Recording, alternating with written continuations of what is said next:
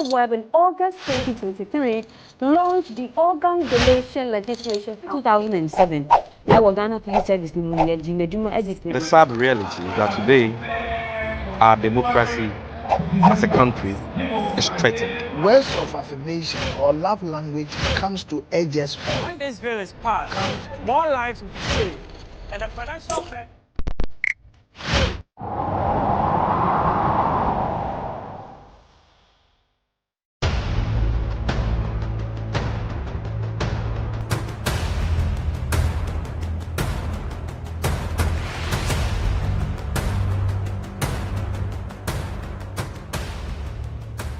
Kwalebu was, I think, 380. 380 Ghana cedis. Yes. But private, some are 500, 450, some are 800, 860. Per session, yes. You have to do 2 every week. Yeah. Even if someone earns 5,000 Ghana cedis every month, that person cannot keep paying 380 cedis 3 times a week for dialysis. Majority of the people who need dialysis to survive in Ghana don't even earn half of the amount mentioned. Some people battling organ diseases end up losing their jobs because their companies cannot keep paying them for always being absent. How are these people expected to afford the monies needed for dialysis as well as other expenses, talk less of the huge amounts they have to come up with for transplantation surgeries outside Ghana when they get donors? It is because of these people that GhanaWeb in August 2023 launched the organ donation legislation campaign to push for the country to pass a law that will guide organ harvesting and transplanting.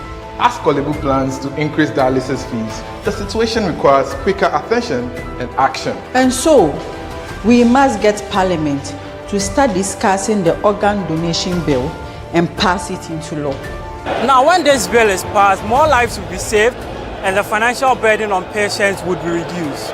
And that is why we need you to join us on this campaign.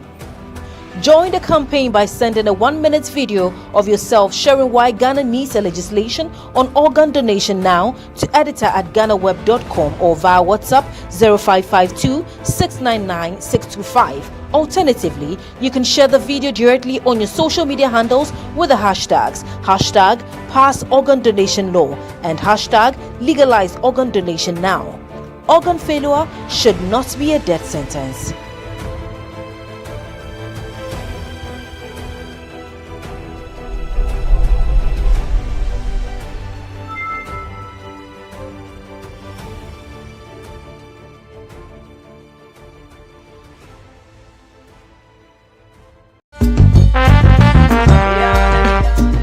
Me voting there, I even told my colleagues I'm selling my vote because whether I vote for you or not, I'm still going to suffer. So when you give me an amount of 1,000 and I vote, I think I have something better in it. Whereby me going to vote just free like that. No, I will not vote free. When you give me money, I'll vote for you. I'm selling my vote. That's to me. Because after all voting, I'll just come back, ride my motor. It's not like I don't have good grace. I'm having good grace in the house. Nobody to help.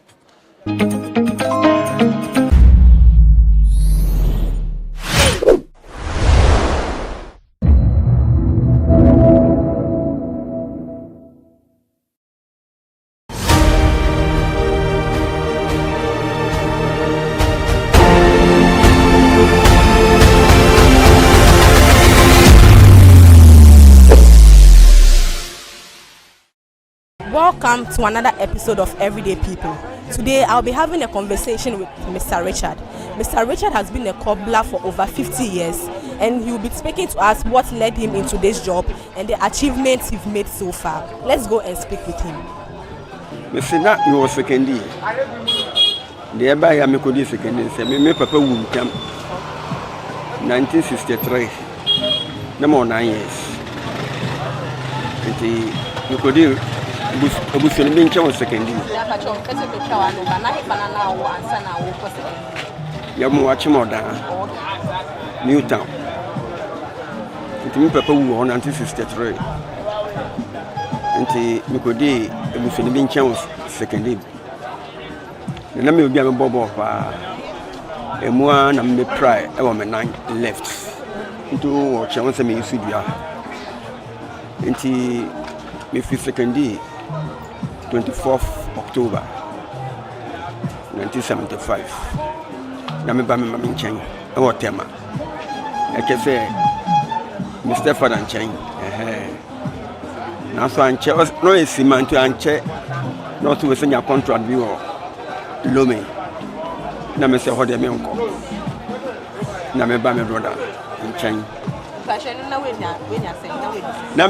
na mo 18 19 years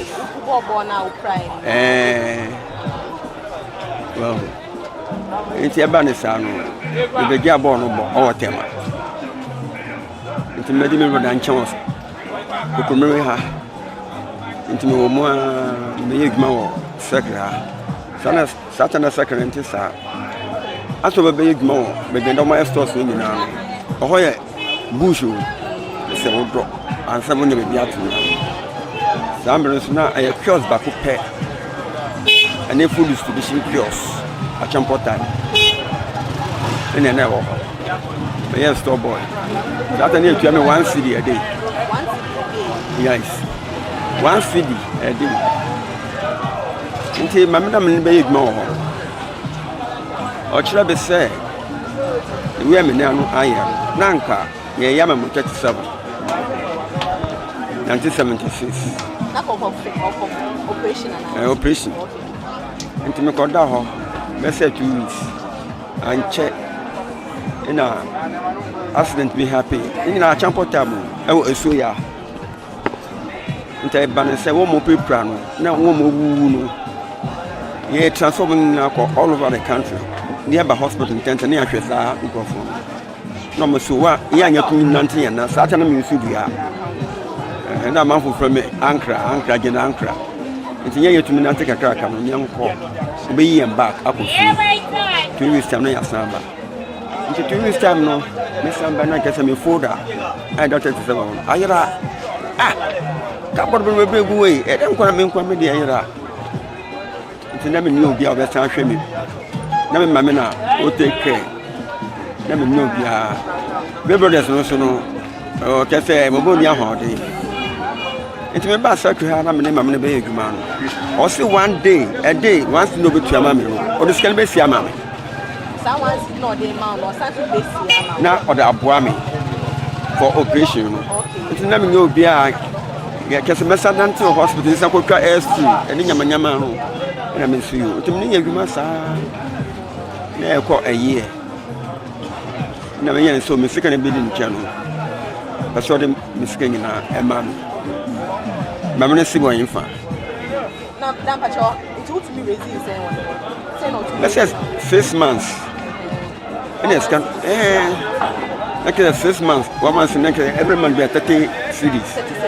For 6 months. Like 1 day. Well, happy or say in Sembebre. Na me kwa so me ge adwuma. Nti me ge say adwuma no. Na me am second na every Saturday me call prison quarters. I am in corporation for one pop one and Yamama. I was second weekends. Into a balance. I'm so okay. So once in a day, no more. I mean, in a establishing major memory. I was second inside of her. Saturday and Tessa. Tia Gufuka. No, that mammy scar fine. And mammy scar never be called high down. Oh, you go to 1980 in a memory. It's a good way, I mean, South America. And time quite time, second almost 2 in Namaba. If you will, Buchia. And I get a man or some metal. And time Quabano or Pamo be a team Bushek in Nemediha 84. Up to 2000 Akufo-Addo power na Siena. Just never move if you win. Let me my tent. I give me office. And see, almost stone will make your audio. Now, I'm compensating. Some men care, you know. Men care, you know. And Tabana Sana. Maybe an autumn way. No, so. And maybe be big and map from it and the same movie. Yamen Chad and Yabia. Ben family Yamas mean the agro. Benida from I won't call us 7. One more office here, or my penny for. Yamen Chad, the first born say, or Chiti, or Chito secondary. And I'm a second born say teacher on your bar. And I third one also. Where can I go with you? Look at Benida from. I'm a woman who a bush enemy, I'm no damn woman. And he was going to me. Into one to me, I'm woman. Never decided said I'll be. Yamin, I want to me, I'm woman. Now, send me a make a yammy. Mpo say, woman send me piano. Guess I'm from who. Nothing I mentioned, the mammy. And run on the shame Yamin, Miss Brothers. I'm a member of Crabby Dimmy almost 12 years. You sure they sell weird. If no way, Yamin Chadi. Never the same. Listen, mammy. 207. So well. My third one say, or a midwife. Why are you? Yammy. Now, my daughter, my donor, your friend Richmond. No, yeah. 207. Or Yanaka Crabessa 1 month. Or Yanaka Thursday, Oko school. Yes, in Missing Change. Doing 11 years. So, well, it's a Yako Fina. Medical hospital, only drip cosino, so. Ye be after a while. Still, you call your beefy or bomb by to me until dinner going in a beefy and not yelling in my head. Like I say, obedient after baby. I mentioned 1 month pepper Thursday, you know, or film. No, I'm a dog papa. Windy no work. So I mentioned 2 years later, no, some man, Bema for national demand. And he on a battery or from 3 on a battery, September, a battery. And he, I mentioned as I said, we are a million to me. I should remember. I remember almost a Mundi Mahagro. Mundi Mahagro cry. Like a Samanka said, be a say, no Mundi car. Then, but when you say, or 70 years. One say, what if I qua? And chair, no, I am right. Because, Betty, Nantin and Catoas between Nabi. Maybe be an administration panting.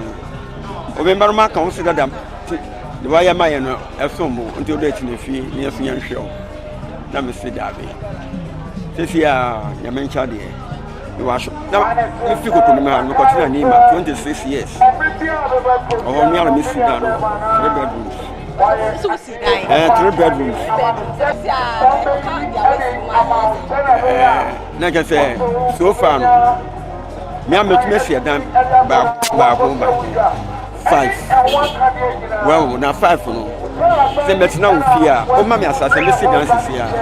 Me high down, and I mean, die and that Musuda. all from this job. Those years, no, come away. I mentioned to me, my papa. If you are a baby, must say a day. Menya those na nyadi series e bia 1 million 2 million 500 e dey sebo ho na se me move wa ha me ba sata na mo ba fo yan mba me into ni pa kakra phone ba ya number 1 mo e tu fi ha bebe ni me bia me ko nto mo na me share ko na me Mr. Richard is your way so me o ha na me opposite na me de me number ma nto mo na ma friend o me do am so mi am ni am so na ba ne sign they said them no okay them attack the enti am de fi ha ndema ba bi beti to asi enti ndano ameg me na ba fu mu kakra na so mu a na se peja mu a na ba fu mu na peja ame pimpe so a Mr. Richard, now once you see an economy in the moon, affect you in any way. Some affect me, papa. Those years, you know, your customers will be Biafra cars. In penny for Pamela, General Champion, former head of state. No, madam, for I was second. Very madam, what's your second year? No, army. No, second regional commissioner. So, no, head of state. A champion, and then Stephen Obimpe. Yes. The time I do woman and say, now Stephen Obimpe. No, never commander. I was second. And actually, an assistant. It's every weekend, no matter about long tennis. I was starting run about no more tennis court or. Na me wo ho na me tutu wo boss ma wo tutu wo ko a no ma che mi bi o mo ro bobo o Jenu Park ya se me bobo nti no kise man te o ne mo Jenu Park dada it was now small boy I need to one more information say ye ko ha na wo chesi ya ba ho na me say ya nyame na e ka kire mi akope mi say a champion it take over power. Then you are second. It's a bank crime. Every me number second. Number two, number two, come top of your cover premiums are champion. The cast is additional. And I mean, then I say, hey, small. Masaba, Mr. Masaba. It's not man for Senka, Number Serrano. Our castle. Listen me a beer. Me fan home she share. Say Madame Papa now. Baba ye pini na me kono akoye. Da be sadu mempe. You are from peni for pa. Every individual. Obi to say John Esenye Esenwo Obo Zakes. Obo Blaster. Kofi-Addo, Obo Lemon Wines, Obo Zakes, Obo Olympics, Obo Kotoko, Kofi Bedu Kotoko, Kofi Bedu Kotoko, Nina Bo, Young Zakes, Obo Takwadi, Kuf, Sewahu. Now, maybe register Zakes, such a name is Brahmin.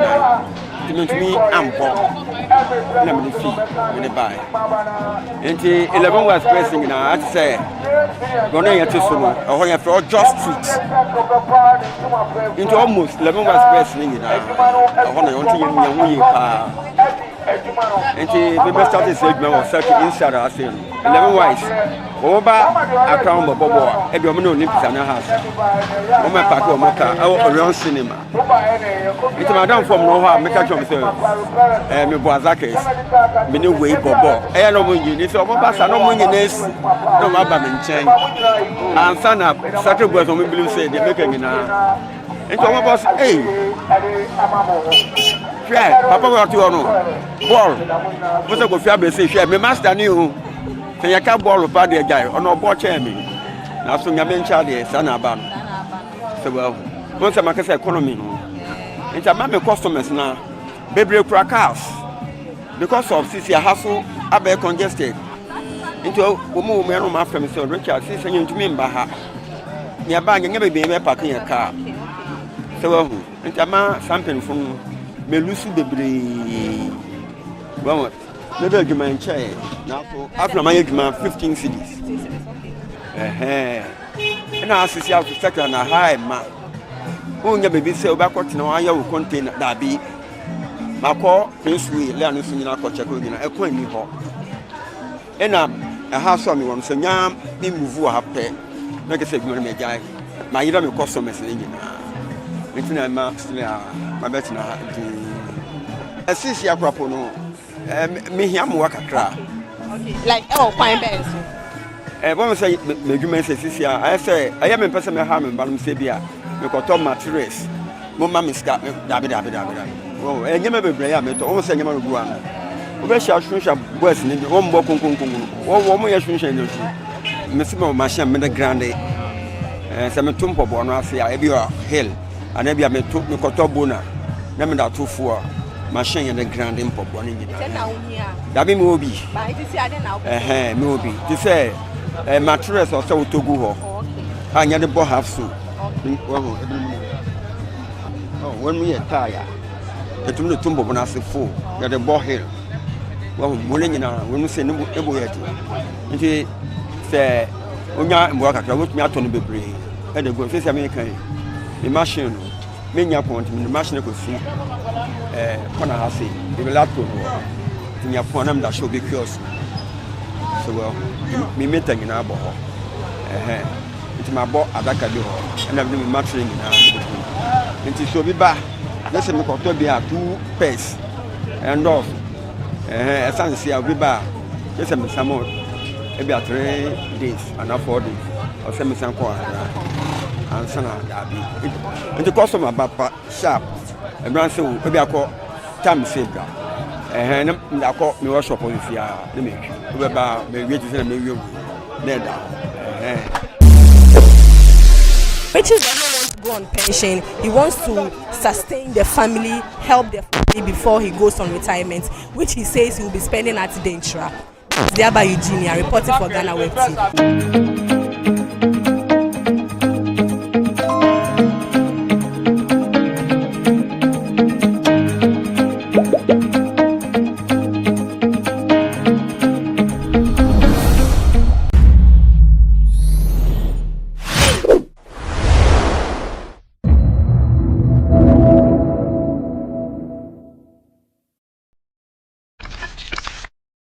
GhanaWeb in August 2023 launched the organ donation legislation 2007. Ghana Police Service. The sad reality is that today our democracy as a country is threatened. Words of affirmation or love language comes to edges. When this bill is passed, more lives will be saved, and the financial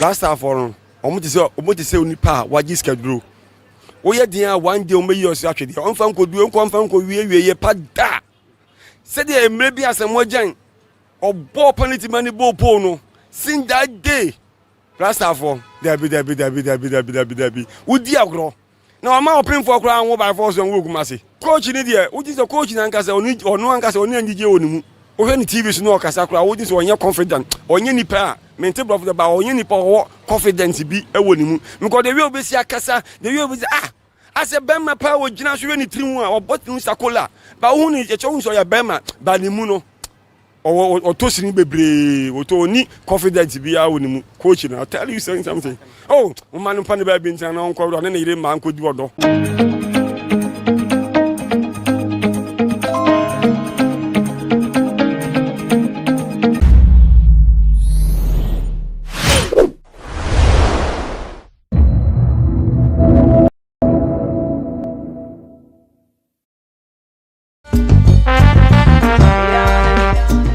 Me voting there, I even told my colleagues I'm selling my vote because whether I vote for you or not, I'm still going to suffer. So when you give me an amount of 1,000 and I vote, I think I have something better in it.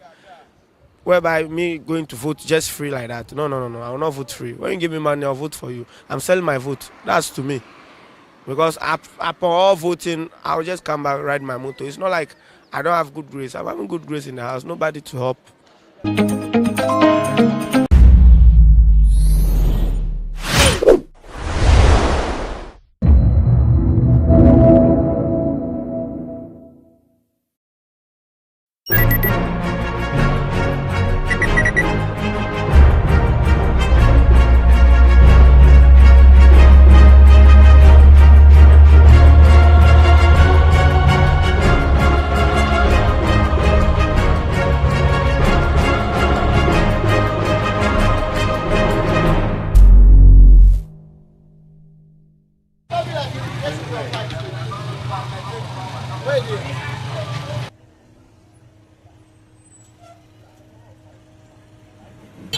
The tricycle business, popularly known as Prague, has become a major source of employment for many people in Ghana today. Today we are at the Dome Christian Village, where a lot of these tricycle operators work from. We want to find out how business is for them, why they even decided to do this business in the first place, and looking at the current economic conditions, how they are able to survive on the amount of money that they make in a day. My name is Stella J. Johnsoli. This is GhanaWeb Special on GhanaWeb TV.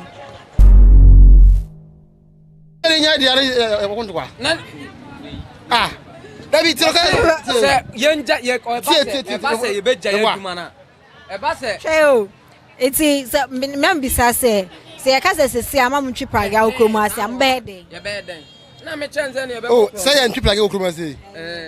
I know there, I be this bit messy. You say ano, o mani mo yedin, adwuma ni ho. Enti no, I be den say ebisi. Okay, Pagana uche wa o dia. Na me dia. Okay, what on say? Oh, me campaign am take her. Say. I can pay oto ayi, odma times 2. Enti me can say 15,000 am take her.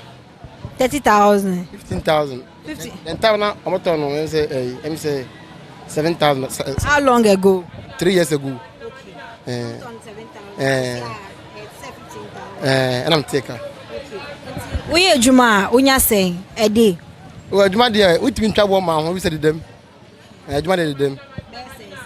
Best sense, say. Say a day, we bet when you say that Cromuye, Unya say that Cromuye, Unya say. Oh, as soon as yeah, and time can we say, when there's no be having. Is it what is an machine you must say? Any beer says that we say, I don't have you. Yeah, mammy average. Oh, me voting there. I even told my colleagues I'm selling my vote because whether I vote for you or not, I'm still going to suffer. So when you give me an amount of 1,000 and I vote, I think I have something better in it. Whereby me going to vote just free like that. No. I will not vote free. When you give me money, I'll vote for you. I'm selling my vote. That's to me. Because after all voting, I'll just come back, ride my motor. It's not like I don't have good grace. I'm having good grace in the house. Nobody to help.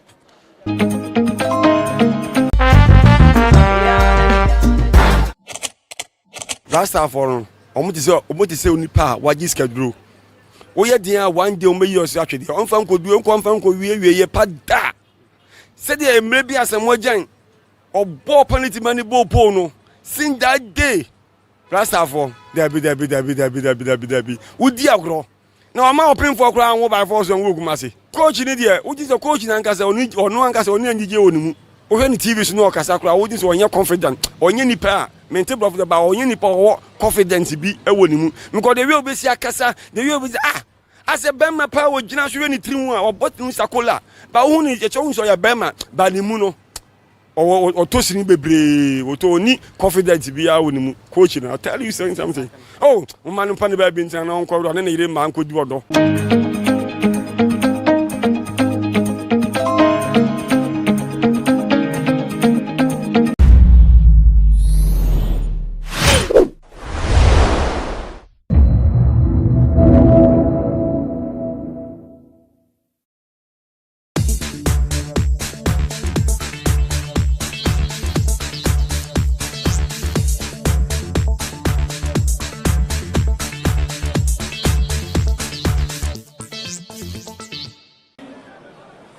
The President of the Republic of Ghana, His Excellency, the Vice President of the Republic,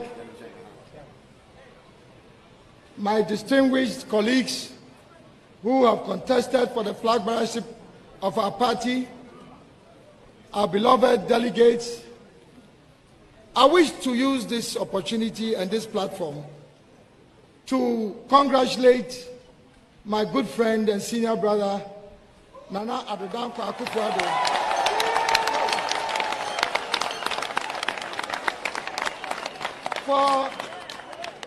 for a hard-won and well-deserved victory in the first round of the elections this morning. As you've already been told, according to the rules of procedure under the constitution of our party, we are supposed to go into a second round contest.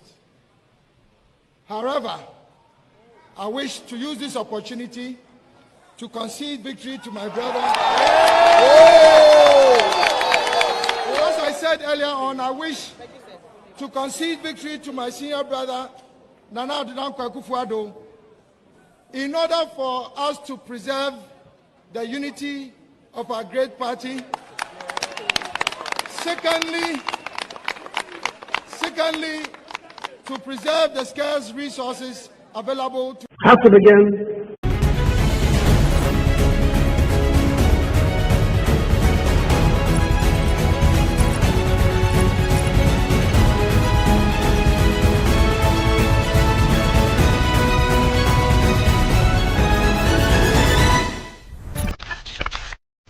GhanaWeb in August 2023 launched the organ donation legislation. 2007.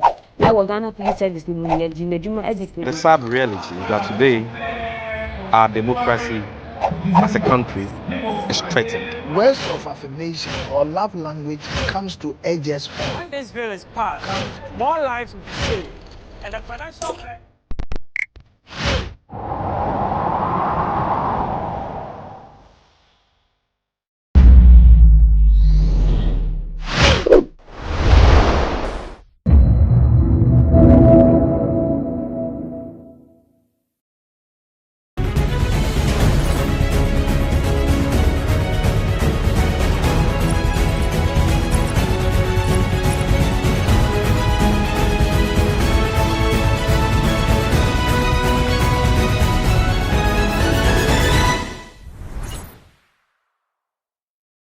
Welcome to GhanaWeb Sports Check with me, Emmanuel Enin. Today, I'm going to have a conversation with a legend of the game, Prince Tego, the only prince of goals in Ghana football. Welcome, Prince. Thank you. How are you doing? I'm fine, and you? I'm also good. Are we going to see Prince Tego without dreadlocks? Because it seems every day you are in dreadlocks. Oh, I don't think so. It has been so many years I'm keeping it. So maybe in future I might take it off. Right. So maybe in future you might take it off. We will get to the Black Stars conversation and the Heart of Folk conversation. But before we delve into that, let's go for a quick commercial break. When we come back, we will start the conversation.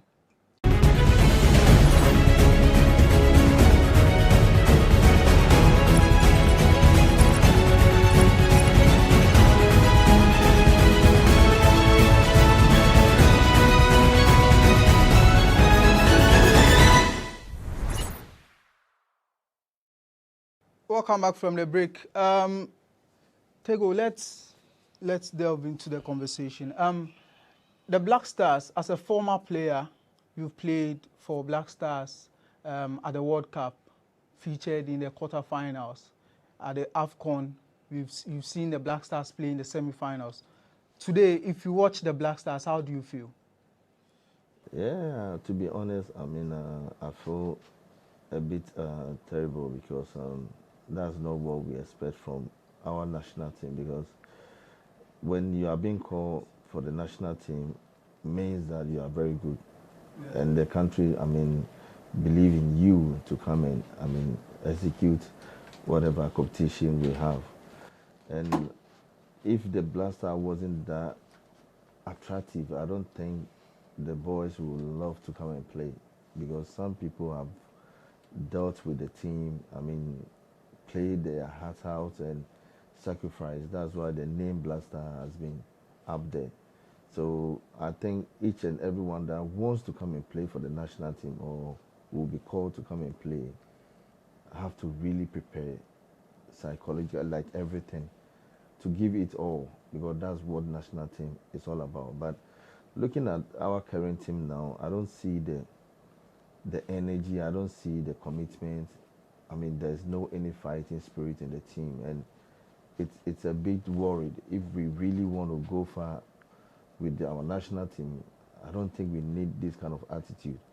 So I'm just urging, if it is possible, they have to make sure whenever they are calling the players, they should call players that are ready to fight for the country. It shouldn't be, I mean, some people have names and they will come and they don't want to give their all. I mean, it's totally not acceptable. So, I mean, that's what I will urge the officials to look at. Yeah, some of these players, we've watched them at the Ghana under-20, somebody like Kudus, they give their all, they play, if they play for their clubs, they also play very well, they score week in, week out. So what's the problem that's, preventing them from giving their all whenever they wear the national colors? Yeah, I think it's kind of dicey a little bit, because me personally, when I watch the team from afar, I think there's no unity in the team.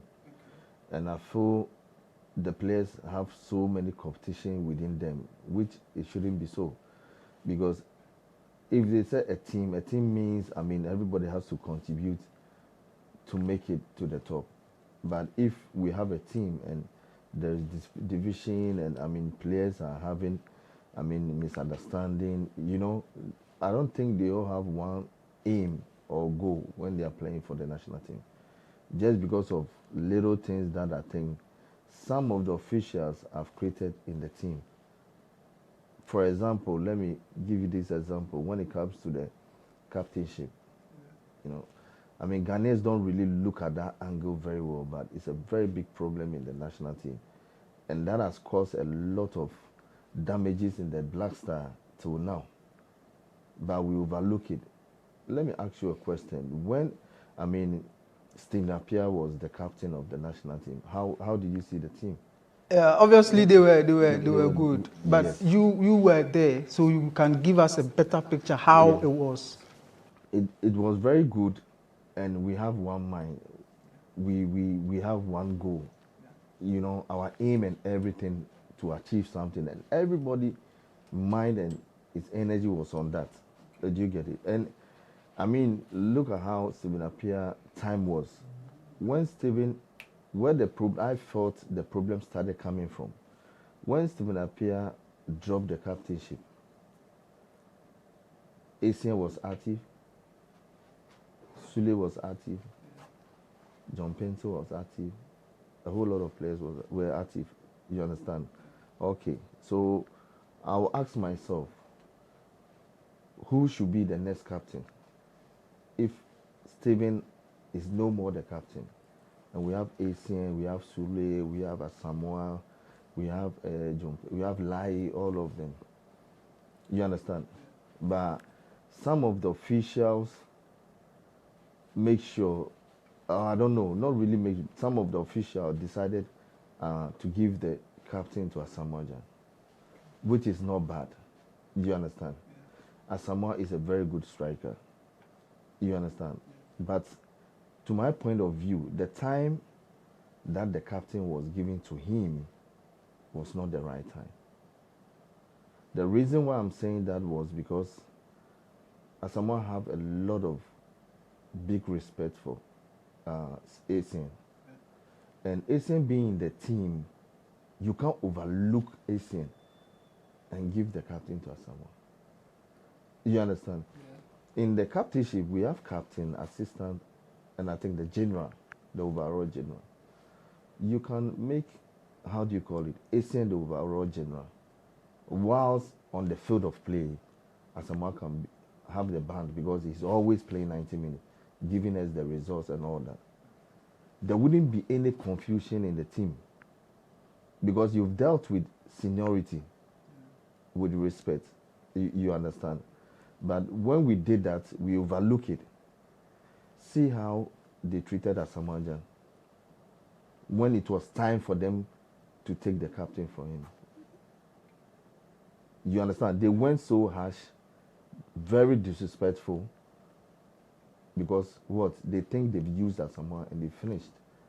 So let's take the captain from him and give it to another person without respecting him because they've done that mistake already. So when they took the captain disrespectfully, to my knowledge, they gave it to who? Dede. Yeah. Who?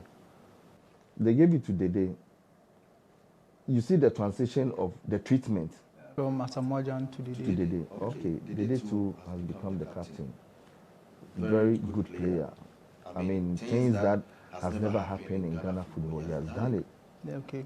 To take, under 20 to the World Cup. It's very big achievement, but people don't really recognize it, or maybe they try to pretend like they've forgotten, you know. See right now how they treated Dede when it was time for the captainship. When they want to take it from him, see how they treated him. They treated him like a coast player, like somebody who has never played football before, or maybe he has never done any good thing for the country before. And this thing I'm talking about is the officials. You understand? It's the officials, the FA. You understand? That is where the problem sometimes is coming from. See the treatment they give to Dede. As right now, he was at his top form. I don't think any coach who is really sharp and think deep will drop Dede from the national team. So you still think Dede Ayew has a place in the national team? What these boys are playing, some of these boys are playing, you can't tell me Dede cannot play. That is where the disrespect is coming from. You know, we try to retire players too early when it's not their time, just because of maybe Dede's father is Abedipele. Jealousy, like, you know, this country that we are in, the witchcraft is too much. You understand? We jealous people for no reason. Do you get it? Right now, you've given the captain to Dede. Dede started peaking, scoring goals in his new team. And you decided not to call him and give the captain to who? Partey. Excellent. Partey is a very good player. He is doing good. But ask yourself, what was the transition of the captainship to him? Another disrespect is there. That creates the confusion between the players. And when I say disrespect, that comes with, you have Jordan in the team, who is a senior player. He has been with the team for a long time. So if you are taking captains from Dede, you can add Partey, Kudus, and how do you call it? Jordan. You understand? Whether Juku or whoever you want to put, that one is their choice. Yeah. But you can't take captain from Dede and give it to Partey. Okay. You understand? Partey deserves it. But his time will definitely do what would come. But we rush and we choose people that they are our favorite to push them in certain situation or certain level that, I mean, we think they can execute, but it doesn't work like that. Football work with respect and good transition, so that at least players will have this kind of cordial relationship with joy playing for the national team. So when you check the transition, you could see that the treatment they did from the top that I mentioned, look how they did to Dede right now. And right now from Partey, they gave the captainship to who? Kudus. You see what I'm talking about? Kudus is a fantastic player. Kudus would definitely be Black Star captain in future. Why do you rush him? To create confusion between the boys and the team. It doesn't make sense to me. You understand? Kudus is a very fantastic player, but let him also feel there is a senior player there. You understand? Jordan can say, oh, I don't want to put on the band. Let's give it to Kudus. But out of the blue moon, you don't just choose anyhow. That's where the problem is coming from. So are you saying there's no leadership in the team right now? Right now, there's no leadership in the team. I don't see, since Dede left, from my point of view, since they stopped calling Dede, I don't see any leadership. The leadership that I saw and the fighting spirit that I saw was when Partey was captain and we were playing Nigeria. Partey showed us the class that when there is difficulty in the team, he can raise his head up and help the team. And he did it fantastic. Right. If you look at, you talked about Asamoah's captaincy and the transition and everything. But within that period, we had the Black Stars playing in the semi-finals and all that, meaning Avram Grant, who was the coach then, played a pivotal role in getting the team results for the team. What do you think Akufo-Addo is not doing well, despite the captaincy issue, that he could get the results for Black Stars? Akufo-Addo is not doing well because I think the call of the players, you understand, the call of the players and their positioning is the problem. Because if you can call a player and you say you are building the team, you call a player and he's not doing well, I don't think you should be able to, you should invite the player again. And you have to maintain a certain number of players. You have to maintain a certain number of players you want to work with, because you believe in those players. So they have to be there consistently, because building the team is not for one day. They have to get to know each other in the field and out of the field. So if every time we have a maybe new game, there's a new player. Every time we have a new game, there's a new player. You understand? But if you want to take the team far, like the way you promised to do, you call about maybe 15, how do you call it? Maybe more than 20 players. No, like maybe 25 or 30 that you know that these are the people. If this person have injury or he can't make it, I believe in this guy. You understand? But this is not the time to do try and error. Do you get it? So it's a big mistake that we are also doing there. So are you saying Akufo-Addo is not his own man? From what I'm seeing, he's not his own man. Trust me. I can tell you point blank, from the Blacks, from the day they dropped, they took the captain from him. That's when I know he's not doing things by himself. And until we stop, we stop interfering with coaches, with selection, with captainship and all those things, Black Star will never have peace. And this thing I'm talking about is coming from the FA. It's coming from people working around the team. The technical team, like people, they take the decision before they tell the coach. Tego, we are coming down to the AFCON group. Were you surprised by the results we had against Niger and Sudan? I wasn't surprised, because the team, they are not playing with passion. Yeah. You know, sometimes we Ghanaians want to watch football that the team did well, but we have a bad luck and we lost, or we couldn't win, or we played draw. Ghanaians, I can say 95% of Ghanaians know football. Why? Because we love football. That's one of the most important, game we all enjoy from Accra Suffolk, those times. You understand? And from even 1992 when Awudu Sakandem took the World Cup, you know. So football has been something that Ghanaians also have an idea about. So if we are playing good football, we are fighting, but we are losing, trust me, Ghanaians will understand. They will give the chance for them to do or to improve.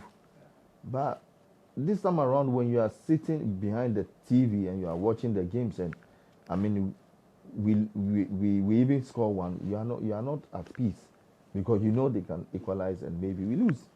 But before it wasn't so. Yeah. From the way you are talking, are you hopeful that the Black Stars will qualify? I don't have any doubt about Black Star qualifying. That one, I can tell you, I don't have any doubt for them qualifying, because we have good players. We have good players in the team. My problem is if they are ready to give at least 85% of what they play outside there into the national team, we wouldn't be struggling in our group. Right. You've played in multiple AFCON tournaments, and now we are not going to qualify and all that. How is playing in AFCON like? AFCON is just like, playing like a local league. Right. Because AFCON, the tournament is Africa. So the mentality and the aggressiveness and the way they approach every game is different from playing from outside. So if you don't have that fighting attitude to play the qualification, there's no way you can qualify. Because Africa is Africa and everybody plays very tough. It's not like Europe that you have the time to play. When you lose the ball, the other team will give you the time to play. You understand? But Africa, it's not like that. And this is some of the things the coaches have to let the new players that comes to the team know, that this qualification is even difficult than the tournament. Africa qualification is difficult than the tournament. Frustration. Look how they did to Nigeria when they were traveling to play. Yeah. You see, I've been there before. Sometimes even when it gets to time for you to go and train and they have to pick you 3, and you have only 1 hour to train at the stadium before the game. They can even come maybe like 3:40. You get to the pitch, you have only 15 minutes. It's a strategy that this is Africa. So when you don't put all these things into their mind, they would think maybe it's so easy to play African qualification. It's not that easy. That's why we are struggling. In all this, what's the role of the GFA? As in what should they do to help the team to qualify? I mean, they just have to make sure they call the rightful players. They don't do the selection, but I know some of them are part of it. Do you get it? You believe the GFA do selection for the coaches? Not really, as in the GFA. Yeah. Some of the officials that they are within the GFA. It can be anybody. Okay. You understand? It can be anybody. Some you can. I've been there. Some of the players playing are with some of the officials. No matter how they play good or bad, they will be called. You get it? Yeah. That one is the honest truth. So, if we are able to bring out the good, the good players that we have, and we treat them rightly, like this person deserves to play, and we'll put him in, definitely. Don't forget, the players are good. Like I told you, it's the mindset and the willing to fight for the country. That's the only thing left. Because they don't play with any passion that we used to see before. Let's come down to Ghana versus Sudan. There was an issue where a video was trending. Jordan Ayew was talking to Kwesi Appiah, and people made it about the captaincy and all that. What's your thought on that? For me, I think it's not really about the captainship, because Jordan have known Kwesi Appiah for some time, since he was coming to the national team. So maybe I think that maybe he just met him outside and they were talking about their own personal thing. But like I told you, the transition of the captainship was wrong. And anytime you do those kind of things and it's wrong, it affects the team. There wouldn't be any good luck following the team. There will be competition in the team, like enviness and jealousy. You don't create those kind of energy around the team. Do you think, let me ask you one question. Do you think if Jordan that day was given the captain, Kudus would be angry? Why? Because he knows he was there before him. You understand? So when you don't create certain energy, it won't react. You understand? So you being the coach, you don't allow people to dictate for you. You understand? You don't allow people to dictate for you who has to be. No. Do the rightful thing. You have been a footballer before. You understand? You are our senior, and we believe you can do the job. Certain decisions in Ghana, when you don't put your feet down, you'll be controlled and you'll be moved around. And when the problem comes, everybody will leave, and they will talk about you. Looking at the job Kwesi Appiah is doing for Sudan, are you impressed? Why not? I'm very impressed, because I've worked with Kwesi Appiah also before, and he has learned a lot. You can't tell me Kwesi Appiah being assistant coach for a long time with most of the Serbian coaches, he has never learned anything. Whatever that he has learned is what is giving him the results. And his team, what they are doing different than we Ghanaians, the boys listen to him. The boys play with passion, with fighting spirit. We don't have these two, and if you don't have these two in football, where are you heading to? So, do you think we made a mistake letting Kwesi Appiah go? I can't say we made a mistake or we didn't do any mistake, but the result is showing. Do you get it? The result is showing. And if one day Kwesi Appiah will be honest and he will tell you the truth about being a coach in the national team and the people around him that he works with, he will tell you the kind of pressure he has. Do you get it? You can take Kwesi Appiah out because maybe your decision of putting certain players in, he's not interested. That will make you sack him. Do you get it? Yeah, because if a coach comes and he doesn't listen to this cartel that they are in around the team, then definitely when you started losing, they will find a way and kick you out. If you say cartel, who are the cartel? Yeah, the cartel there, I can't mention nobody's name, but they know their source. I mean, we are all in this country. I mean, you can give clues. No, there's no clue because I said the whole team, and the whole officials that is surrounding around the Black Star. Because every decision they take, everybody knows. People are pinpointing the Black Stars Management Committee that it needs to be scrapped.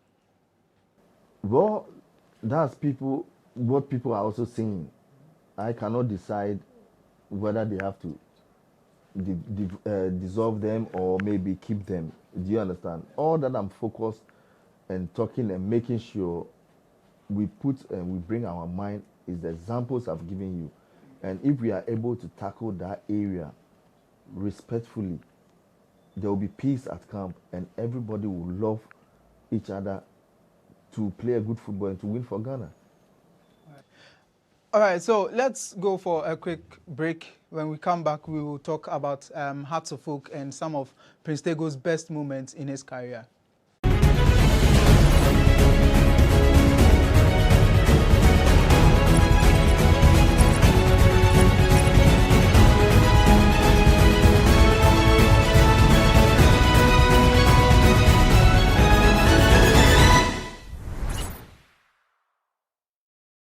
Welcome back from the break. We are still having a fruitful conversation with Prince Tego, a legend of the game. Prince, let's talk about your moments at the Black Stars. How was it like playing your first ever game for the Black Stars, your first call-up? How was the feeling when you had the call-up? I think, to be honest, I wasn't called for the national team. Seriously. I wasn't called. I mean, we're going to play against Libya, and the names were already out. I was not part of it. So I came to Ghana from Saudi Arabia, my team, and I was having holiday. The season is done. I was in Ghana for a week before I had a call from Papse that Matiamwa has a little injury. So if I can join the team on Tuesday, because they are leaving to Kumasi. I had a call on Monday. So early morning, Tuesday early morning, I went to the beach to run and I joined them in the afternoon at the airport. And we went to Kumasi for the Libya game. So that was the game, that was my first game. And that was the game I scored my first goal. That made me stay in the national team. So I wasn't really called. Yeah. So is it your best memory in the Black Stars? No, my best memory was the qualification to the World Cup. When we need a win to qualify to the 2010 World Cup. I think our game with Benin, and we need only win at Kumasi. I think we need only win. We don't need draw. And I think Sule gave me a very nice cross to score. It was under 1 minute. And the game ended 1-0. So I think that particular goal qualifies to the World Cup. And I think that was the best moment at that time. So it seems you have good memories in Kumasi. In 2004, you and Hearts of Oak went to Kumasi and won the CAF Confederations Cup. How was it like? You know, it was a joy that I can't express it, because when we win I think when we won the cup, we from Kumasi to Accra, we left around 10 in the morning. We got to Accra almost 2 a.m. You understand? Just because we win, where every town we get, the road is blocked. You understand? Like the fans, people were happy, and Hearts and Kotogo has always been a fight, and we making sure getting the Virgin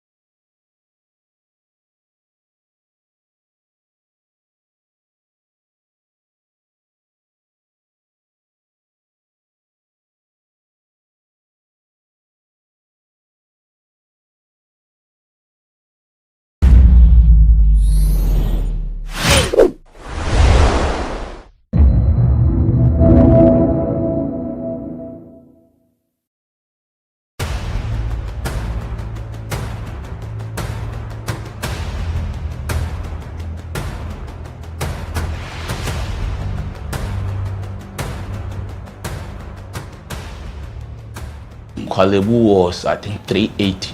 380 Ghana cedis. Yes. But private, some are 500, 450, some are 800, 860. Per session, yes. You have to do 2 every week. Yeah. Even if someone earns 5,000 Ghana cedis every month, that person cannot keep paying 380 cedis 3 times a week for dialysis. Majority of the people who need dialysis to survive in Ghana don't even earn half of the amount mentioned. Some people battling organ diseases end up losing their jobs because their companies cannot keep paying them for always being absent. How are these people expected to afford the monies needed for dialysis as well as other expenses, talk less of the huge amounts they have to come up with for transplantation surgeries outside Ghana when they get donors? It is because of these people that GhanaWeb in August 2023 launched the organ donation legislation campaign to push for the country to pass a law that will guide organ harvesting and transplanting. As Korle Bu plans to increase dialysis fees, the situation requires quicker attention and action. And so, we must get Parliament to start discussing the organ donation bill and pass it into law. Now, when this bill is passed, more lives will be saved and the financial burden on patients would be reduced. And that is why we need you to join us on this campaign. Join the campaign by sending a 1-minute video of yourself sharing why Ghana needs a legislation on organ donation now to editor@ghanaweb.com or via WhatsApp 0552 699 625. Alternatively, you can share the video directly on your social media handles with the hashtags #PassOrganDonationLaw and #LegalizeOrganDonationNow. Organ failure should not be a death sentence.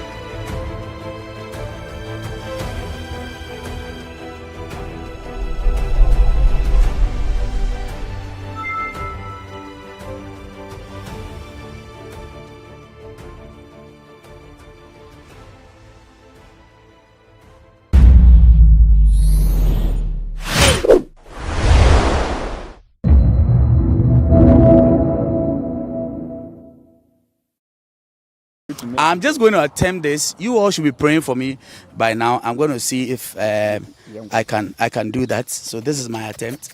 This is my attempt. Woo!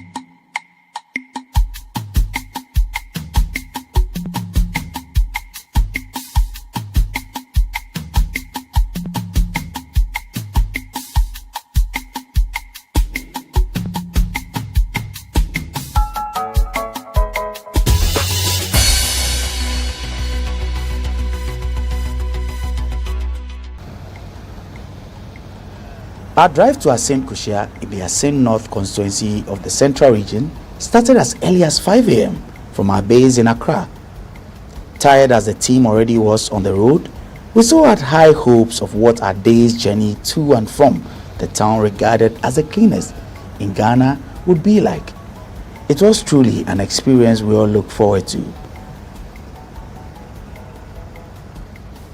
And before long, after making at least one stopover at Mankesim to get early morning wache, we entered the Asin Central constituency.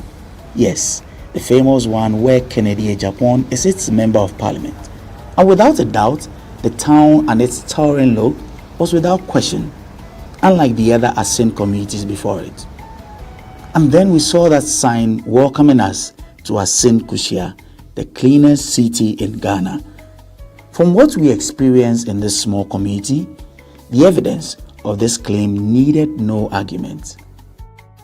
Indeed, it is the cleanest, with many towns in Ghana now taking lessons from it and ensuring that their towns are equally as clean as Asin Kushia or relatively close to it. But before we dive into the actual stories from this town, let's take a moment to appreciate Asin Kushia's commitment to sanitation.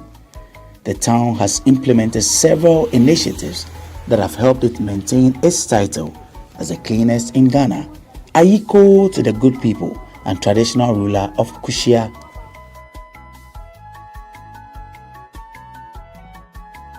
We needed to say a quick hello to the paramount chief of Asin Orenchi, which includes Kushia, and that is exactly what we did. But wait, before that, let's admire this magnificent edifice, well planned with beautiful architectural designs, making it stand out in the town. We meet Nana Pra, and he immediately takes us on a tour of his palace.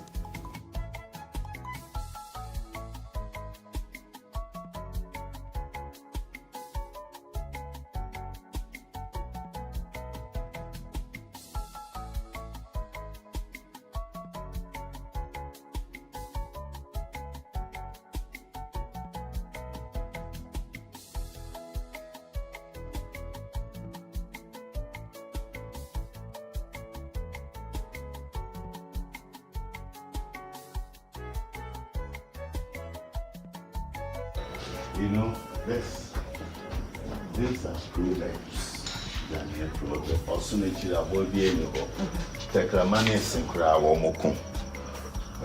next one, Tetefly,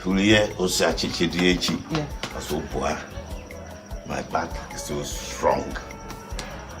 Small needle that can never penetrate. Then the next one, the creature called this creature. It's got two heads, one stomach. When you put meat there, they fight for it. But it's going into the same stomach. That's a proverb. Though it's going to the same stomach, if you put meat there, they're fighting. Now, last one, who food Japan? And every Ghanaian knows that one. This one, Akufo-Addo. Adichie, they both know, but it's the man's duty to go. Yes, the vision of duty. It's about Funkwejina. Okay. I bet Wahona or I tell you, but so not me, you can't. You understand? I bet. There's nothing that a snake can do with it. Next one, yeah. Then the next one is a crocodile and a piece of wood. But they are both in the water. Doesn't matter how many years the wood spends in the water, it will never turn to a crocodile.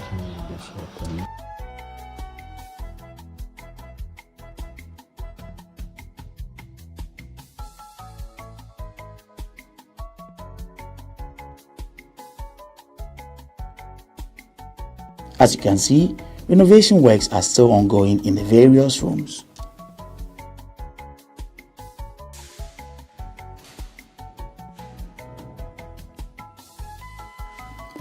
Now that the formalities are out of the way, we move to explore more places in Asin Kushia.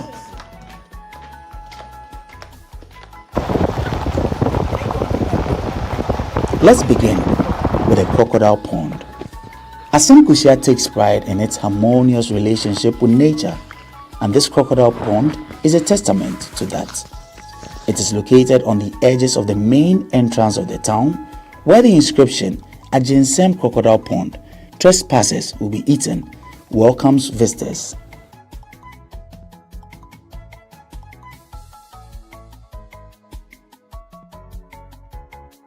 Kushia has a crocodile pond, and Kwabna Ebo is the gentleman who actually watches over this place. Kwabna, it's saying. Now, crocodiles, no. Ahenewo, aha. Yes, sir. Omu din bi anase den. Odin de yan fa mu. Ba fa ni plan say e mu din. Ba wudu he ni time bi anase mu anko ade am from a baby omu bi omu baba. Na we dem fa omu. Me say ndem mo na metete omu achi. Okay. So ka say otete omu achi. Ti say if you are about 14 years now. Oh. Chino o achi. Oh achi. It say a hands so pon no how many years now pond ways here? Nana, yeah, you know, we did 15 years. And you two for 3 years and I did on be now. Oh, yeah, yache. Good point. She doesn't say, "Where to me, Mamma? I deal with Abadaha. We'll be able to move for car, Baha, Bashaman energy." And says, "Your Mamma, Arium had it, and Qualo Mundim say, Abo we see now, what Yana said, we at this your moon, who the way Abo we what here. And more with the moot meaning brave. I say, Abuano, or Yabubia, she said, you couldn't answer when who age do. When you by your days, you would mean to me and say, when you're 25 years and I say 30 years. But time been on mobile. Also 14 years now. Now age na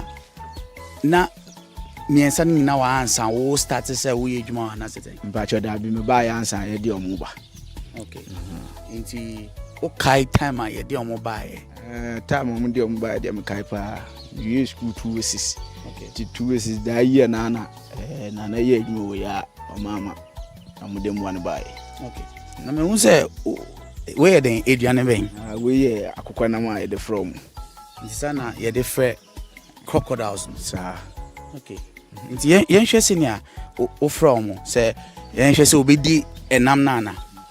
Okay, so that's his attempt to get one of the crocodiles out of the pond. Let's see if he falls for the bait. All right. Okay. It was a way they meant to be Beno. Meet me a Beno. Bibi, are you okay, dear? On Hammy. On how? On your way. Yen Ben, I am going to attempt to do this. Meet me soon. I'm just going to attempt this. You all should be praying for me by now. I'm going to see if I can do that. So this is my attempt. Woo! And I'm this close to the crocodile. Trust me, my heart is already under my feet. Okay, that's another one. Another attempt we're making. There we go again. This is the closest I've been to any such thing. Okay, Ebo, Mechen will say why. Well, so that's actually the attempt. That's just one of the crocodiles we have been able to see here. And look at Ebo actually has his hand right on the crocodile. That's brave act. Well, maybe it takes 14 years to be able to achieve this kind of bravery. There are 3 actually. I see another one right there. It is just hiding under the water. But this has been very friendly of the sort. It's come out to talk to us, as it were. In Ghana today, we know of only one predominant crocodile pond, which is located at Paga. Many people will travel all the way to Paga just to see these crocodiles. The chief of Kushia could never fathom such an experience, and so he decided to bring his own crocodile pond home. And that's how Ehunabu Brim Nana Pra Ajinsem VI established this crocodile pond at Asen Kushia.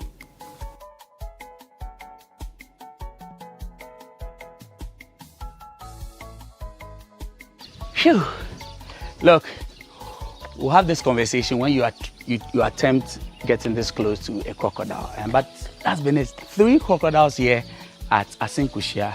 We're only able to see one of them, and I got so close. I mean, like, someone will say I conquered my fear, but well, that's been it. And I'm sure that you enjoyed the little interaction we had there. 14 years that Ebo has been with these animals. He describes them as how you take care of a dog. Maybe we'll see how that turns out for any of us out there. Now, let's make our way to the mini Asen Kushia Zoo. The zoo is the first place you see when you enter through the second gate of the palace. This haven of biodiversity not only provides a home for various animal species, but also serves as a center for conservation efforts. As we walk through the zoo, we see different kinds of animals, from the ostrich, horses, peacocks, ducks, tortoise, among others. Ooh. Well, so you see what I'm doing now. That's an ostrich actually, and this ostrich is part of a mini zoo that's here at the palace at Kushia. I hear after this ostrich is done with all the leaves on this, well, it might be trying to gauge at me. We don't want to get to that point. But we'll take you around the zoo, the other animals here, right here. This is a beauty and a sight.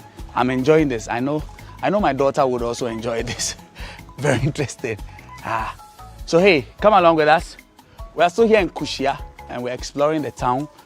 We are going to tell you what's in the zoo and then we'll hear some of the stories with them. So come along, let's go. Next, we make a quick stopover at the tomb of the unknown slave. The story behind this tomb is that during the era of the slave trade, some of the routes used by the slaves as were transported to the coastal towns for onward travels to the Western world included Asin Kushia. This spot where the tomb has been made is where the people of Asin Kushia believe is where some of those slaves died. As a way of remembering the sacrifices and horrors of these slaves, the chiefs and people of Asin Kushia decided to install this monument known as the Tomb of the Unknown Slave. The tomb serves as a reminder of the inhumanity and cruelty of the slave trade and the importance of never forgetting this dark period in history.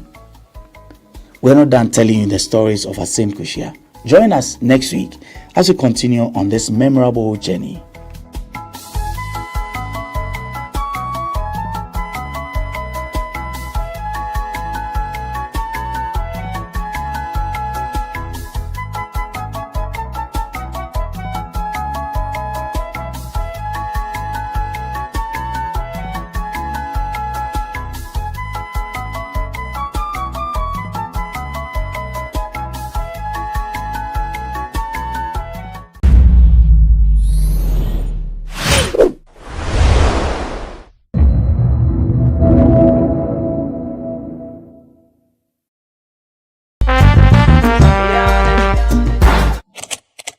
Last time for omo ti say onipa waji schedule oye dia one day omo yi oso atwede onfa nko wie pa da said the emre bi asemo jan obo penalty money bo po no since that day last time for dabi udi agro na o ma open for kra anwo by force on ogumase coach ni there udi the coach na nkasa oni ono ankasa oni angije onimu o he ni TV so no okasa kra udi so onye confident onye nipa mente bro for the ba onye nipa wo confidence bi e woni mu because the way obesi akasa the way obesi as a bema pa wo gina so ni trimu a obotinu sakola ba hu ni e chewu so ya bema ba ni mu no o to sini bebre o to ni confidence bi a woni mu coach na tell you something oh man pa ne ba bi ntan na onko do na ire ma anko di odo.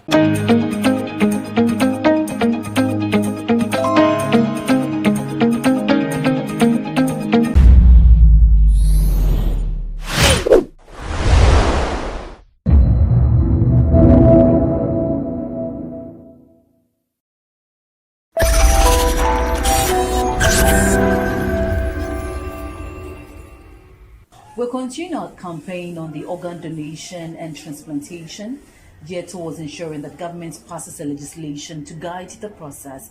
And today I'm at Medina and I'll be speaking to Raphael Eche Dagadu, and he is one of the patients. He's been undergoing dialysis every week. I don't know whether it's twice or once in a week.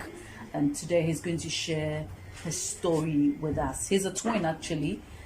The other twin, Achu, is okay, but Eche is not okay. So Eche will be speaking with us today, and he's going to tell us how this whole thing started.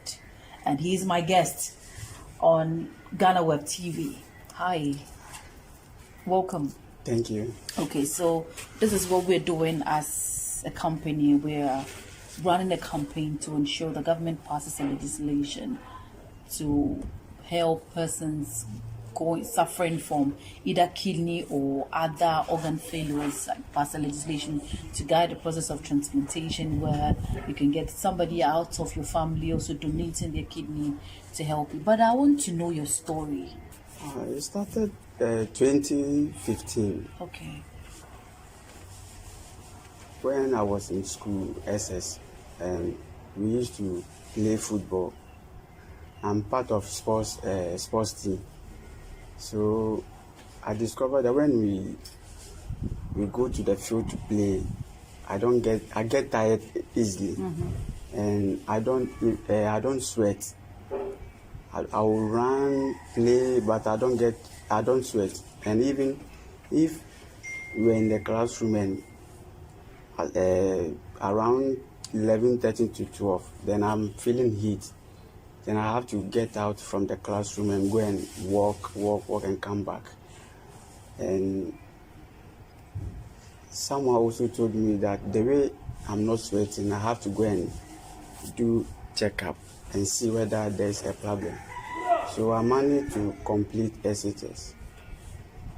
So when I came home and I joined my colleague training in the afternoon, and the same thing was happening. I don't get sweat and I get tired easily. And I have one of my eye got sore, and I was supposed to take it to the hospital for checkup. I didn't, and malaria came inside, and so one of my auntie saw it and said, what is wrong with that? So it's Apollo.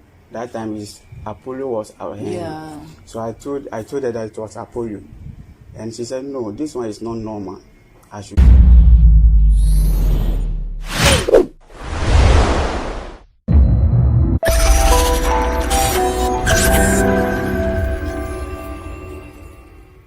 We're continuing our campaign on the organ donation and transplantation, geared towards ensuring that government passes a legislation to guide the process. And today I'm at Medina, and I'll be speaking to Raphael Eche Dagadu, and he is one of the patients. He's been undergoing dialysis every week. I don't know whether it's twice or once in a week. And today he's going to share his story with us. He's a twin, actually. The other twin, Achu, is okay, but Eche is not okay. So Eche will be speaking with us today, and he's going to tell us how this whole thing started. And he's my guest on GhanaWeb TV. Hi. Welcome. Thank you. Okay, so this is what we're doing as a company. We're running a campaign to ensure the government passes a legislation to help persons suffering from either kidney or other organ failures, like pass a legislation to guide the process of transplantation, where you can get somebody out of your family also donating their kidney to help you. But I want to know your story. It started 2015. Okay. When I was in school, SS, we used to play football. I'm part of sports team. So I discovered that when we go to the field to play, I get tired easily, and I don't sweat. I will run, play, but I don't sweat. And even if we're in the classroom and around 11:30 to 12, then I'm feeling heat. Then I have to get out from the classroom and go and walk and come back. And someone also told me that the way I'm not sweating, I have to go and do checkup and see whether there's a problem. So I managed to complete SHS. So when I came home and I joined my colleague training in the afternoon, and the same thing was happening. I don't get sweat and I get tired easily. And I have one of my eye got sore, and I was supposed to take it to the hospital for checkup. I didn't, and malaria came inside, and so one of my auntie saw it and said, what is wrong with that? So it's Apollo. That time Apollo was our hand. Yeah. So I told her that it was Apollo, and she said, no, this one is not normal. I should go to the hospital for checkup. So I went to Medina Polyclinic, and the doctor ran tests, and he said I don't have blood, and my blood percentage was 3%. 3. But I'm working normal, doing everything normal. And that means that's severe anemia. Yeah. 3%. So he said I should choose a hospital that is near, so they can quickly rush me there and give me transfusion for blood. And I said Legon. So we went to Legon.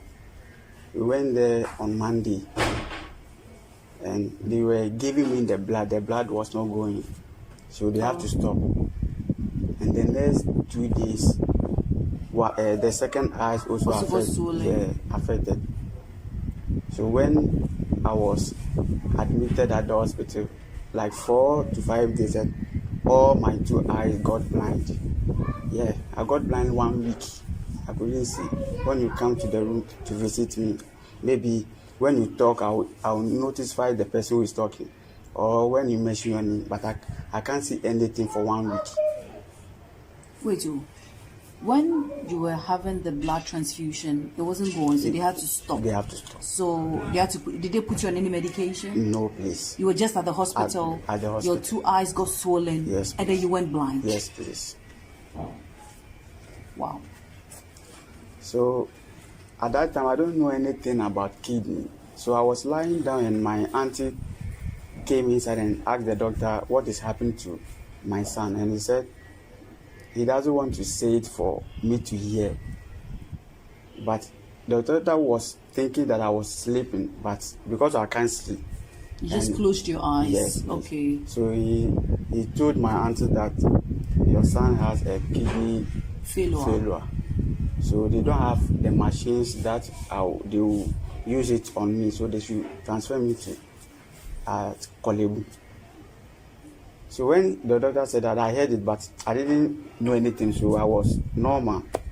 And they rushed me to Kolebu. And when I told my auntie that, what are we going to do at Kolebu? And he said, well, the doctor said, because of my eyes. So yeah, but then you couldn't see. I couldn't see. So we are going on our way to Kolebu, and at Circle Roundabout, and my eyes open. And I told my auntie that we should go home, and I said no. And the way you can't even see the white or the black. Mm-hmm. Even the doctor said they can't even come closer to me, because it was very, very bad. Very, very bad. Very, very bad. If the doctors are saying that they couldn't get closer to you, why? What was the explanation? Because what is happening to the eye is like, how do I say? There's water coming from inside, and the eyes was red. Oh, okay. Yeah, okay. Red, very, very red.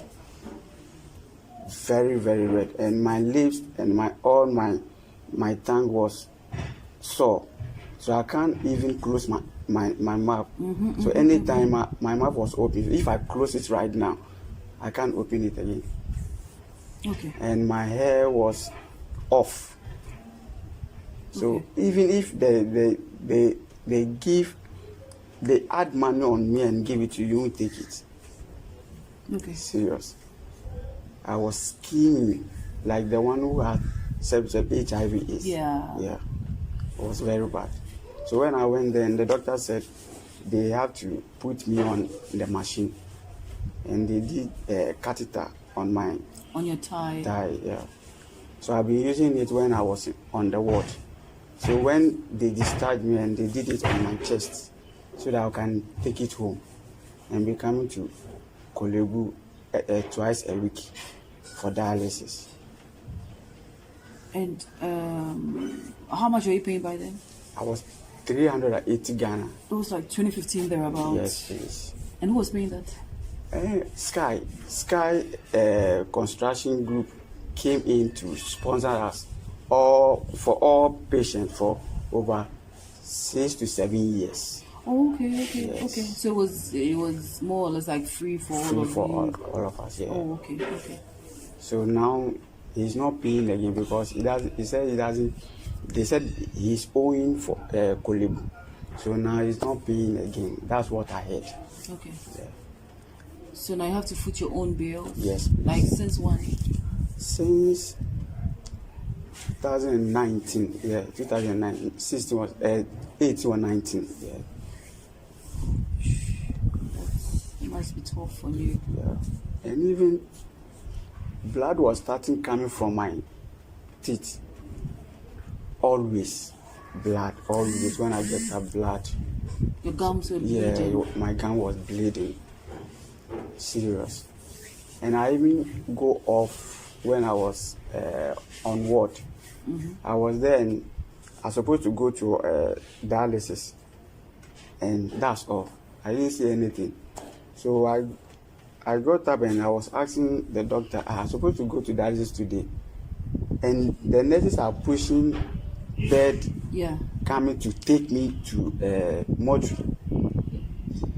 And I got up. Wait. I want to understand something. You passed out at the ward. Yes.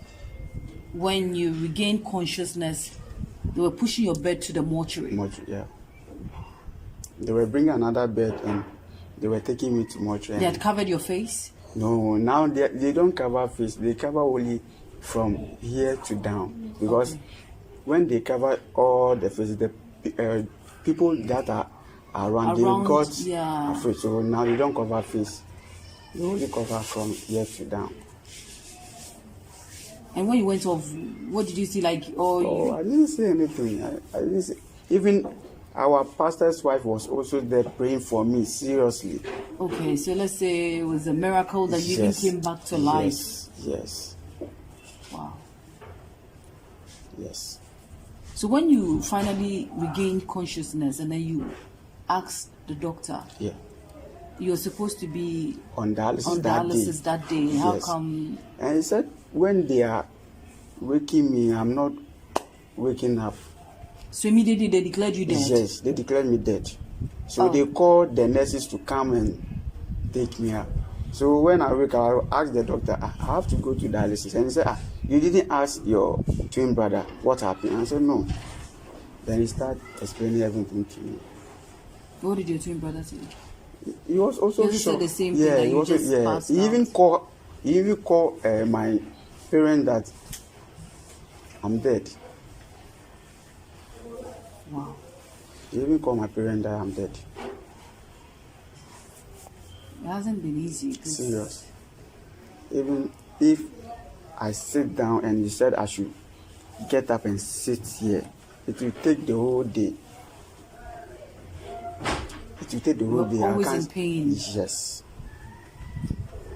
I can say the body is dead because I can't do anything. If I lie down, then you say I should get up. It will take me the whole day. Everything is not working.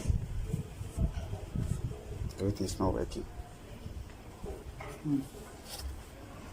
So, moving forward, how are you coping? Like now that you have to be financed, are you doing it yourself or your brother Achu is doing it?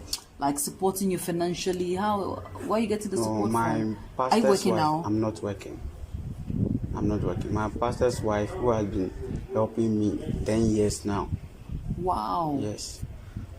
So I go on dialysis once a week. It's supposed to be twice or 2 times or 3 times because I'm at the end stage. End stage, when you go to dialysis, 2 days, 3 days, then you'll be feeling weak. So I'm supposed to go 3 times a day. You only go once? Only go once. And end stage kidney failure. He's supposed to be on dialysis. I go on dialysis for like twice or 3 times a week. Yeah. But because of financial challenges, it has to be just once a week. Yes, please. And that once a week, how do you cope? Like, because I don't know. Explain. The once a week that I used to go is not helping me, but I have to manage. Because you don't have a choice. Yes, I have to manage. And the water that they say I should take, I even take less than that. It's like how many bottles of water a day? The small bottle a day. Just one. Just one a day. Wait, you're supposed to drink just The small bottles. Yes, like pure like let's say, sachet. uh-huh. Yeah, 1 a day. 1 sachet water a day. Yes, please. Because I don't urinate 10 years now. When I was diagnosed for that kidney failure. You haven't urinated before? No. 10 years. But are you able to use the... Yes. But you don't... I don't urinate. So it's the machine that is doing it for us. Wow. This is serious. 10 years. 10 years. Because having the urge to pee and you know, like, you know, one thing, sorry, not to remind you of anything, but you know, anytime you have to pee, you're relieved. Yeah. But having not to pee for 10 years. You feel like you want to pee, but it will not come. Yeah. Then you'll be feeling pain. In your lower abdomen? Yes, please. It won't come. Even if it will come like a drop. Then you're always in pain. Yes. Sometimes I can't even sleep. When I will be walking to daybreak. Unless I get dialysis before I will be free. Wow. Honestly, I don't know. I can't explain this because this is tough. He's really going through pain. Not being able to pee for the past 10 years, and you can only rely on 1 sachet of water a day. Come to think of it, this is serious because even if you're thirsty, see how your body reacts, and having to depend on just 1 sachet of water. Eche will still continue his story after this break.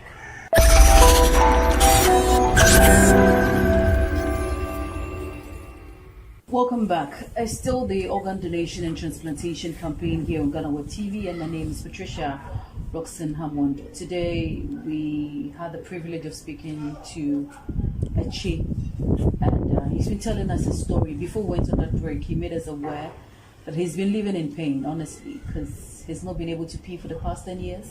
He has to rely on 1 sachet of water. It's hard. We need help, please. If you're watching this and you can help, please come to his aid. He's supposed to undergo dialysis like 3 times in a week, but because of financial challenges, he has to do that every week, like once a week. And that is taking a toll on him and his health. And I think it would be right when people come in to support. Any amount, no amount is small, please. If you watch this video, please reach out and come to his aid. So actually, I like to drink water, and to depend on 1 sachet of water every day. So how do you drink it? Like you sip it? Yeah, I sip it. Are you able to eat? Yes, please. But you can't drink soup? I can't drink a lot of water. So I take it because of one section I've been doing, so I have to maintain the 1 sachet of water for a day. Yeah. And every week she has to be sending you money, your pastor's wife? No, every week she gave me money for dialysis. Mm-hmm. Yeah, every week. So I normally go on Wednesdays, only Wednesdays. Okay. I'm supposed to go Wednesdays and Sundays, but because of financial, so I go on only Wednesdays. So when Kolebu Dialysis Center we heard broke down, what happened to you? I went to private hospital at Achimota, and their own the cost is higher than. How much are you paying? 660 Ghana. Right now, how much are you paying at Kolebu? 491 Ghana cedis. Okay. So that one, so you had to go once in a week. Yes. And even at that, when the person gave you the money for dialysis, he or she know the amount that he have been giving you every week.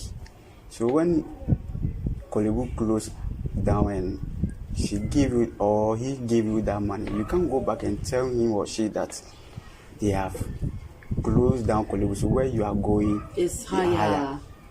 So you should need, top up. So you need to get money from somewhere and top up to the one that she or he gave it to you, because that person is, you are not his I relative, but understand. She's just supporting you, so you can't go back to ask for increment. So that one, how are you doing it? Who was helping you? Friends. So every day you have to keep calling friends. Nowadays, when you call them, they think you are going to ask them, and so they don't even pick your calls. No, even when you send them message, you don't reply. Some will read your message, but you will not. The system has become hard. Yes. They don't also have to support you. Yeah. So now I can say all the renal patients have become beggars, because when you have even money, it will finish. You need someone to support you. You need someone to support you. So it's my pastor's wife who has been supporting me for 10 years. I don't know. God bless her. She's really done well. I just pray Kolebu wouldn't the only government hospital that. But so what's Achu doing? Achu is a painter, but he can't. Yeah, he's not really getting much towards. What about your parents? My mom is no more. Okay, so it's just your dad. Yes, but my dad he's at village. He's still at village because we were kids and when they brought us to Accra. So we didn't stay with our father. Your father. But we stayed with mom. But mom passed away 2013. Okay. Yeah. And you see, this kind of sickness, when you get this sickness, sometimes even your family will not support you. When you call them, they will tell that they are tired. Because I've been talking to some other patients. Only friends are helping us. Only friends. Family rejection. At the time that you need them the most. Serious. Do you have other siblings apart from Achu? Yeah, I have other siblings. Older or younger siblings? Yes, I have 2 sisters. They're older? They are older, they are married. And 2 brothers, also they are married, but... So you are the last born? 5th born. 5th. Yeah. So what are they also doing? Are they also coming in to help? No. They are not working? No. Even at now, they don't know where or how I get money for dialysis or how I get money to feed myself. Do you have their contact? I have their contacts. But when you call them, the same story. They don't have money? No. I can say they have money, they don't have money. Because they are not having a job that can fetch them a lot of money. So to support you. Yeah. So I don't even call them. So if I need anything or if I need money for my dialysis, I just call friends. Because if I call them, they will tell you they don't have money. So. And in this case, to the friends that you like to even rely on, apart from your pastor's wife, are now also not answering your calls? No, they are not answering my calls. They are not.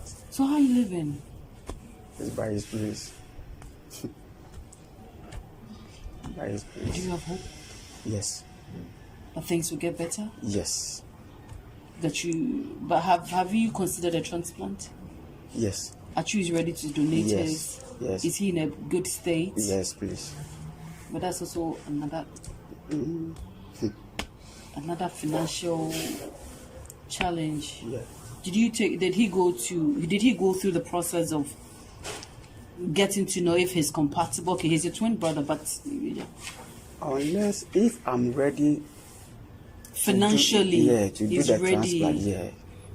So the test that he will be running a test. I will also run the same test to see whether the 2 of us will match. Okay. So right now, if he does the test, it's waste because I'm not having the money to do the transplant. So have you asked for the amount? No. It's a lot of money. it's a lot of money. Have you tried herbal interventions? Yeah, I've tried several herbal. Once, but it didn't work out. It didn't work out. And even because of we don't take in a lot of water, so when we go to herbal, they give us medicine that contains a lot of water. So I've tried a lot of herbal, but it didn't work. So right now I'm only taking BP drugs, and I'm supposed to do a lot of tests, pre and post, to check whether the kidney is coming up or not. Sometimes you feel like killing yourself, my sister. Serious. Because if you wake up in the morning, you'll be thinking, hey, where will you get money for dialysis? And even when you're in the house and you hear that Kolebu have closed the place, even if you have money, you like maybe you go to private hospital and you hear that Kolebu have closed the place, you won't feel okay. You'll be thinking, hey, so are you going to die? Is there hope for me at all? Because when you call the other hospital, you didn't call early, they will tell you the place is full. But you are not their patient. Have you ever gone a week without dialysis before? No. That one there, no. Because of my pastor's wife. Yeah. She's really helped you, honestly. But try not to be suicidal. Okay. Yeah, because I don't know. I can just say there is hope. Yeah, you even confirmed that you have hope. But try not to be suicidal. I don't know if to say everything is going to be fine. Sure. If it's the right thing to say. Sure. Because I've passed the difficult things. It's by His grace. Yeah. By His grace. So that's what the continuous taking of it. Yeah, this is fistula. Okay. This is what I used to go on the machine. So anytime you go, they have to cut? No, they use their needle to pass through here. We have how do you call it? Oh, I forgot. But they use needle. Okay. Actually, you've really been through pain. It vibrates. It's vibrating. Yeah, touch it.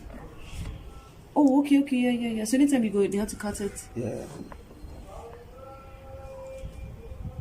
Wow. Yeah, feeling it, it's really vibrating. I can only understand your pain because from the narration you're really suffering. But try not to be suicidal because there is hope. I know things will get better. I know things will get better. I know people after watching this, we just hope and pray that they will come to your aid, like try and help you. Because your pastor's wife, honestly, she's done very well. Sure. She's done very well. Yeah, 10 years. She's taken upon this burden on herself. She's done very well. We just hope and pray that when people get to watch this video, they'll ask for your contact to at least come on board and also assist your pastor's wife in paying so that instead of the 1 day dialysis treatment, you go for the 3, because now both kidneys are down. Eche, thank you for your time. Thank you too. So yes, as I said, we're just hoping and praying that people will come on board after watching this interview with Eche, Raphael Eche. He really needs help. His pastor's wife has taken up the financial burden of paying for his dialysis every week, and she's done that for the past 10 years. His brother is ready to support, but that is also another challenge. And I'm just hoping and praying that whoever gets to watch this, please, no amount is too small. Reach out to GhanaWeb, reach out to us. Let's all help and support persons going through this. Eche has end-stage kidney failure. Both kidneys are down. He relies on 1 sachet of water every day. He cannot pee. He's not even been able to pee for the past 10 years. It's normal for him to be suicidal, but that is not the solution. We believe there is hope. So please, if you've been touched by this, kindly reach out and help him. We're still running this campaign, hoping that government will pass the legislation to guide the process of organ donation and transplantation in Ghana. My name is Patricia Roxanne Hammond. Until same time next week, please stay blessed.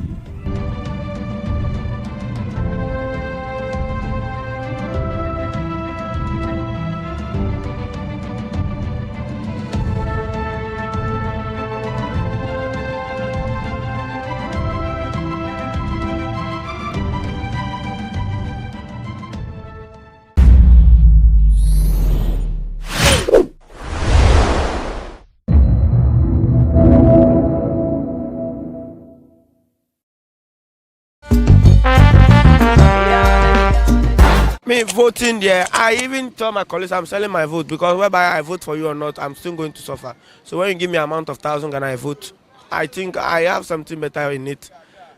Whereby me going to vote just free like that. No, I will not vote free. When you give me money, I'll vote for you. I'm selling my vote. That's to me. Because after all voting, I'll just come back, ride my motor. It's not like I don't have good grace. I'm having good grace in the house. Nobody to help.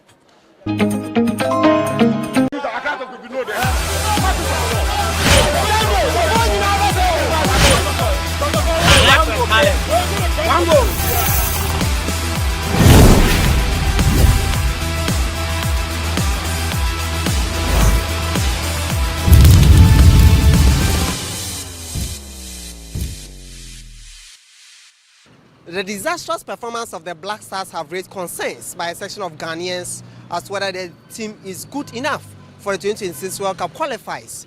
Ghana lost 2-1 to Niger at the Accra Sports Stadium in an embarrassing defeat. After 6 matches played, Ghana won none of the games, drawing 3 and losing 3 matches. Head coach Akufo-Addo has come under vehement criticisms from some Ghanaians who believe that his coaching potential is in danger. We are here in Osu to engage some Ghanaians and football fans on what they make as to whether head coach Akufo-Addo should be maintained or sacked by the Ghana Football Association.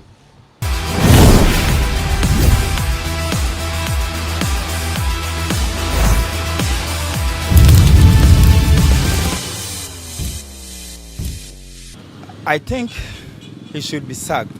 Yeah, because we have good coaches who can, take the Black Stars to the next qualification. Yeah, but Akufo-Addo for now should be sacked. Why? Because AFCON, Ghana, with our history with AFCON, there's no need we have to, be exited from the game. Yeah, at least we should go to the next stage or something like that. And I will not blame the players. I will blame Akufo-Addo. Yes, because as a scout coach, we should, get a little bit good players to come and play. You understand? Those who are playing, we know them already. Always they come, they don't do anything. But at least you should select those who can play. Yes, so I think he should be sacked.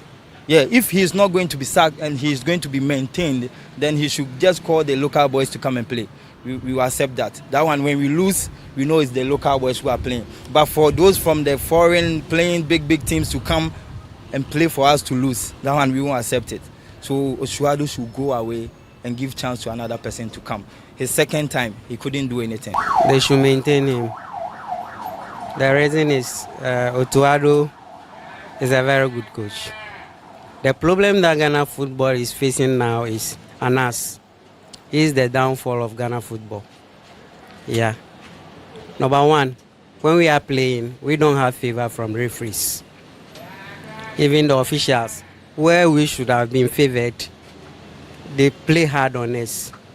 So I don't see that the fault is from the players or the coach or the management body. The whole fault should go to Anas. And this thing will continue for 30 years before we revive. You mark it. Black Stars no name say anko AFCON no enra kom be share e wo Ghana ha e bisa se coach no yen sack no ana yen manage na yen sack na dentia e na yen manage na so dentia coach no de onya de kra se motimi ama otu ama e for e kan say DJ fa be share enko ande a na se Ghana hwini wa etimi yefa ball no nti sa coach no mo se sanu kra Ghana for crack.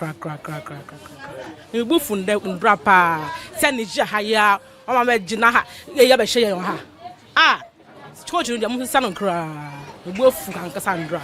Ah, no man's yonder. Ah, Niger for pa. Ghana Black Star pa. Oh, they be coach, you know, cry. So this woman is quite angry after Ghana lost to Niger by 2-1 at the Accra Sports Stadium. She is saying that even due to the anger, she could not sleep and is so filled with the anger. Hence, she's calling for head coach Akufo-Addo to be sacked immediately for a new person to take over the helm of affairs of the Black Stars.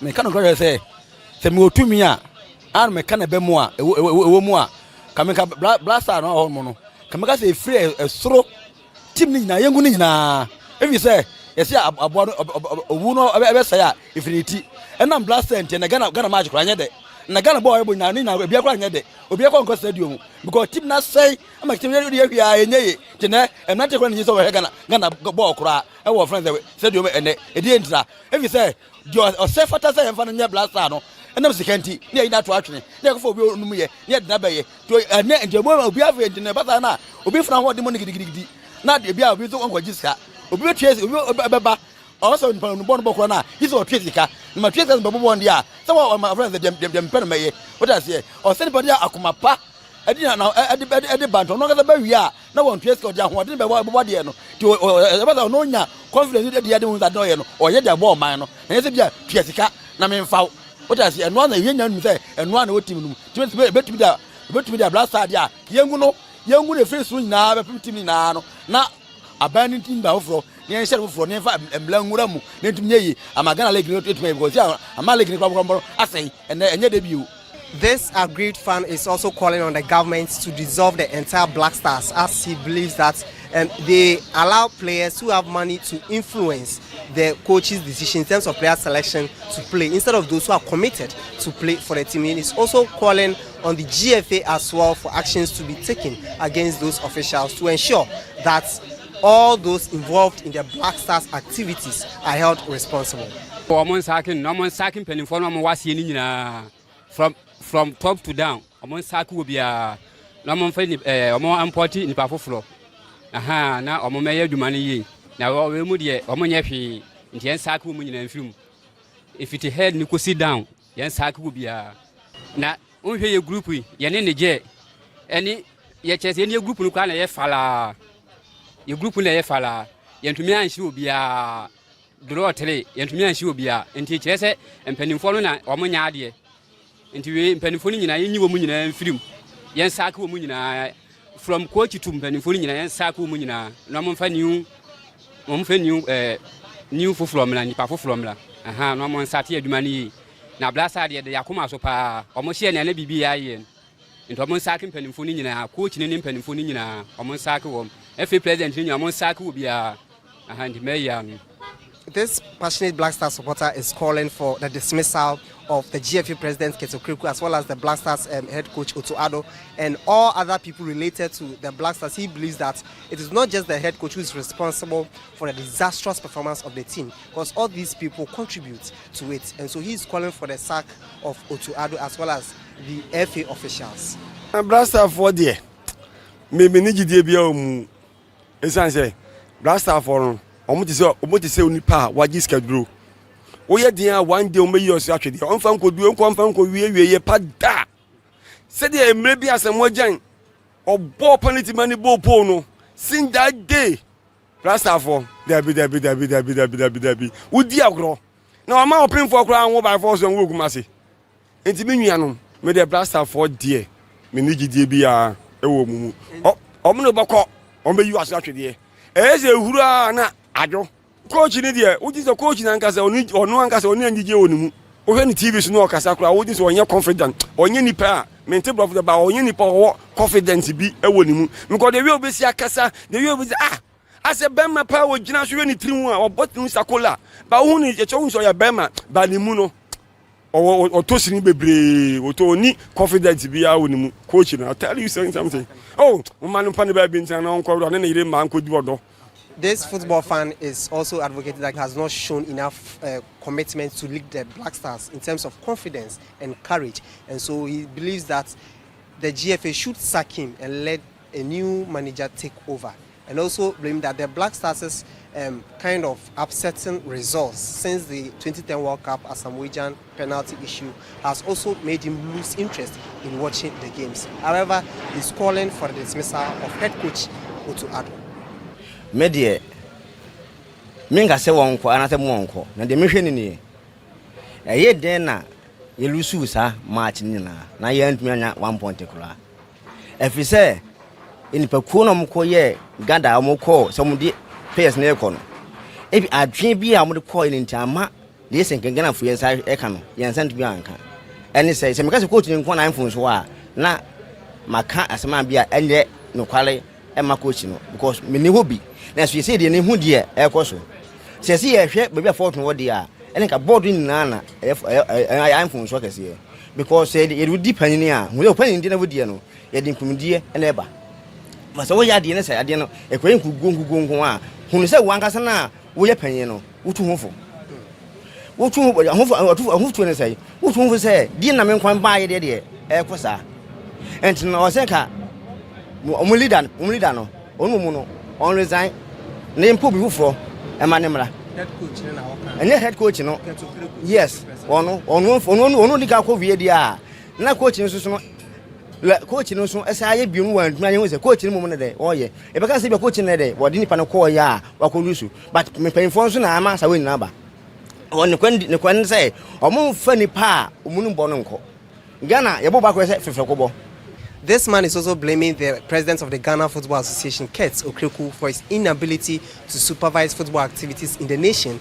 He believes that even though Akufo-Addo is the head coach and managing the team, which led to the poor run of results, Kets Okreku should also be held accountable and also resign for new person to take over the affairs of Ghana football.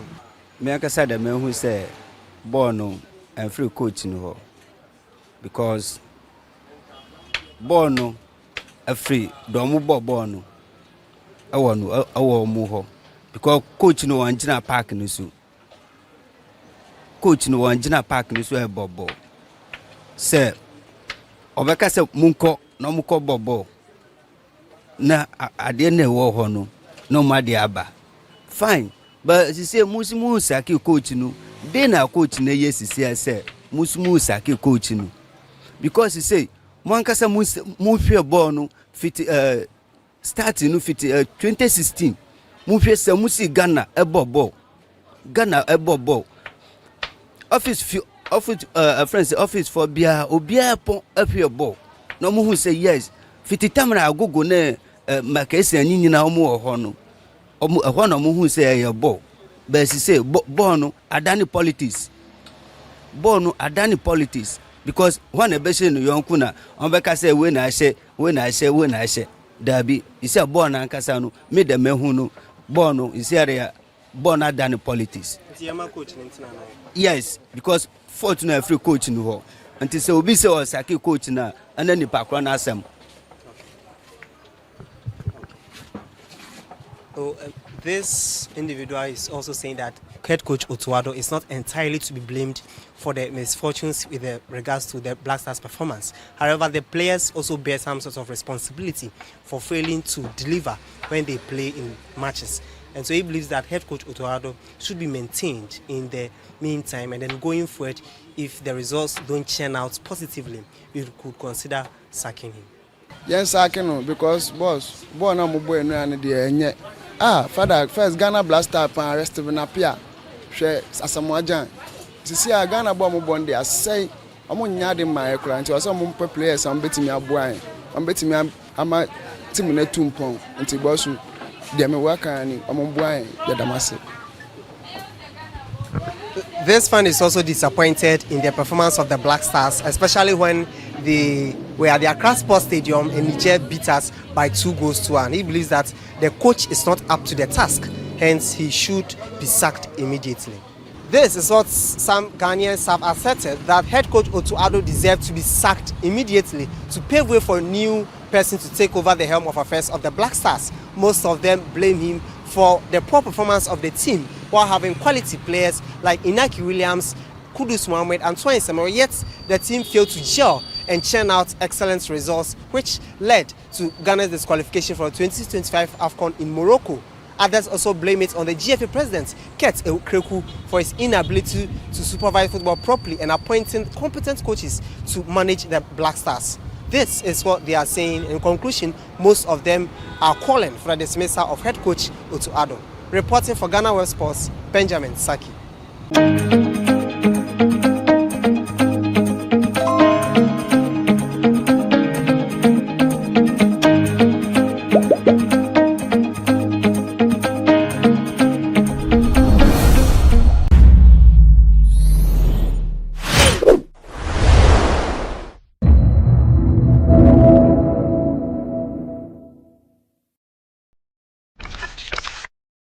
GhanaWeb in August 2023 launched the organ donation legislation 2007. The sad reality is that today our democracy as a country is threatened. Words of affirmation or love language comes to edges. When this bill is passed, more lives will be saved, and the financial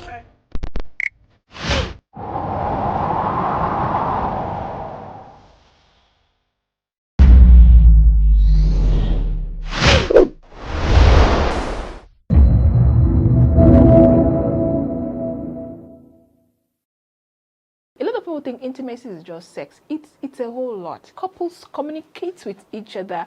You and your husband should talk about anything. You should be comfortable with each other. Some CS mom can say, "Oh, you could actually feel honey." Yes, breast. After the baby, you could lie on your side, and the man can come from behind. Yeah, gentle, trusting.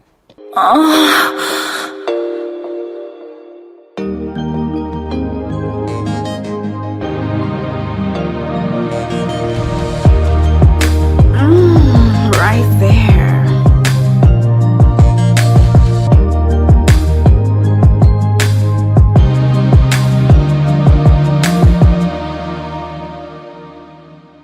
Rekindling intimacy after having a child can be challenging for most couples. Today on Moans and Cuddles here on GhanaWeb TV, my guest Princessa Agri will help us understand the emotional support we can offer each other to get back on track without having to end up in separation or divorce.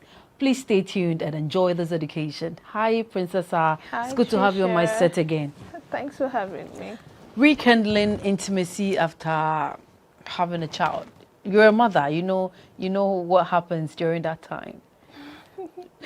So help us understand, how do we reconnect back emotionally as couple and partners and all that? Oh, thank you, Patricia.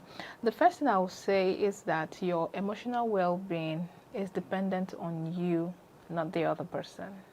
Okay. Yes. So you have to... So there is no way the other person can play a role in helping me get back? The person can play a role, but it depends on you, your mindset, and if you want to really not be so dependent on the other person. Oh, okay. Yes. So how you were saying, oh, says about why both of us made the babies together. So, I need time to heal. Yeah. I need time to get back on track. Yes, everybody does need that time. the same way it affects mothers mentally is the same way it affects fathers mentally and emotionally. Really? Yes, it does. Okay. You watch your wife's body change and everything, and then all of a sudden there's this little human who has taken all her attention away. She's not minding you. You are just there. It affects them also mentally and also worries them emotionally. And then the traditional, how will I say, the culture of, oh, you let the woman just be, the woman has to care and nurture for the baby alone. No, it's a two-way street. So this thing has to be like talked about before the marriage. Okay. Right? When the babies come, how are we going to get back on track?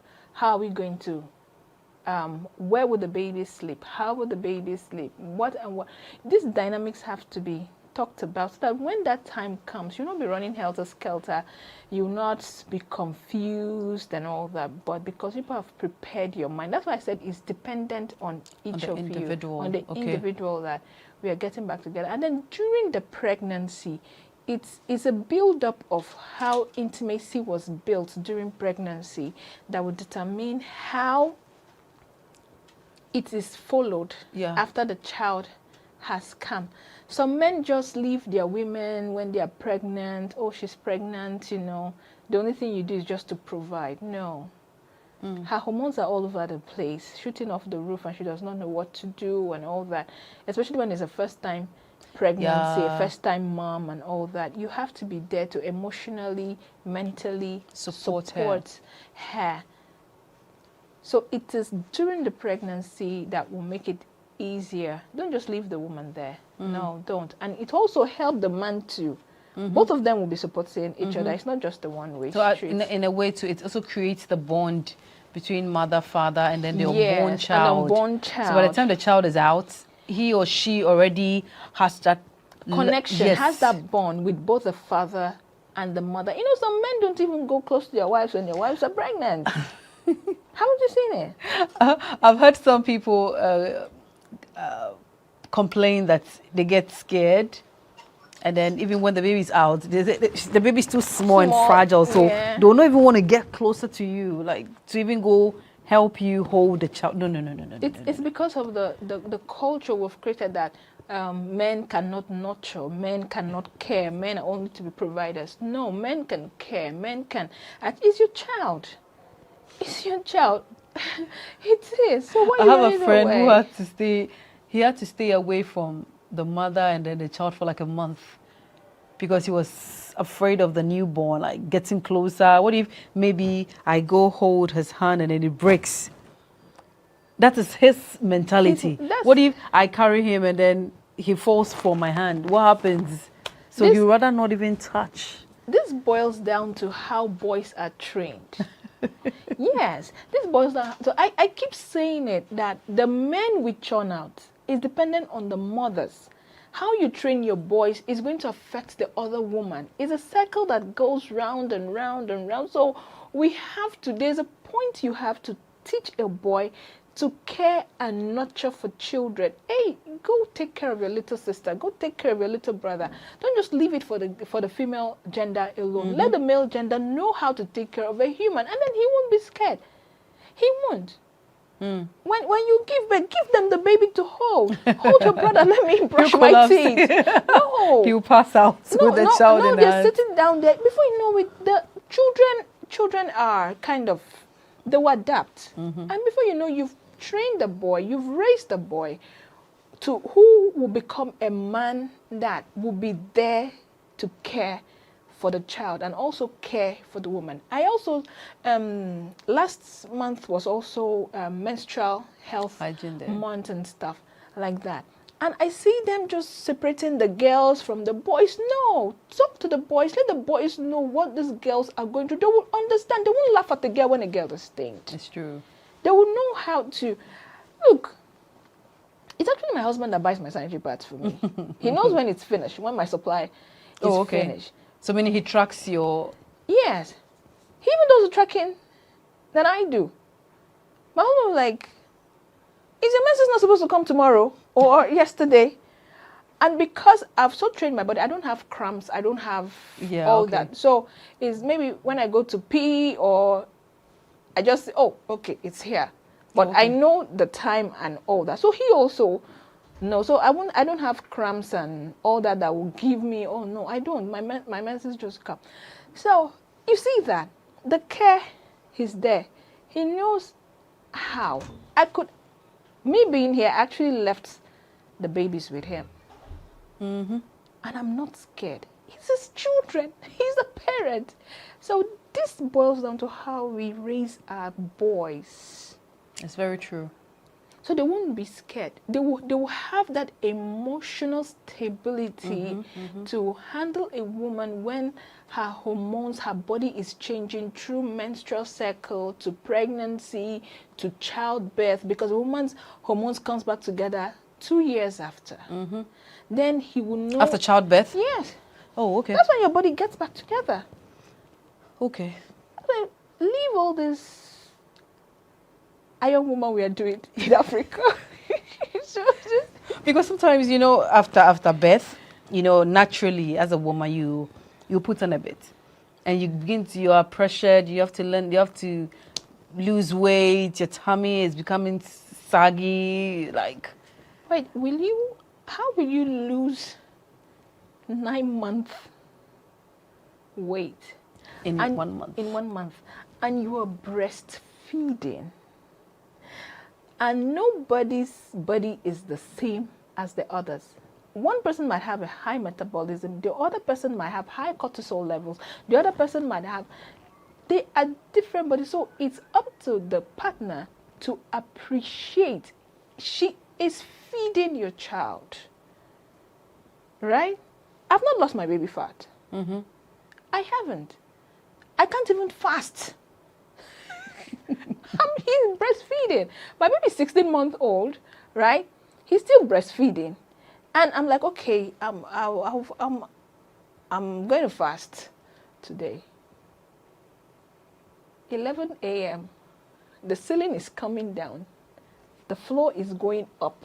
You know No one will advise you to quickly dash to the kitchen. Dash to the kitchen to put food in my mouth. I'm feeding another human being. And we are told to be on exclusive breastfeeding for 6 months. Yeah. This is a woman making food for 2 people, for her body and also for the nourishment of the baby. The baby needs supply of milk. She needs food. The body is not just going to snap back. Let's forget all what the media, social media and everything, celebrities, my dear, leave. It's all airbrushed. I know, right? Photoshopped and all that. The real woman will gradually lose her baby fat, and the man has to be there to support. Sometimes we women, we even feel less of ourselves. We feel our self-worth goes down. Oh, my tummy, the flesh. Yeah, comparing before and after. Now. Yeah. And then the man has to be there. You're my wife. You're gorgeous. You're still beautiful. You just made a baby. It's not So the easy. first thing is the man should always support the wife. Support the wife. Encourage her. Yes. So that at least you help her with her self-esteem. Yes. Yeah. And you could even make it, okay, fine. You could have a dance routine for exercise. You could also take walks when the baby is sleeping. You know, babies like to sleep very early in the morning. Yeah. You could, they're awake at night. And then you could say, okay, babe, can we take a walk? And then when both of you take a walk, maybe it can be an hour walk. It's something. It's even bonding to both of you. Hold hands, just take a walk around. Before you know it, you are helping each other build that intimacy. A lot of people think intimacy is just sex. It's a whole lot. It's a whole lot. I mean, emotional intimacy, spiritual intimacy, physical intimacy, mental intimacy, all this is needed after a woman has put to bed. And even you, the man, you need it too. Because you need your wife. Don't let it be, create that time where both of you have a time without the baby. Okay, let's say our grandmas are there. Let the baby be with the grandmothers, please. Let it be with the grandma or with the nanny. So in a case that there is no grandma and there is no nanny? In a case when the baby is sleeping, look for a window when the baby is sleeping for you people to have your time together. Your time. And please do let the baby sleep in its cot. Don't bring the baby in between. Except maybe after breastfeeding. You know, I made it like for when I was training some families, couples on how to bring back their intimacy. They were in my courses and everything. And then we had the people who had just had babies. I'm like, you have a baby cot, yeah? Okay. Let the fathers make it a point. We had an assignment that the fathers will always take the babies back to the cot after they've breastfed and slept. At the first week, it's going to be difficult. You getting up from bed, you taking the baby. But when we went through the assignment for 6 weeks, they discovered that they bonded more with their wives while the baby slept in his bassinet or in his cot. Okay. Right? You know, now it was not just one person's work, breastfeeding, and then the woman is getting up. Oh, are you done breastfeeding? Yes. The father will bop the baby and put the baby back in his cot and goes back to the bed and cuddles the wife. just cuddles. And the bond grew stronger. The report we got was very, very satisfying. The bond grew stronger between husband and wife. The bond grew stronger between father and child. It's all about supporting each other, because you need me, I need you. Intimacy is for the both of us. It's for the both. It's so into me. I read intimacy as into me, I see. Or into you. Okay. Like I'm looking into you, and then I'm seeing you, and then, like, how will I put it? The more we look at each other, the more we look like each other. Yeah. That's interesting. We'll go for a quick break. No problem. The show is still Moans and Cuddles here on the GhanaWeb TV. We're discussing rekindling intimacy after childbirth. We'll be right back with more.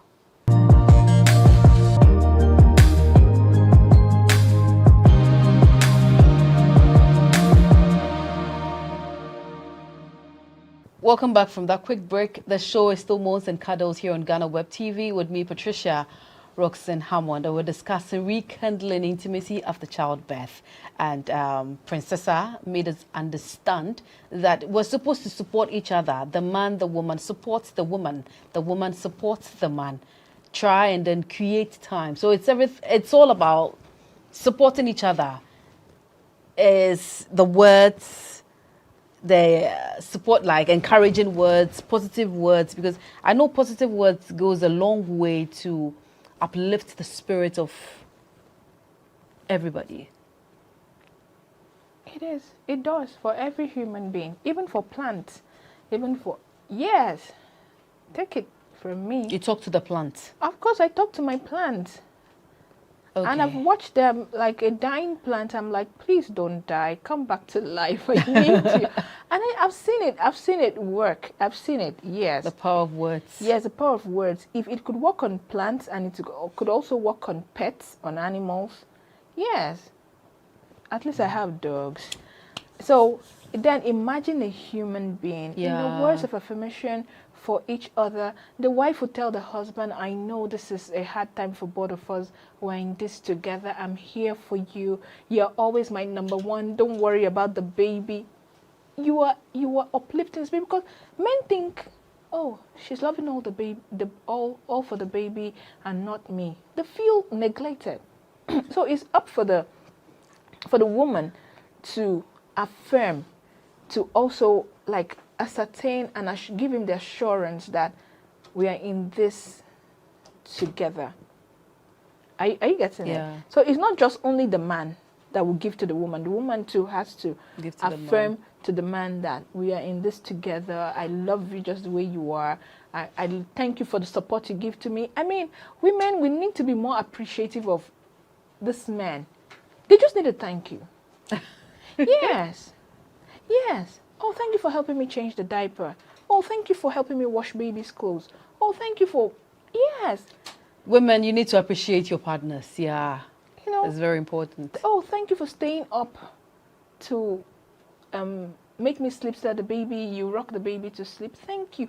You know, say those words. Thank you. I ran a poll, and number one on the list, men said their wives don't do for them is not being appreciative of what they do. I think it's something that almost every man complains about. Their wife not appreciating Yes. all that they do. Like they go a long way to go do ABC, ABC, and not even a thank you. So I want to tell the women. I believe that women feel it is your responsibility. So why are you expecting? Because others will complain that they equally do not get appreciated for what they do.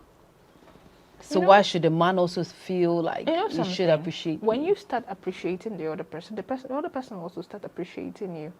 Will also say thank you. It's something. Thank you. Just the way you tell kids, like, so whatever you want to be done to you, do it unto start others. doing it. That's the golden rule. So that's number one. Words of affirmation, assurance, be appreciative of each other.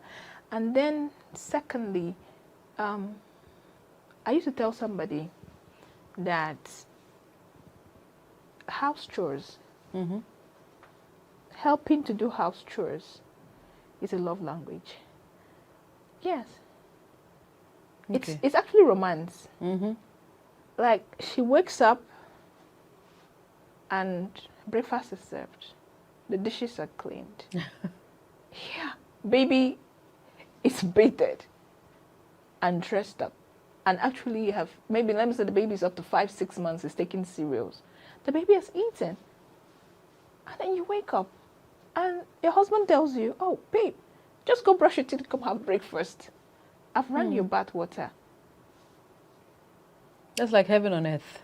It's happening. I know couples who do these things. I know men who, before their wives wake up, they have prepared the children for school, food, feeding, pack their lunch box and everything. The woman just wakes up to kiss the children goodbye.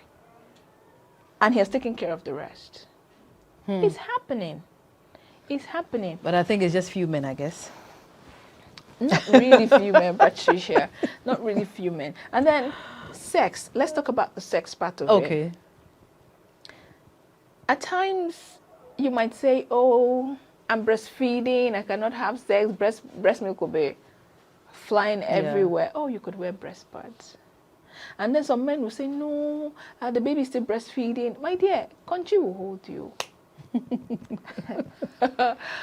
But one thing I've come to understand is that, you know, when a woman gives birth, there's this kind of glow that comes around her that makes her very attractive and all that. If you're scared of getting pregnant again, you could actually use a condom.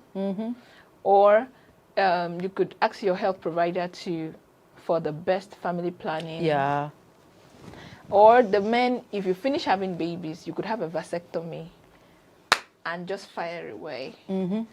You know, and when I talk about vasectomy, a lot of men were like, I will not perform very well. Let me give them the secret. When you have a vasectomy, you have longer staying power, good stamina, and you are not scared of anything. I believe the men are listening.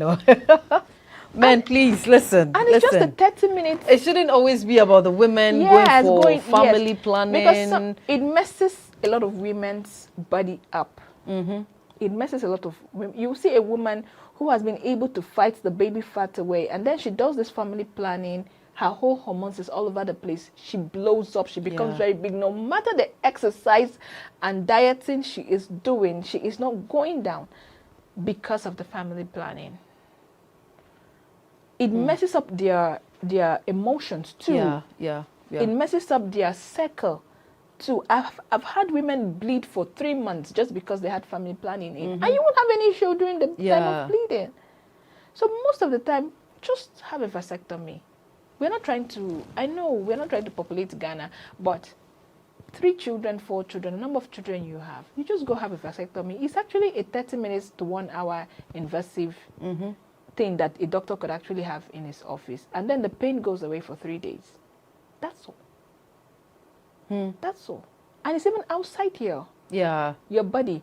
And then some men will say, okay, let the woman cut and tie her tubes. The body heals itself. It's always the woman, Have you seen women who did the cutting and everything, and then 15 years later, there's a baby? The man is saying, how did it happen? As a miracle baby. Miracle in the Jesus. So, you see, you've got because I've even heard of cases where they were either IUD or the implant, and they still get pregnant. They still get pregnant. You see the kids hold the IUD in their hands coming out. So I am destined to come to this end. I will not be stopped by any IUD. They give birth to them and they have it.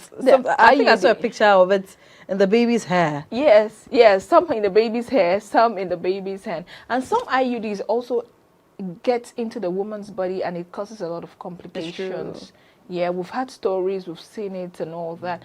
So men should also consider these things need to be, sometimes when people come for my sessions and I said, did people talk about these things before you got married? All these things, all these hard questions, you need to talk about number of children you want to have, when and time you want to have it. I know sometimes we can misfire some shots and one baby will just say, I'm coming. The stubborn ones. The stubborn ones will say, I'm coming. But we agree that was a misfired shot and all that.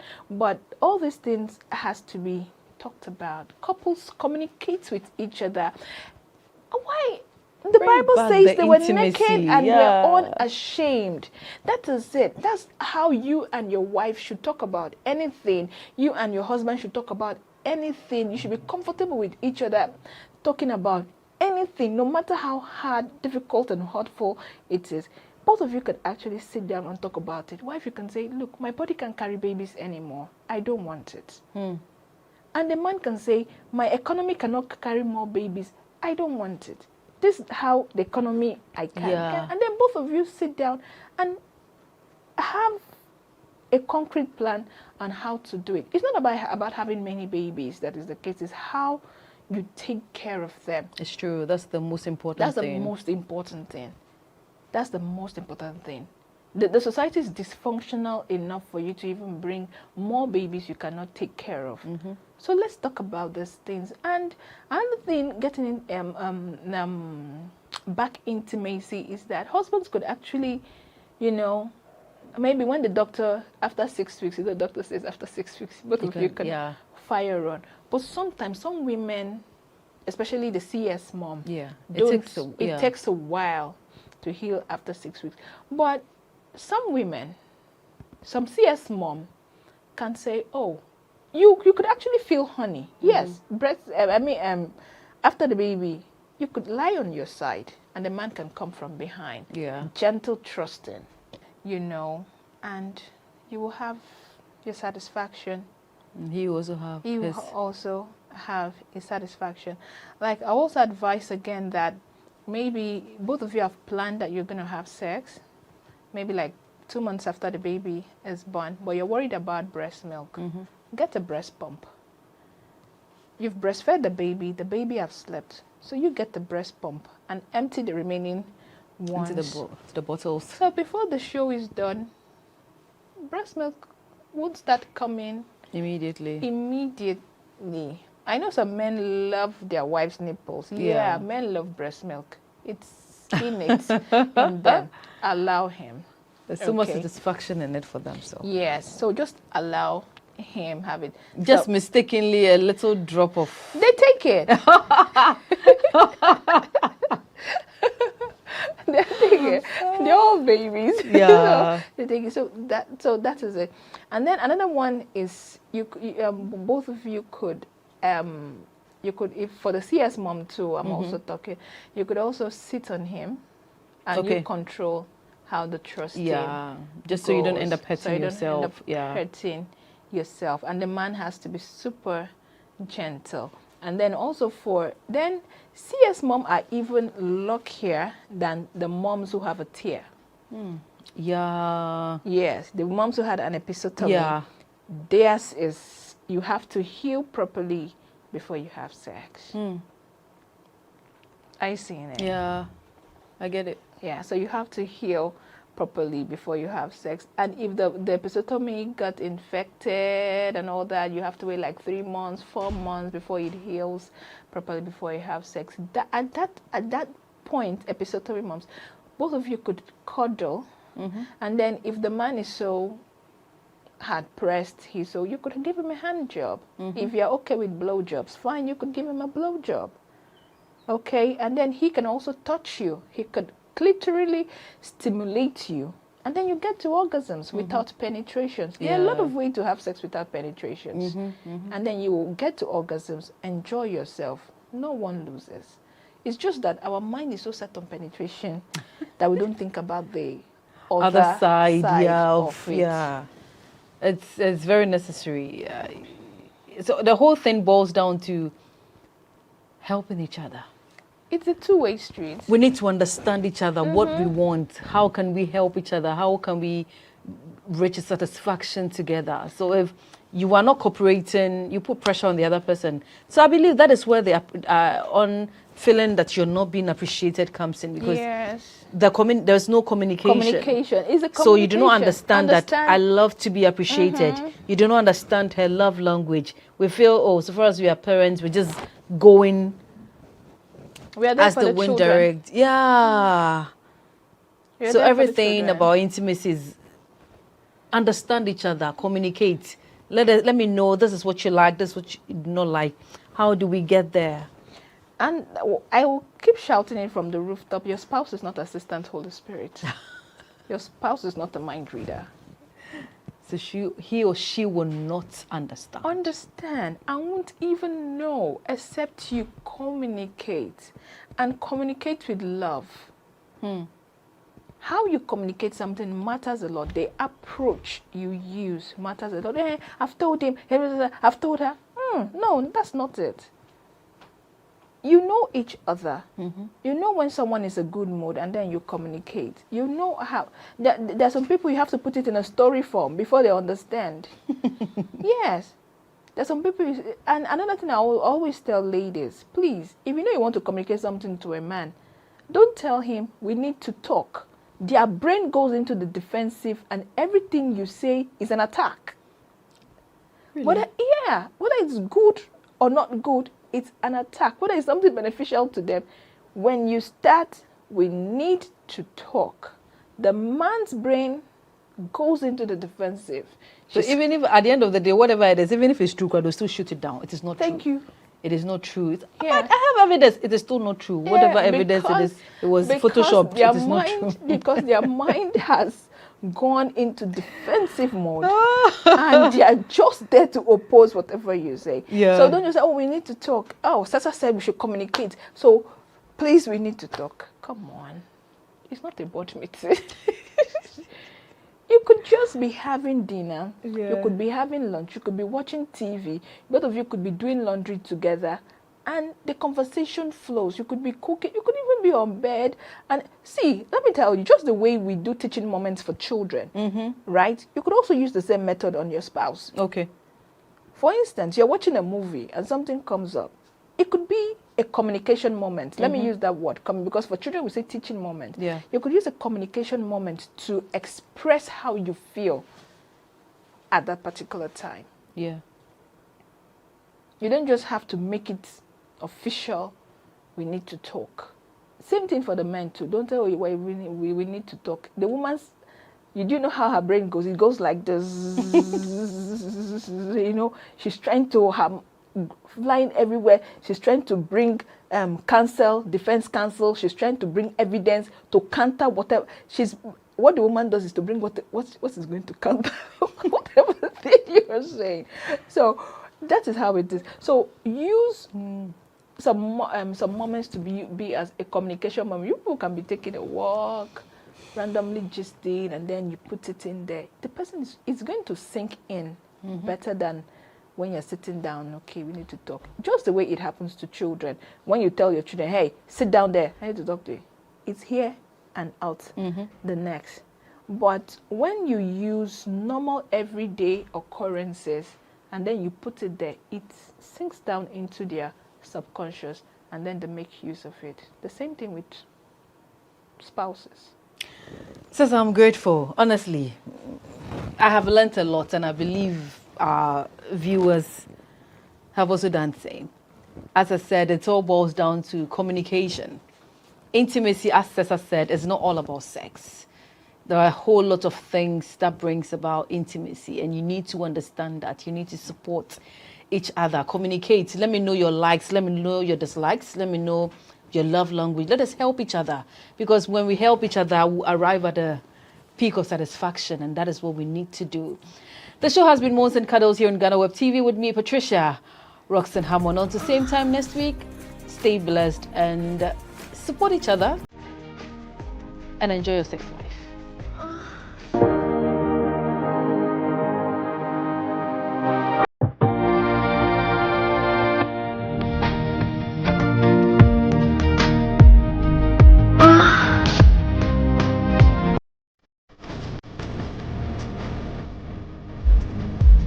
Ah.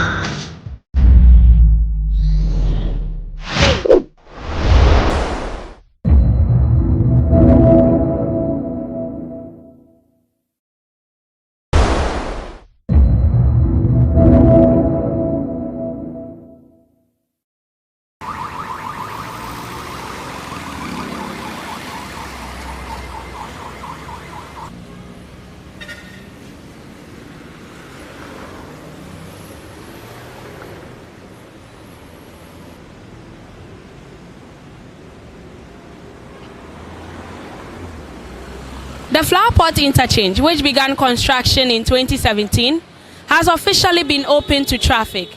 Prior to it being commissioned, motorists complained bitterly over the traffic congestion.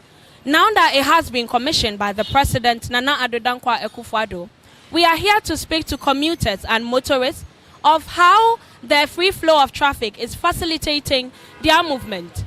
This is GhanaWeb TV. My name is Mandy Ajiman. Come with us.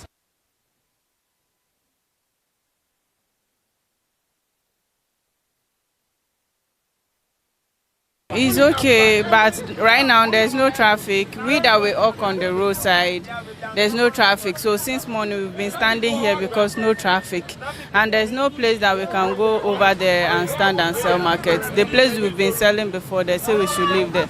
So right now there's no space for us to sell. The business now is down because if it's before now, we sell like 3 packs, 4 packs, but since morning only 1 pack that I've been selling and it hasn't finished yet. Senior okay no sanity. Ama ye jumana I slow down. I slow down pa. We 1 to 1 pack. 1 to more than 2 pack. You better no one year the bet yalka. Until imagine so I better 1 pack. Near 2 yalka. They be out better 1 pack near do month and they was kakitwa. And to me yoshi. Also to more than that. And I know say affect it. Sisi ade enya baby Anton so on say abegina ha e man ya won chile pa first no ya gina ha any the other traffic no enu no traffic ne chia ya timi ton ade ye kama sisi ade ama bibia slow down. So our sister here is a bottled water seller, and she, according to her, the construction of the road has reduced the sales. Initially, because of the traffic, sales were booming for them. They were able to sell 4 or 5 packs of bottled water a day. But because of the free-flowing traffic situation now, they are unable to reach that target, which, according to her, is something that she is complaining about.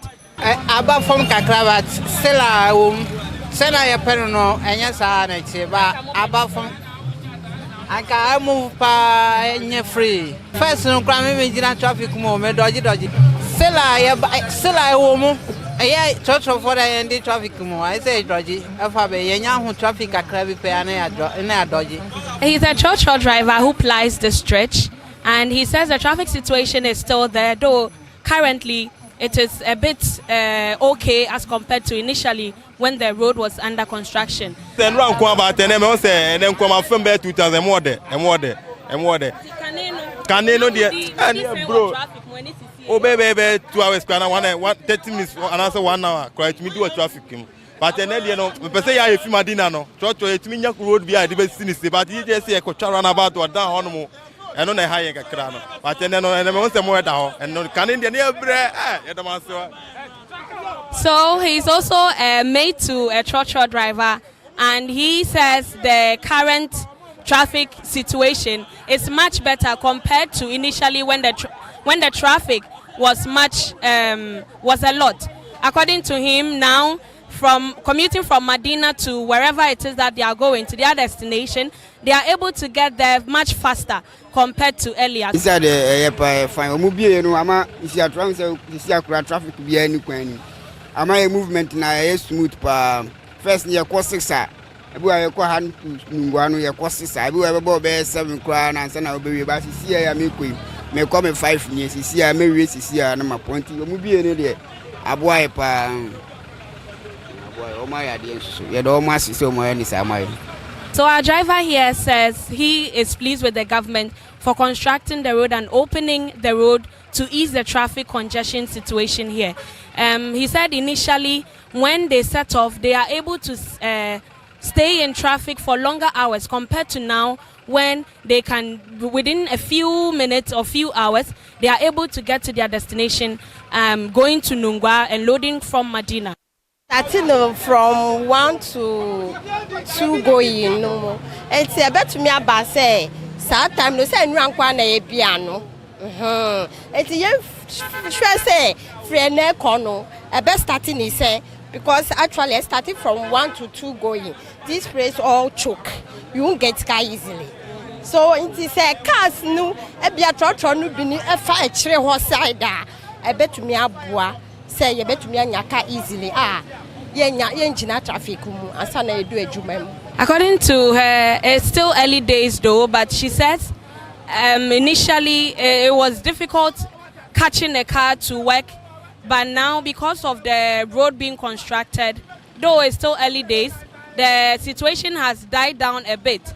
And she believes if the cars that are loading are able to get a direct path to this side for them to board, it will be much easier for them. Traffic in the above from by and back from side because a kind of moon ye a kind of moon ye I think a big name ho quite a big legal I think more directly for her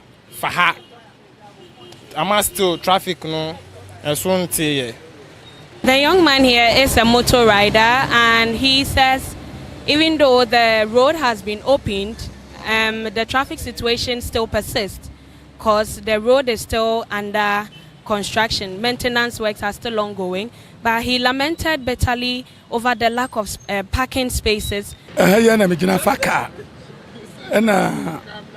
phototro over 40 cars a day. A free band and sending me cramming with someone say, a quiet traffic was a pan and sign there being who traffic, more mobile, more to manage. So once a traffic I confirm and cat 12 for a boy and Cassasso sa. And to me cramming one. Let me sending an agent a quiet no my and I'm at no cray about compare. What he said basically was that the overhead and the road construction has eased the traffic situation in the area. He said initially the place used to be congested due to the traffic, but now there is free flow of cars and the traffic situation has died down drastically. Oh, can you know traffic woman didn't you start there but see send traffic in the a day I made him the queenie. Yantashe can't be on point no jina Obama yata dear. Obejina from Anapa, Obi maybe Jinahanum sa, Obisio, Ado, and Siona de Abayashe, and the cop, only baby about about 10 years. A more case and no crowd, Mute Jane, Mute Mube and Chobote Jane. I just some Kachia, no more Moshia at the Tonfuni and some mato. And so am I, yeah, the workers in the Socrampo airplay. Our sister here is a buffalo seller and she has complained of low sales. According to her, initially when the traffic congestion was very high, they were able to make sales in a day, a lot of sales in a day. But compared to now that the traffic has been completely eased and there's free flow of traffic on the road, it has affected business. According to her, people hardly stop them to purchase food items, and even it makes them difficult to make enough sales as they anticipate. Mixed reactions have met the construction and the commissioning of the Flower Pot Bridge around Spintex Road.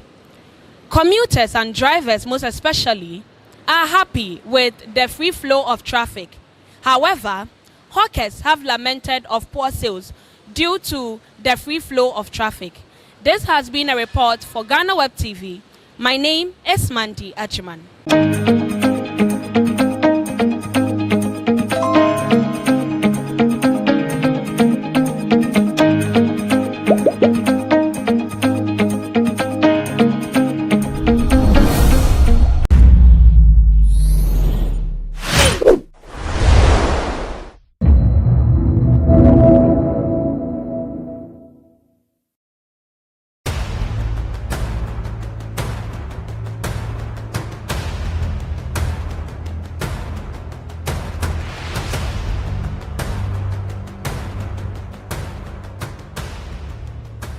Kwalebu was, I think, 380.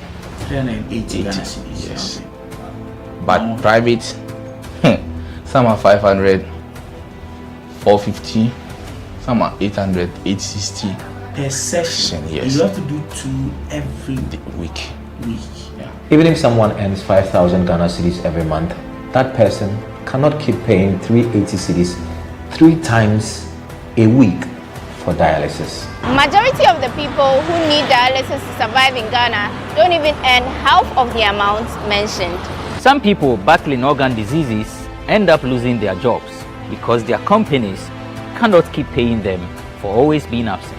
How are these people expected to afford the monies needed for dialysis as well as other expenses, talk less of the huge amounts they have to come up with for transplantation surgeries outside Ghana when they get donors? It is because of these people that GhanaWeb in August 2023 launched the organ donation legislation campaign to push for the country to pass a law that will guide organ harvesting and transplanting. As Kolebu plans to increase dialysis fees, the situation requires quicker attention and action. And so, we must get Parliament to start discussing the organ donation bill and pass it into law. Now, when this bill is passed, more lives will be saved and the financial burden on patients would be reduced. And that is why we need you to join us on this campaign. Join the campaign by sending a 1-minute video of yourself sharing why Ghana needs a legislation on organ donation now to editor@ghanaweb.com or via WhatsApp 0552 699 625. Alternatively, you can share the video directly on your social media handles with the hashtags #PassOrganDonationLaw and #LegalizeOrganDonationNow. Organ failure should not be a death sentence.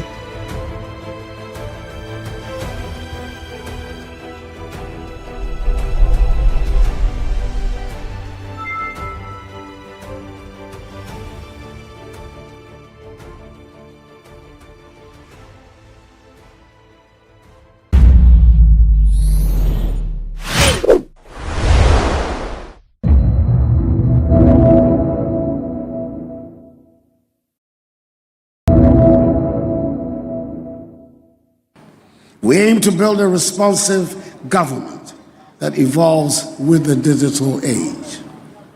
Our progress with the digitized national ID system, e-governance initiatives, and mobile financial services demonstrate our commitment to modernization. 5G will enhance further these efforts, enabling quicker, more transparent, and more efficient public services. Security is also critical, and 5G offers advanced features to safeguard our digital infrastructure. With its increased capacity, we can better monitor and protect critical systems, ensuring that our digital future remains secure and sustainable. Ladies and gentlemen, as we celebrate this advancement, we must ensure that the benefits of 5G reach all Ghanaians, including those in our rural communities. Government is committed to bridging the digital divide so no Ghanaian is left behind. Our investments in rural broadband and mobile infrastructure underscore this commitment to inclusivity. We're partnering with the private sector to expand infrastructure in underserved areas, knowing that technology is only as impactful as its accessibility. Our vision is a Ghana where every citizen, regardless of location, can harness the power of 5G, unlocking opportunities that were once unimaginable. Today's achievement would not be possible without strong partnerships between government, telecommunications providers, technology firms, and regulatory agencies. The private sector's innovation, combined with government's vision, has brought us to this significant milestone. As we advance, these partnerships must remain robust, adaptive, and mutually beneficial. Our domestic and international stakeholders bring in valuable expertise, capital, and technology that align with our national priorities, can transform Ghana's digital landscape. I encourage our partners to stay engaged, as Ghana's digital journey is only just beginning. The journey ahead requires vision and responsibility. 5G is a powerful catalyst for shaping Ghana's future. But with this power comes the responsibility to use it wisely. We must address concerns around data privacy, cybersecurity, and responsible use to ensure that 5G fosters progress, not division. The youth, who make up the majority of the population, stand to benefit immensely from this digital era. Through initiatives like the Ghana Innovation Hub and coding programs, we're equipping them with digital skills to drive the future of innovation in Ghana. By empowering the youth, we ensure a future where domestic talent drives our digital transformation. Ladies and gentlemen, as we launch 5G in Ghana today, let us embrace our responsibility to build a stronger, more inclusive and prosperous Ghana. Our success will be measured not only by internet speeds, but by the tangible improvements in our people's lives, the growth of our industries, and our unity in fostering innovation across all regions. Let this day mark the beginning of a new era in our digital journey, one that leads Ghana to economic resilience, social inclusivity, and global competitiveness. Together, let us use the power of 5G to propel Ghana into a future of boundless possibilities, creating a legacy of innovation and progress for generations to come.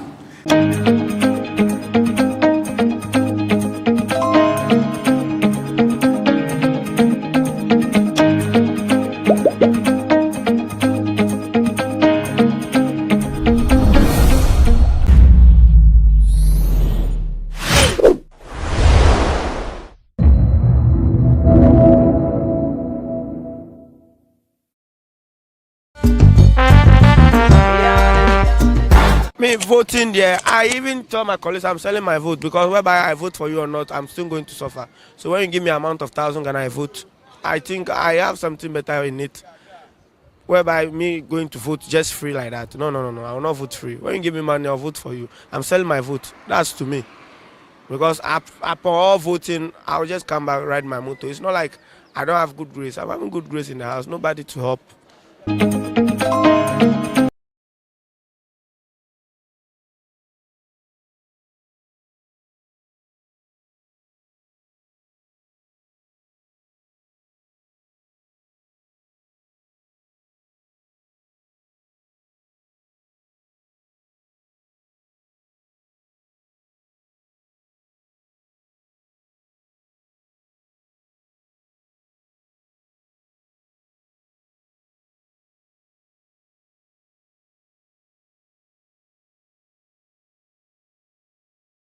A word or two on behalf of the media houses, after which the Inspector General of Police will give us his remarks, and then we will be done with the first session. After the first session, we will kindly request the media, the reporters to leave us with their cameras so that we have a closed door session. Shall we please welcome Director General Operations, Mr. Suraj, with a clap as he gives us the opening remarks.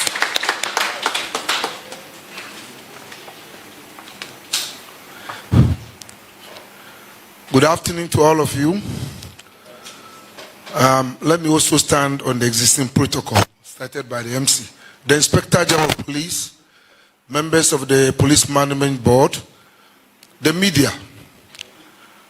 This afternoon, the Inspector General of Police felt it prudent and necessary as part of our stakeholder engagement, which we began at the beginning of this year, to invite you so as to enable us brief you towards the preparations that we've embarked upon for the December elections. These are some of the strategic measures that the Inspector General of Police, as the chairperson of the National Election Security Task Force, to once in a while meet with the key stakeholders and interact with them, create the opportunity for sharing of ideas work together towards a secured, peaceful elections. So, ladies and gentlemen, please feel free. You are welcome and enjoy the comfort of our election emergency command center. I thank you for coming.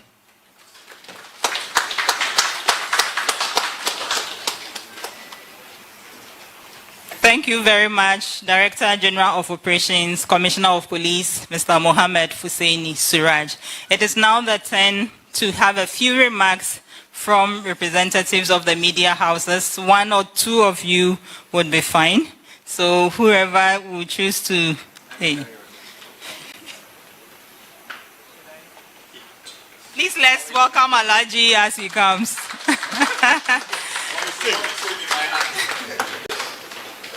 Well, I thought this should have come at the end of the Inkpool's presentation to us. But as it were, we are delighted to be here. And I must say I'm excited. The last time I came here, it wasn't this leafy, it wasn't this beautiful. So congratulations, IGP and his administration for changing the face of the police headquarters. Somebody remarked earlier that it now looks like a police headquarters. Thank you very much indeed. I hope we are going to have a wonderful session this afternoon because perhaps there are many nagging questions my colleagues would want to pose. So at this stage, I think there is nothing until after you have given us your presentation. Should any of my colleagues want to say a word or two, I think I've ended my section. Thank you. Thank you very much, Alaji. I've just been informed that Mr. Evans Mensah will say a few words as well. Please let's welcome him. Yes, I actually feel intimidated. You know, for those of us who aren't tall are struggling with this, but I hope you don't mind if I remove it and hold it. Yes. So thank you, IG, and thank you, the police service, for inviting all of us here. I got a call in the morning, and I was told that you've been summoned. And all I said was, yes, sir. And I started making calls to the rest of my colleagues to say we have to prepare and come here in the numbers to be here. I knew it would have something to do with the elections. And since I entered the room, I've been watching around and seeing and observing and noticing. And I can say that I've seen a few things that, you know, gives me cause for comfort, even before I begin to hear the details about why we are here. So since I was asked to say a few words, and on behalf of my colleagues, we're all looking forward to hearing the details of this. And I know some of us came with a few questions that we have to put to IG and his team. And we're grateful that you thought us worthy of engagement. And I know this is part of a broad series of engagement you've been having. Yesterday I was watching on television, and I noticed that you've been engaging civil society already. And if I'm not mistaken, this is just a second of the groups that you're engaging, which actually says how important you sort of place us in the big scheme of things. And we obviously, before we even hear anything, senior colleagues of us here are committed to the cause of peace. And all of us are in one way or the other working to ensure that we are good partners to the police in executing a flawless election, one that will go down in history as one of the most peaceful. And we can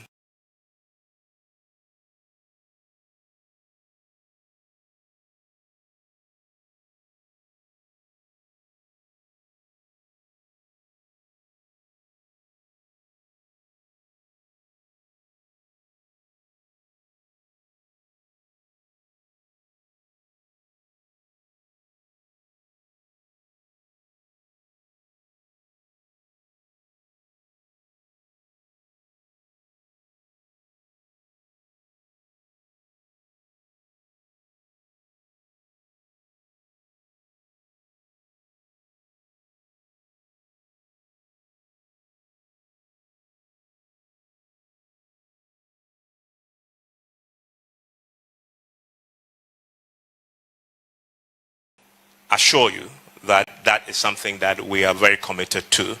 And so without saying more, we'll wait to hear the rest of the story around why we are here. Thank you very much.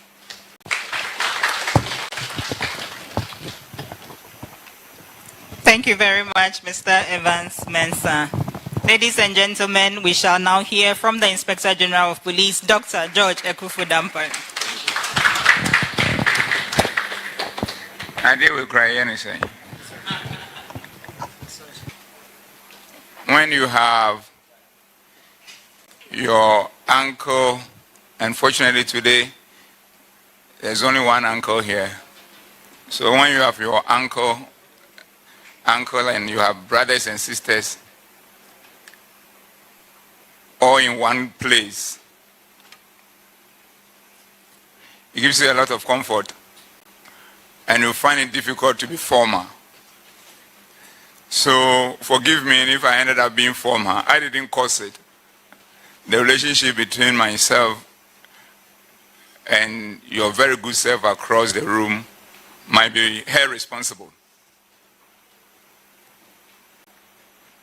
So without much protocol, I want to add my voice to the words of welcome that preceded me from our Director in charge of Public Affairs and also our Director General in charge of Operations.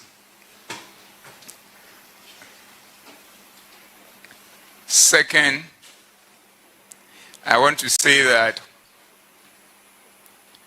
today the purpose, much as is about the elections, is no more about the details of our plans. We'll have another meeting with you in terms of the details of our plan and the assurances that you need to have for yourself, for your families, and for the people you serve. But because my two other officers and also my uncle and my kid brother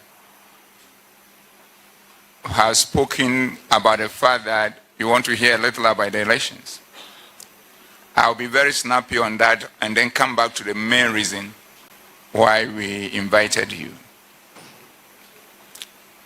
As for the elections,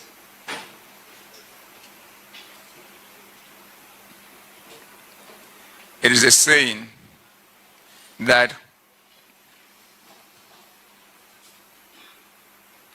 agrobeswa efranopa. In effect, if truly we are going to see a good show, you should look at the beginning, even though it does not always happen as such. But we are committed because of the efforts we put in our planning towards these elections. We are clear in our minds where the challenges are, where the issues are, and we have sufficiently put in measures to address them. And if you can see from all the work we've done since this election process started in earnest, from all the Electoral Commission's activities to date, you will see that there is truly an effective and efficient security plan in place, whose effectiveness has been strengthened by the support and collaboration of all stakeholders, including your very good self. So for that reason, we are grateful. The service is grateful to you. The National Election Security Task Force, comprising all the security agencies, are grateful to you. And more so, Ghana, that you serve, through your information and gatekeeper role, is grateful. You can never be left out of the equation for it to be balanced. Without you, the equation of ensuring that our democratic dispensation becomes the envy of others will not balance.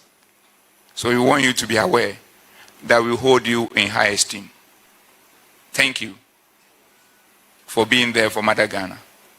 And let's do this together and make this election a success. So you will see that compared to previous elections, the tension in the environment is different and relatively manageable. And at times, if you look at it across the matters of democracy, you see that even the tension in the environment during the election is more than what we experience in our country. In fact, today I played host to a very important person from Kenya. And he walked into my office and he said, until I came to your office and you're talking about elections, I didn't know Ghana was having elections in the next 2 weeks. And the calmness of the environment, the less tension in the environment, is the credit to every Ghanaian that we must be proud of. So you see that because of the things we put in place, and your support and the support of the larger community and other stakeholders, we are gradually getting to the end of a campaigning cycle or period where we haven't seen much of the things that put us on tenterhooks.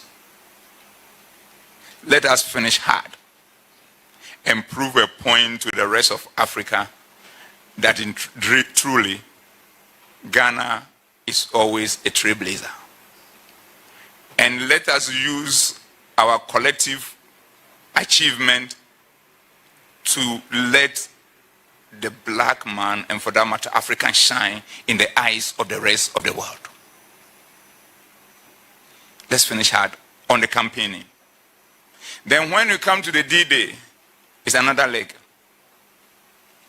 Let's double our commitment, which we are doing from the security point of view. That is why I keep referring to a 5,430-something or 40-something page document, a blueprint, a deployment plan for only the D-Day. That demonstrates the amount of effort, commitment, and energies we put in place in ensuring that we work together with you and other stakeholders to make this election a one of a kind in terms of peace, security, law, and order. The credit will be for all of us. So let us all get on board. Then on the D-Day, in terms of deployment across the polling stations, we are there. Across the hotspots, we are there. Across the collation centers, we are there. And also across patrols and rapid response, we are there. We are currently working with the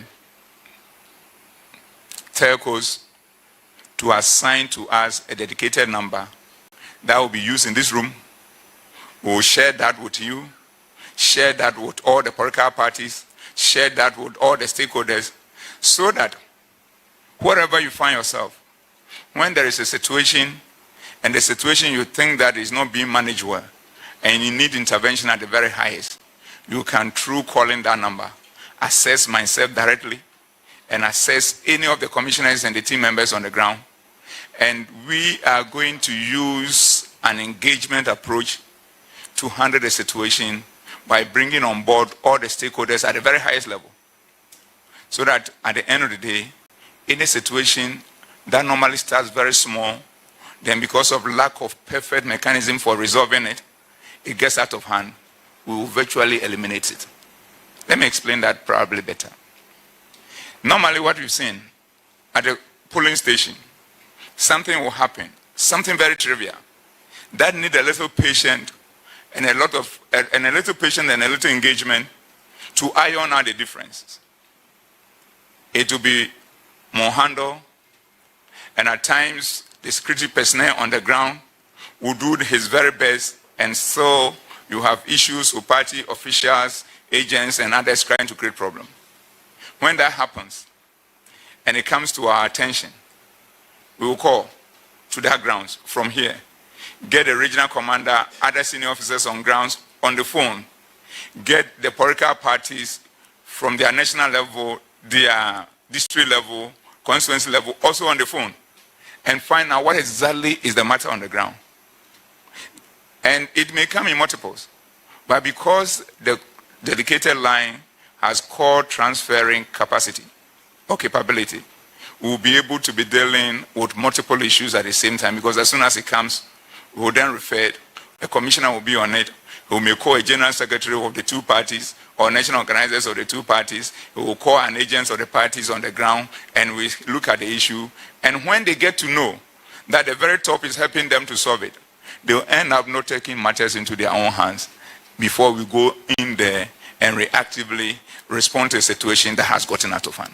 So a lot of thinking is going into this whole process and trying to look at all the possible issues that can bring problems and find a very peaceful mechanism to resolving them in a manner that will help us to make sure that at the end of the day, little misunderstanding that may come, the way they are resolved to the satisfaction of everybody will lead to no problem in terms of any violence. The other point that we keep also saying, also to the people who think that they can probably come out making statements to intimidate and do all that, we want to tell them that life will become very uncomfortable for them. So they shouldn't even try it. Because at the end of the day, when you do anything and de-escalation fails, you do anything and engagement fails, when we come and will come with the full force of the law in a manner that dignifies us as a people, please don't complain. And it is here that we want to seek your support as we do that in a way that the people will know that at the end of the day, if the police also get it right, they have people to speak for them. Than the normal issue that when we get it right, it's no news. It's normal. But as soon as we seem to got it wrong, even if the facts are not clear, it's a big news. Let's help ourselves to avoid that. So in summary, in terms of the preparation for the election, this is just the excerpt I want to give you to be comfortable and use it to tell your people who listen to you across the country that Ghana will continue to enjoy the peace that it has been enjoying during this period of the election. And even that peace, because of the way all of us will work together to prosecute this election in a manner that winners will know that they have won. Losers will also know that they have lost, and they have lost fairly. And therefore, they have no business trying to incite anybody to do anything that will disturb the peace. Will be clear in their mind, and there will be no motivation for them to do that. And this country will continue to enjoy the peace that we cherish so dearly, for which we have become the envy of the rest of the continent. Now, let me speak to the reason why we are here today. We are here today because of you. We know the critical role that you are playing in this country. And we know how critical that role has become during these particular elections. And for that matter, we are concerned about your safety and security. So we decided to call you and let you know what we have put in place to give you the peace of mind, for you to be able to go about your duties without any fear of thinking that something will happen to you, or happen to your household, or happen to the institution that you work. So that is the main purpose. And we are doing it in a manner that one of my colleagues will speak to in terms of the 6 or 7 points that we will put in place to work with you. This time, a little different from what you have been experiencing in the past. And when we are able to work together on this line, we can assure you, you yourself will have more confidence to go out there and do your job. You have more confidence to operate from the facilities that you work with. And you have more confidence to close from work and go to home safely without thinking of any harm being done to you. So that is the reason why we call you. And when your officers leave, we can have a discussion and tell you in detail what it is, and then take more input from you to improve upon what we want to serve you with.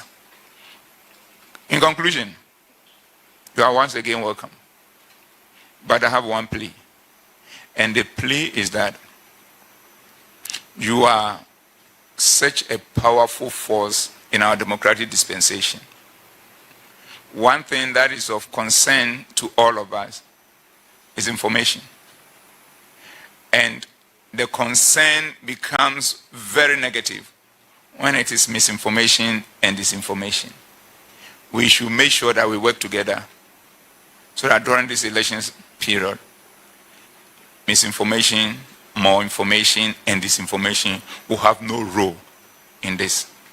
It is for that reason that we are setting up National Election Security Task Force Press Briefing Center, a tent, air conditioned with a capacity to take on the average of 100 reporters. You can come, we'll serve you with coffee, we'll serve you with tea, and of course biscuit. And relax, and you can be with us 24/7. And we will be sharing the information with the speed of light. Something has happened, it has come to our attention, we are dealing with it, we'll come and give you more details. And if you have more details to give us, you bring it to our attention, we'll cross-check, then we put it out there. And instantly, every now and then, there'll be somebody there to speak. And we are doing that in a manner that has also not been done before. The people who will be speaking on these matters will be speaking in 7 languages so that we'll be able to reach everybody, for everybody to get an understanding. So what is the plea that we want from you as you help us to fight misinformation? Please, if you hear something, put your patriotic, nationalistic hat on first so that you assess it to say, if it's the truth and I put it out there, no problem. But if I'm not sure of it and it's a hearsay, please let's be a little patient. Check with us. Check with any other institution or stakeholder who has better and further particulars on it, so that let us be very sure before we put it out there. That will save a lot of lives, and it will create an avenue for people to make sure that they will not put any information that are not true out there, thinking that the media will carry it because this is what has come out. And by the time that the true facts come out, then the thing turns out to be something. But if the people get to know that the information going to go out there, even if the media hears it, they will make sure that they will not rush into it. They will dot some I's and cross some T's to be very sure to a reasonable extent before putting it out there. Those people will be very careful trying to shape around misinformation and disinformation. This is our plea to you. But for now, we want to speak to the reason why we call you. So once again, you are welcome, and we look forward to a fruitful deliberation. I thank you very much.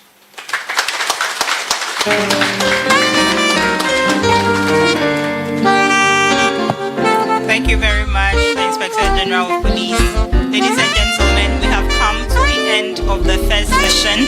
May I kindly request the cameras to excuse us, the cameras and the reporters. Please leave only your senior persons with us for the second session. Thank you. GhanaWeb in August 2023 launched the organ donation legislation 2007. The sad reality is that today our democracy as a country is threatened. Words of affirmation or love language comes to edge us all. When this bill is passed, more lives will be saved, and the financial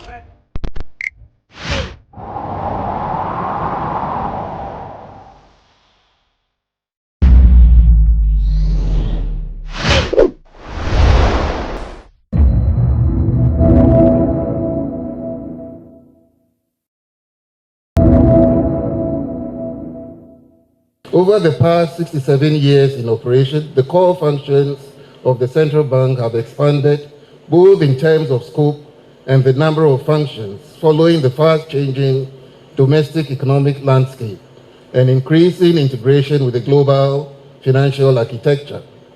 For example, the scale of issuing and redeeming of currency in the 1950s pales in comparison to the same operation in today's economy. The number of regulated financial institutions has increased from less than 5 institutions in 1957 to over 830 institutions and across 20 institutional categories presently. The number of branches of regulated institutions, personnel, and systems that must be supervised have expanded significantly, and we cannot ignore the monumental evolution of banking services, the corresponding increase in the number of consumers of those services, and technological advancements that have changed the financial service ecosystem in Ghana, bringing on board licensing and supervision of mobile money operators and financial technology firms. As you may be aware, Bank of Ghana has multiple offices in the city of Accra, and with a strategic plan to harmonize all these operational units at the headquarters under one roof. This new head office provides us with the opportunity to better streamline our operations, improve communication, reduce costs, and create the needed synergies for efficiency. Distinguished guests, the Bank Square was designed with the future in mind and stands as one of the most important modern civic landmarks in the city of Accra, and for that matter, our nation. This building will play a pivotal role in shaping Ghana's identity as a leading force in Africa's financial ecosystem, symbolizing Ghana's growing influence as an economic powerhouse on the world stage. By commissioning this product of the imagination of an internationally celebrated architect, Sir David Ajayi, a proud son of Ghana, we are boldly affirming our commitment to investing in the nation's future. His architectural firm, Ajayi and Associates, has created this enduring masterpiece, one designed to withstand the test of time and serve as a beacon of Ghana's revitalization for generations to come. Architecturally, the Bank Square is a bold statement of Bank of Ghana's enduring presence and authority in the financial landscape. Clad in durable stone, the building symbolizes permanence and resilience, much like ancient monuments that have withstood the test of time. This material not only conveys the bank's stature, but also requires minimal maintenance, supporting the bank's sustainability goals. This architectural form reflects the bank's role as a regulatory authority and affirms its importance within the nation's economic framework. Standing at 100 meters, it is not only the tallest building in Ghana, but also the most sustainable edge-advanced structure of its size in the country and in the sub-region. This landmark complex is entirely powered by its own harvested solar energy, setting a new standard for environmentally conscious civic and public buildings across Africa. So if you see the lights on in the night, we are not depending on the national grid. The electricity is being generated by the solar panels above this podium. Despite, together the four buildings will accommodate over 2,500 staff, and alongside offices and public banking facilities, there is a currency museum, a conference and press amenities, a 1,500-seater auditorium, and rooftop terraces.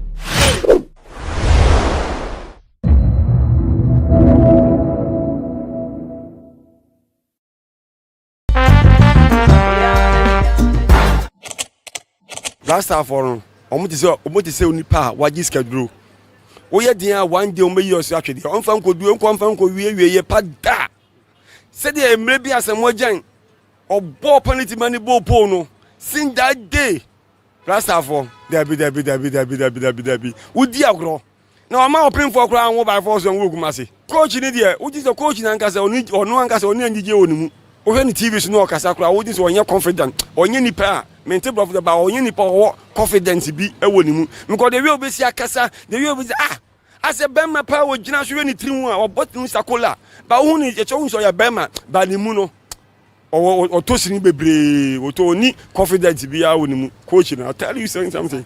Oh, man, Panny Babins and Uncle, and any man could do.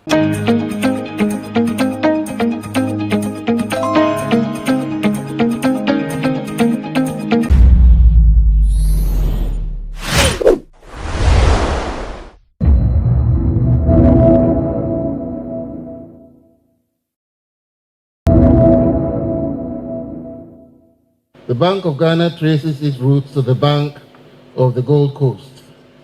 Back in 1947, some leading local politicians had called for the establishment of a national bank with central bank functions to act as a banker to government and to cater for the indigenous sector of the economy.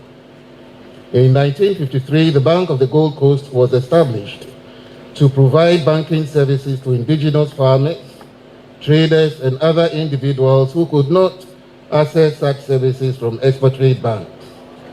As soon as local politicians and economists saw political independence in sight in the mid-1950s, the agitation for a central bank was revived. It was believed that a central bank would give true meaning to political independence. The colonial government at the time admitted the proposal and set up a National Select Committee in 1955 to review the proposal, thus preparing the ground for the establishment of a central bank. Fortunately, the Bank of the Gold Coast had already set the stage for central banking, following the experience from providing banking services to the indigenous economy. All that was needed in addition was specially trained personnel in central banking and a suitable accommodation for the central bank to take off. A section of the bank staff were therefore trained to start a new department, that's the issue department, responsible for the issuance of local currency. By the end of 1956, all was set for the establishment of the central bank in Ghana. On the 4th of March 1957, just 2 days before the declaration of political independence, the Bank of Ghana was formally established by the Bank of Ghana Ordinance, number 34 of 1957. The primary mandates of the bank were to issue and redeem local currency, manage foreign reserves, influence credit allocation with a view to maintaining monetary stability and enhancing the value of the Ghana pound. The bank was also to act as the banker and financial advisor to the government. On 1st August 1957, the then new and modern 5-story building on the High Street, number 1 Thorpe Road, opens its doors for business. Thus, for more than 67 years, that building has served as the command center for the central bank to formulate monetary policy, supervise the banking and non-banking financial institutions, and oversee its operations across the country. Arguably, one of the most key economic achievements of the country, especially under the Fourth Republic, has been the rapid growth and development of the financial sector. Broadly, this was driven by the national drive to make Accra the financial gateway to the sub-region. This vision led to bold investments to transform this enclave of Accra into a financial hub. Your Excellency, I recall I raised the issue of a new headquarters of Bank of Ghana with you sometime in 2018, a vision which you shared and encouraged us to explore. I must say that this idea had been in the plans of the bank from the early 2000s. Since then, successive management teams and boards made different attempts to initiate processes to build a new head office. However, each attempt was overcome by one challenge after the other. This attempt under your administration was not without difficulties, as this location was the subject of litigation. However, your decision to issue an executive instrument to acquire the land for the public good, saying this as a national monument, paved the way for this project to commence.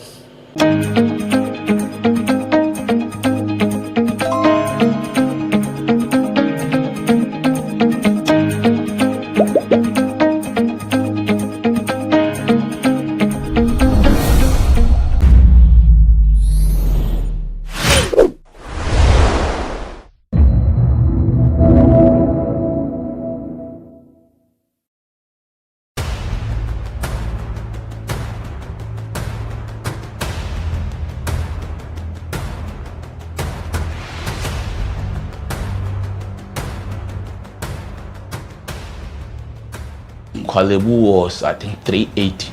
380 Ghana cedis. Yes. But private, some are 500, 450, some are 800, 860. Per session, yes. You have to do 2 every week. Yeah. Even if someone earns 5,000 Ghana cedis every month, that person cannot keep paying 380 cedis 3 times a week for dialysis. Majority of the people who need dialysis to survive in Ghana don't even earn half of the amount mentioned. Some people battling organ diseases end up losing their jobs because their companies cannot keep paying them for always being absent.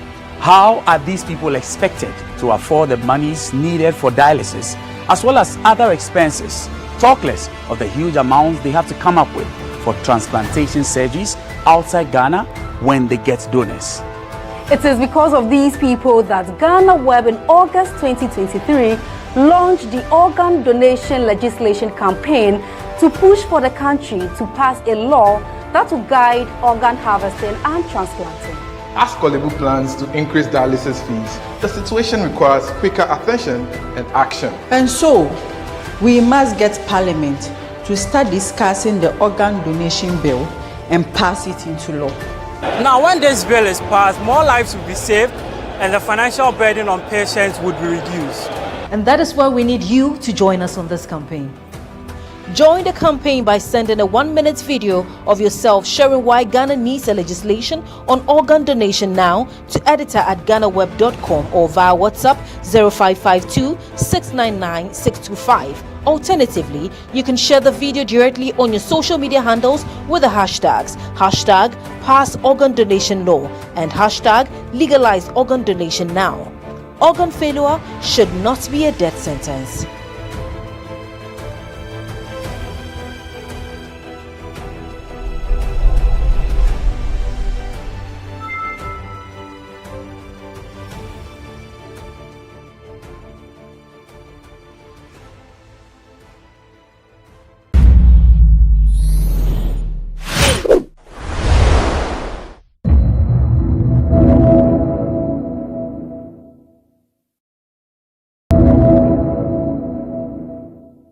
The strong collaboration between the Ministry of Finance and the Bank of Ghana have been instrumental in steering our economy out of the crisis we faced. Indeed, we must recognize that our nation is strongest when we each draw from our strengths and meet our responsibilities with a commitment to leave a legacy beyond our time in public service. And based on this collaboration with the bank, I can report, Mr. President, that you have steered this economy to strong recovery. The economy is getting stronger and stronger by the day under your leadership. Macroeconomic stability is returning faster.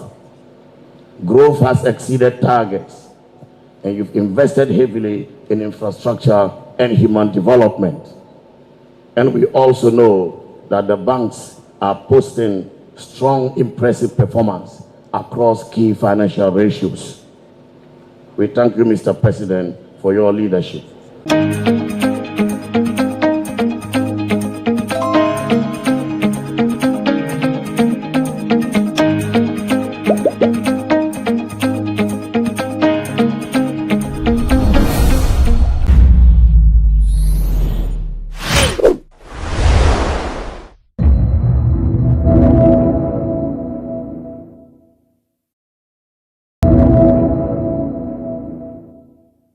Recent data from the Bank of Ghana paints a picture of resilience and promise.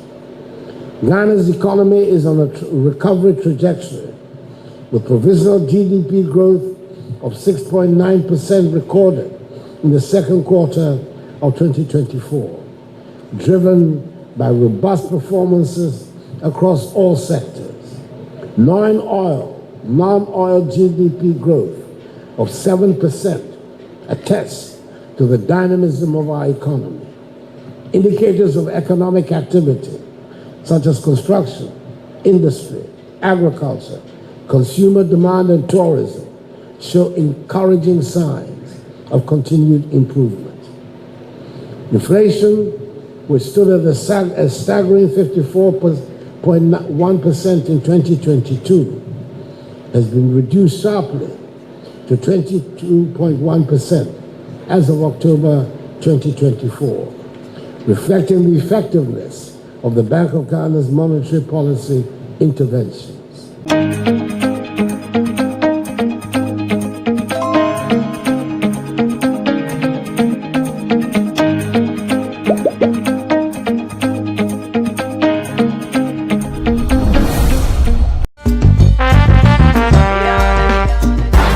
Voting there, I even tell my colleagues I'm selling my vote, because whether I vote for you or not, I'm still going to suffer. So when you give me an amount of 1,000 and I vote, I think I have something better in it. Whereby me going to vote just free like that. No, I will not vote free. When you give me money, I'll vote for you. I'm selling my vote. That's to me. Because after all voting, I'll just come back, ride my motor. It's not like I don't have good grace. I'm having good grace in the house. Nobody to help.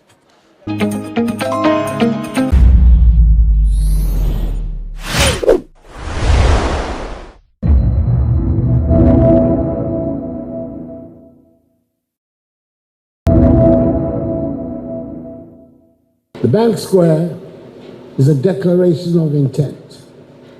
It embodies the resilience of our institutions and the aspirations of our people. Beyond its aesthetic grandeur, it represents a hub for financial innovation, a center for collaboration among policymakers, industry leaders, and experts, and a landmark that underscores our commitment to a sustainable future. Its eco-friendly design and cutting-edge technologies serve as reminders of our duty to future generations to build responsibly and sustainably. Ladies and gentlemen, as we stand here today, we're not only celebrating the physical structure of this imposing complex, but also acknowledging the progress of our economy, which this edifice symbolizes.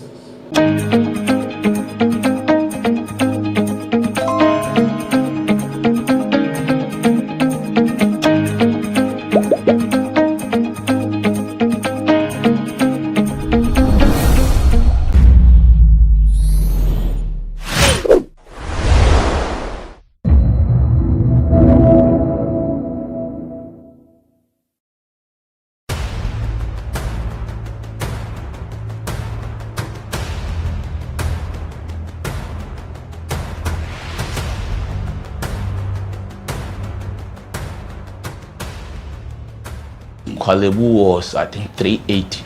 380 Ghana cedis. Yes. But private, some are 500, 450, some are 800, 860. Per session, yes. You have to do 2 every week. Yeah. Even if someone earns 5,000 Ghana cedis every month, that person cannot keep paying 380 cedis 3 times a week for dialysis. Majority of the people who need dialysis to survive in Ghana don't even earn half of the amount mentioned. Some people battling organ diseases end up losing their jobs because their companies cannot keep paying them for always being absent. How are these people expected to afford the monies needed for dialysis as well as other expenses, talk less of the huge amounts they have to come up with for transplantation surgeries outside Ghana when they get donors?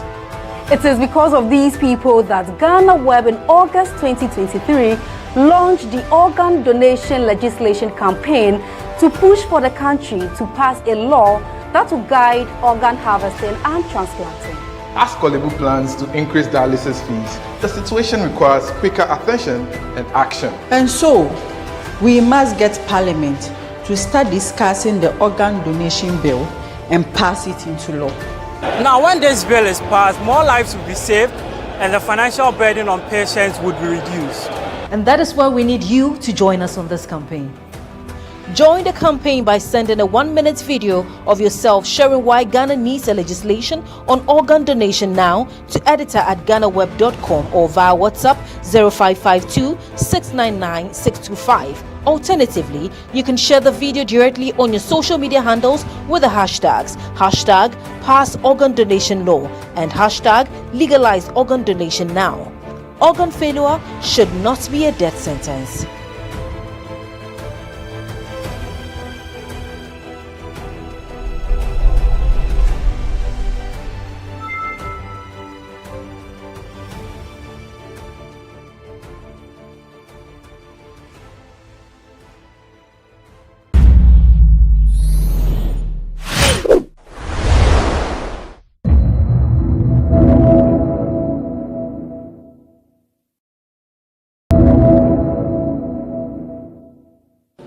Let the bank square remind us of the importance of sound governance, visionary leadership, and unwavering commitment to the well-being of all Ghanaians.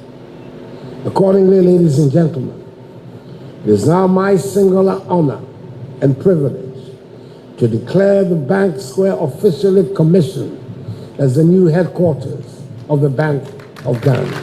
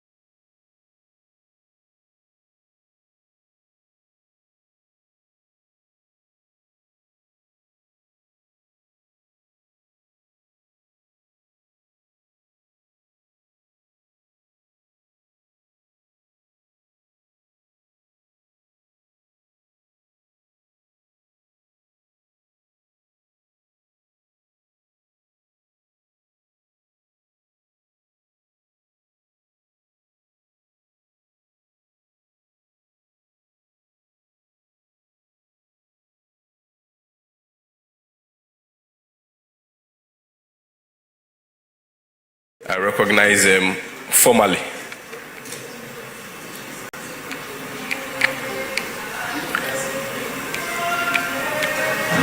Let's rise to welcome the arrival of the Minister for Education and his entourage.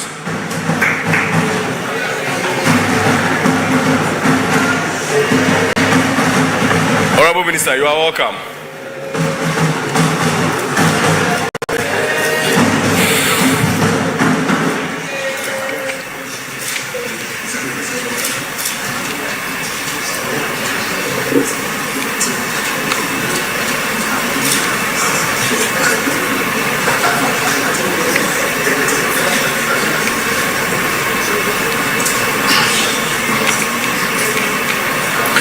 All right, thank you. We may resume our seats.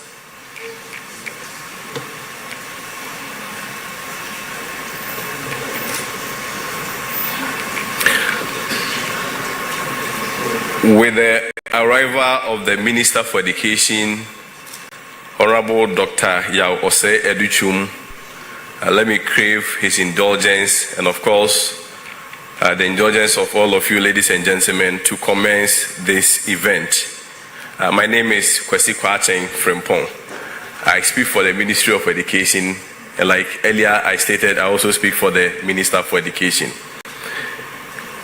Today we've gathered here once again to witness education transformation in action. Of course, we have been singing the chorus that there is always a link between education and socio-economic transformation. And all nations that has been able to develop obviously develop against the backdrop of education. And so not just any other education, but education that is pivoted on the key variables such as access, quality, and relevance. And so in line with these key variables and of course the broader commitment of government of Ghana to be able to use education as a drive to attain socio-economic transformation, the Ministry of Education has spearheaded a lot of transformation initiatives. Currently, we are going to commission 80 educational projects. The projects are being led by the President, His Excellency Nana Addo Akufo-Addo, the Vice President, His Excellency Dr. Maodu Bawumia, and of course, the able and hardworking Minister for Education, the erudite, Honorable Dr. Yao Osei Educhum. They are leading this commissioning in all 16 regions of Ghana. And we are here to witness this historic moment, and I'm sure we are all happy to be part of this commissioning. The nature of the event will be that we will be picking some live feeds from various centers. If you go to Pesempe, we have the regional minister doing some commissioning there. If you go to, for instance, Ashanti region in Sewa, there is also a commissioning happening live there. If you go to a place like Bebieni, there is also a commissioning happening live there. And I mean, for the Minister for Education, his point has always been evidence-based communication. And so for that matter, we are not only going to list the schools that we are going to commission, but we are also going to provide live feed and provide an evidential basis for the commissioning. So once again, you are welcome to be part of this historic event. Today is a great day in our history as we commission 80 educational projects in Ghana. I'm sure it's unprecedented. Let's clap for the leadership of this country. On that note, I welcome Madam Aisha Koli from Wesley Grammar School to give us a spoken word performance.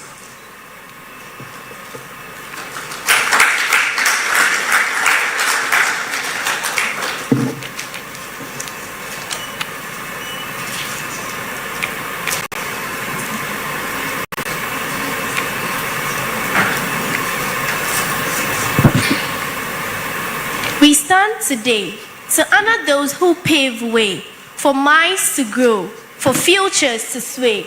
Our education ministry, key, where potentials is survival. Where knowledge is key, where potentials survive. New school structures rise like beacons bright. in our communities where hope takes flight, a promise kept, a future secured for generations yet unborn and those yet to ensure.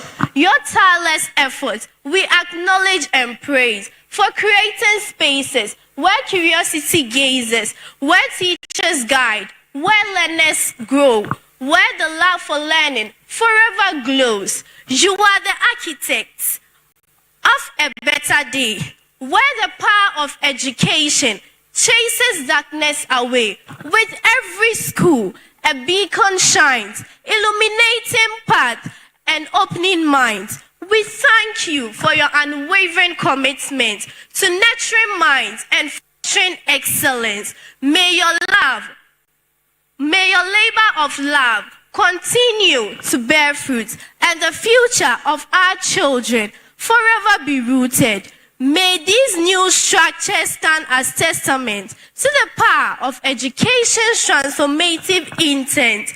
May our communities forever flourish with the knowledge, skill, and wisdom you nourish. We celebrate you, our Ministry of Education, for building foundation that sets our children free to soar, to dream, to achieve, and to be the leaders, the innovators, and the game changers we need.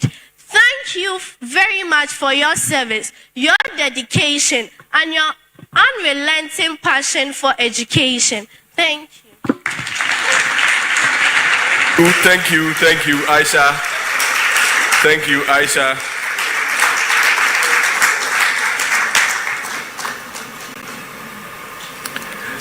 The next speaker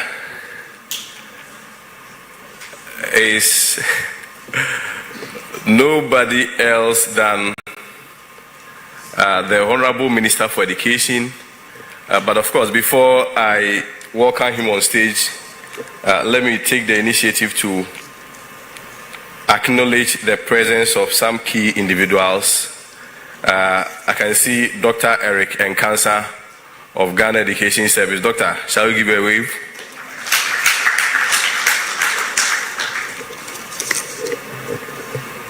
I can see the Executive Director of also the National Service Authority. A wave, please. So as we proceed with the event, we'll introduce the rest of the dignitaries. But for now, let me take this singular honor to invite the Minister for Education to give us his presentation. Honorable, you are welcome.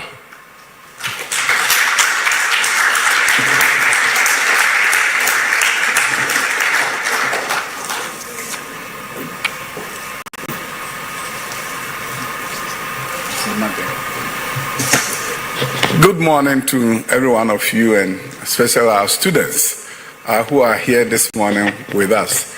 This day is dedicated to you. We want a Ghana where we can all thrive together as a nation, irrespective of where you were born. We want you to have the opportunity so that your talents can be used by this nation for its transformation efforts. Headmasters, Director General of National Service, Director General of GES, Free Senior High School Coordinator, service members, officers who are here, head of various agencies, and our students. Good morning once again.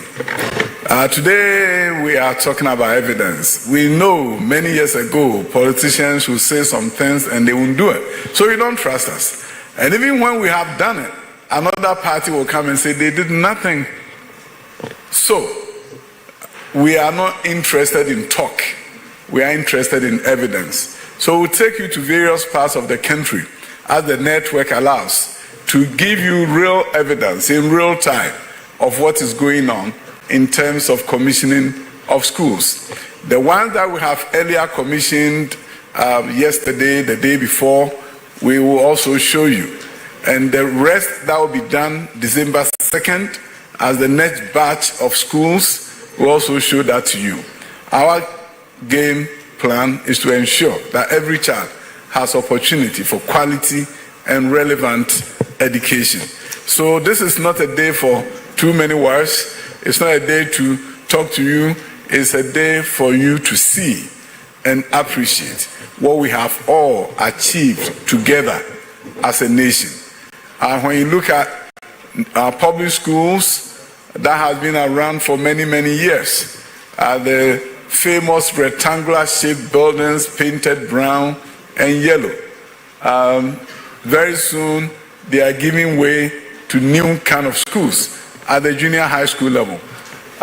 You've seen this, brown and yellow.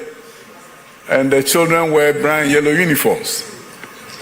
This morning, we commissioned the new St. Barnabas Anglican School.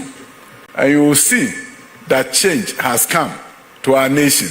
If we have the pictures, if you could please show me St. Barnabas, where we just came from. See, this is the new St. Barnabas. But before this, let's take a look at what it used to be. I think that this is it. This was St. Barnabas 8 months ago. This is where the children of Osu were being educated. Dilapidated buildings, leaking roof, no ceiling. I had a nice time with them though when I visited the school. The children were so respectful and nice. This is my visit to St. Barnabas. This was my visit to St. Barnabas, an Anglican school. You can see the blue. We had a nice time together, but I left there and I informed the president, Mr. President, we need to do something. And I was fully determined that things will change here. And this morning, change has come. If you have the new pictures of St. Barnabas, you see the building with no ceilings now has ceiling fans. That is how you know change has come. The pictures that we brought this morning,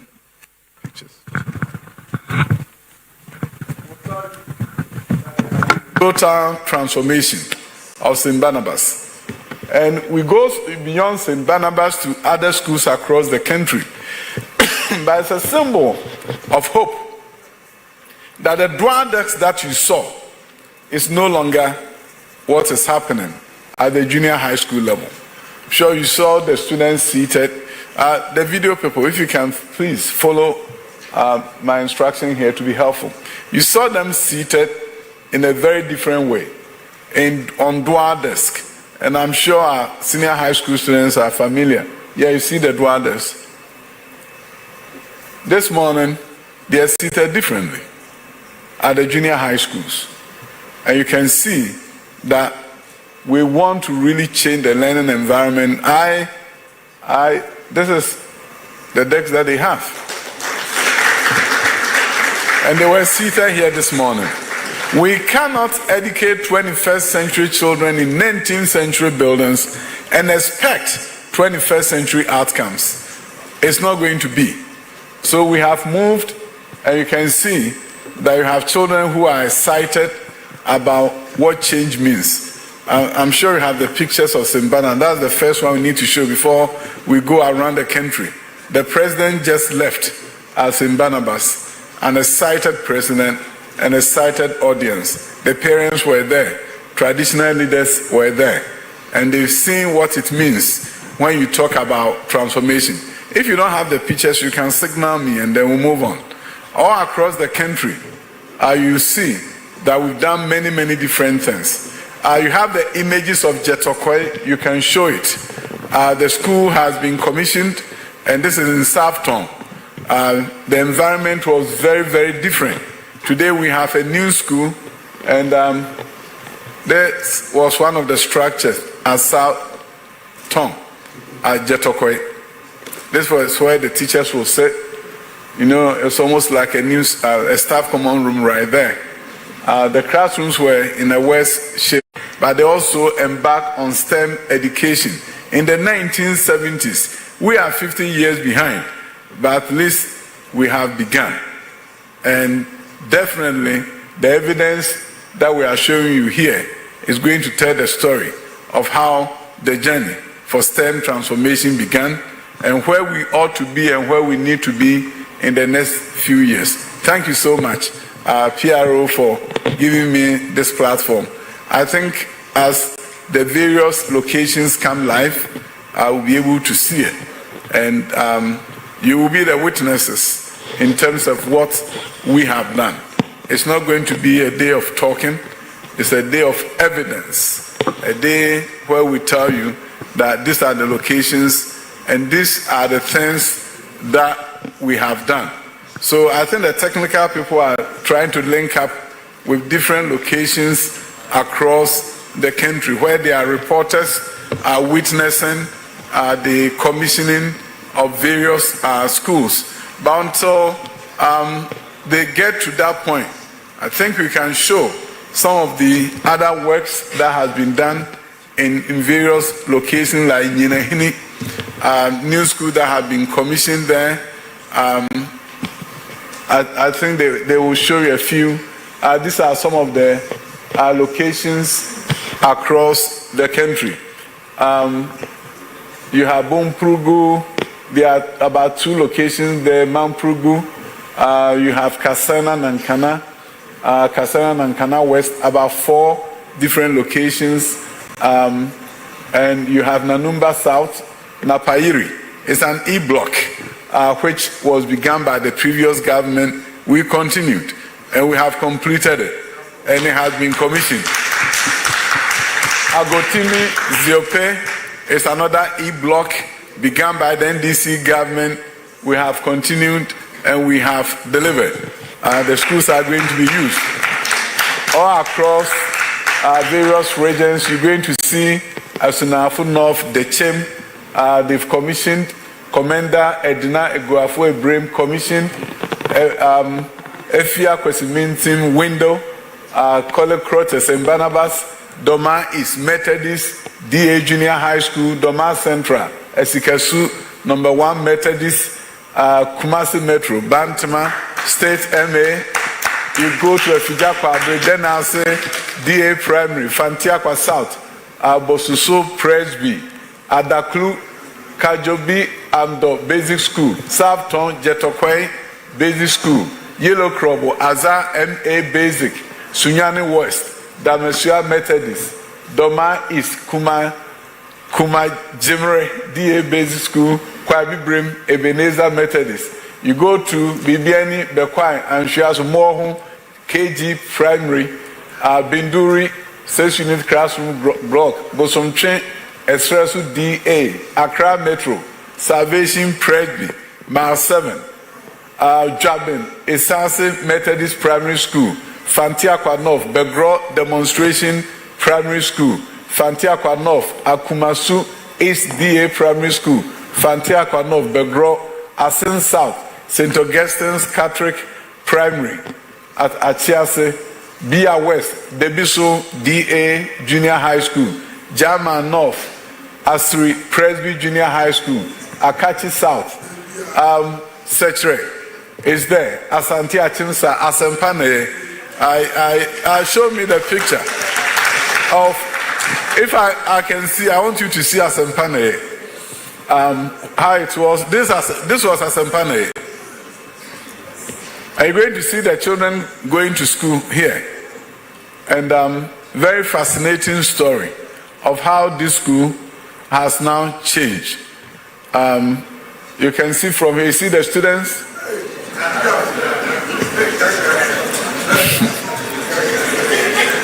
So if we continue to tell ourselves that in this 21st century Ghana, this will be schools, you see, this is Asempane. Now let's see the new Asempane. The new Asempane. That is it.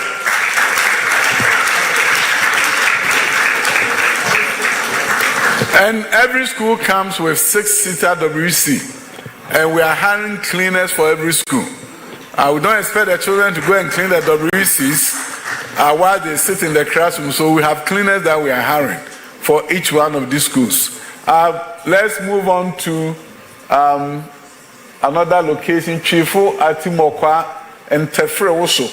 And Tefrewoso is a very interesting, the building was a very interesting one. Asante Achim North, APC Demonstration School, Ebuakwa North, AME Zion, New Tafo, Ahanta West, Pumpuni, secondary Takrade, Ryan Paul, Shama DA Primary School, secondary Takrade, Diabene, and Esunafun of Ahafumine Basic School.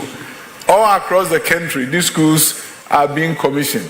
It's fascinating to see Atobiasi DA Basic School, Cape Coast North Apesika MA Primary, Asutifi, Kenyase, Moahum Methodist, Bosomtrin Nuaso, Bosomtrin DA Primary, Oyoko, Jabin, Abesiwa RC Primary, Esunafun of Goso KG, Esunafun of Goso SDA KG, Doma West, Krokrom RC Primary, Kwabi Brim, Techima Methodist, Asen South, Asen Nyame Bebu KG. You can move on, Bosomchen, you see Commander Edna, Egrafo, Abrim, there are say, Techima, Insuta RC Primary, Busa South, Zioza, Ebuakwan of Presby, Kindergarten, Mamprugu, Tantala School, Mamprugu, Yezize School, Fantiakwa South, Dome Methodist KG. All across the country, you're going to see various buildings. So at the end of the day, what we are telling Ghana that change has come. And the change will continue. We have to change the course of history of our nation. And as some locations come alive, we'll go there live and see the commissioning in action. Where are we heading? Historic commissioning of over 80 educational projects across the country. On Monday, 18th November 2024, MMDAs began commissioning completed educational projects in their respective areas.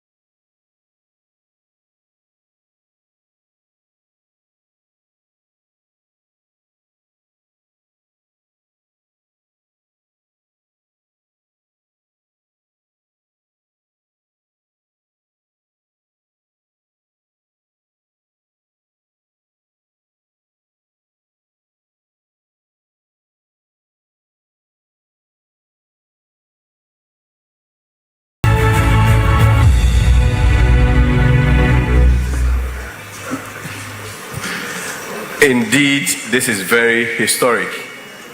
Shall we all give a round of applause? We can do better. We can do better. Historic indeed. We can do better. Honorable Minister, we are going to have a chat. Yes, we are going to have a chat for the people of Ghana to understand really what is going on. Because, I mean, for 80 commissions to be done in a day, for me, if you ask me, it's unprecedented. But I'm sure you can give the best description of what is going on here. I am excited, and today I was a bit emotional when I went to St. Barnabas. It's a school I visited 8 months ago. It was in such a disrepair that you would not even believe the closest school to the Ministry of Education would be in that kind of condition. But it was. And it, to me, was unacceptable to have our schools in such a situation. No ceiling, of course, and roofs are leaking. I'm sure when it's raining, they had to quickly get the children to leave the school before the rainfall began. It was a very difficult situation for me to see as somebody who has worked in the education system in the United States and have built schools in the United States, who the president recruited. And I remember he asked me a specific question: would you consider coming back to Ghana to help me change the education system?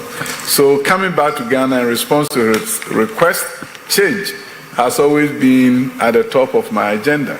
And therefore, I wanted St. Barnabas to see the change. And this morning, if we can see the images of the students, how they were dressed, and how it has changed from the old blue Anglican uniform to black and white uniform with tie, and seeing the Osu children dressed in a very beautiful fashion. At the end of the day, what it tells me is that we can change our nation. Let's make no mistake about it, change can happen in Ghana. What you see is just a symbol of what is possible in our nation. All right, thank you, Honorable Minister. But let me pass this one. Viewers, this is just an information that is also equally important. The nature of the program is such that at some point we'll cross to different locations and pick what is also happening there live. At some point we may be crossing to, for instance, Baby, there's also a commission going on there. Awaso, there's also a commission going on there. If you go to, for instance, Akumadan, there's also a commission going on there. Asinfosu, there's also Enyinam. There are all other commissions going on there simultaneously. So at some point we will just cross live when we get the feed from those locations. But Minister, St. Barnabas, the pictures are. Yeah, St. Barnabas, yeah, sure. So I'm sure at some point we will also show the videos of St. Barnabas where the president himself led the commission. But Minister, I want to understand, why do you say this is education transformation in action? You really have to begin to understand that we at this since 1957, after independence, we did some good things, but you also realize that some countries did some things differently and they've gotten different outcomes.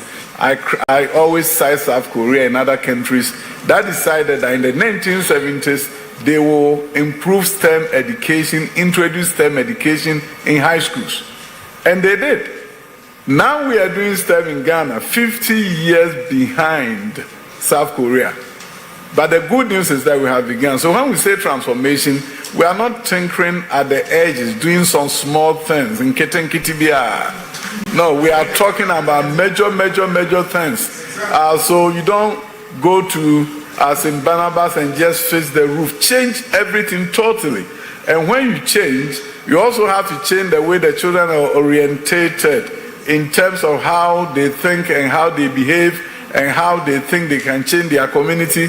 So if you look at St. Barnabas, they are going to be doing field trips. We're taking the students to go and see Presec, see Labone, see University of Ghana. We want them to come back to Osu and say, yeah, there's a world out there that we can be part of. We are building their library, making sure they have computers. Everything that needs to be in the school is there. And by the way, they are getting a counselor who can counsel them and guide them, and who can bring in parents, for the parents to see that there's a new dawn, a new day for them. Recently, I got a visit from Sempe Basic School. I asked the teachers and we arranged for them to take them to Kimpiski. Why? I wanted them to see there's a place called Kimpiski. And that the cost of food there, if they don't work hard, they will never be able to go there to eat. So I sent them there. After that, I had lunch with them. I just wanted them to have a mindset change. So when our vice president, the flag bearer of MPP, talks about teaching growth mindset in our schools as one of its agenda, it's about changing the mindset of the children to understand that they can be the best in the world in anything that they want to do. So, growth mindset, we have all the books. We are beginning now in our schools for children to understand that we can be the best in the world. Minister, so when we say transformation, what we are saying is that change everything completely. Minister, that's it. See, a message I mean, I say, can you tell man or tongue, no more ready for you, almost a motion, almost a some can you cheat on one TV? Yo, if you know how no more casa, my question about which is Michia, Michino, that's all. Now, my man on some mutia, Ghana for you, mutia, the person catcher won't say, as some Pebiaba. Nana Adodanko Akufo-Addo, Enna Bediachri, Vice President Mahawadu Baumia, Omada Roma, Omani Swadi Hono, Enne Yedi Aye Juma. Now here Ghana, Baby Region Bia, your school for Fry, Bia, Anonso, I Bieno Sronko Kwanso, Oko Jetokoena, Kohem Kalana, Shomontari FFF, St. Barnabas, and Cry, Kolasho Matari FFF.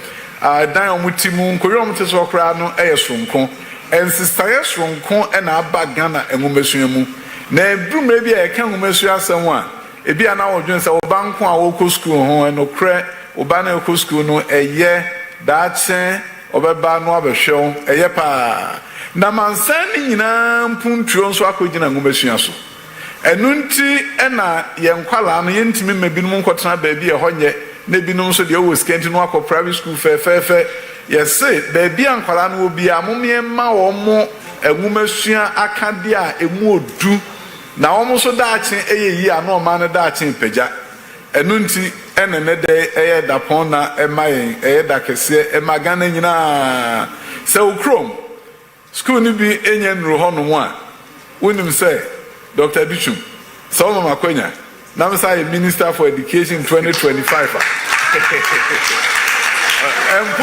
Wow, Ukrom ebi my no. Ukrom ebi my ya ebeden ebeba. Into when you bia, wo hu Crawford dia, mo ani nyema omo, ba wo de nam kwam. We de empanifo se asempetia. Na asempetia yi so no me de Mr. Mame emmo ahefo nyina ma ne se ebra dwumadi ni kɔ n'anim no.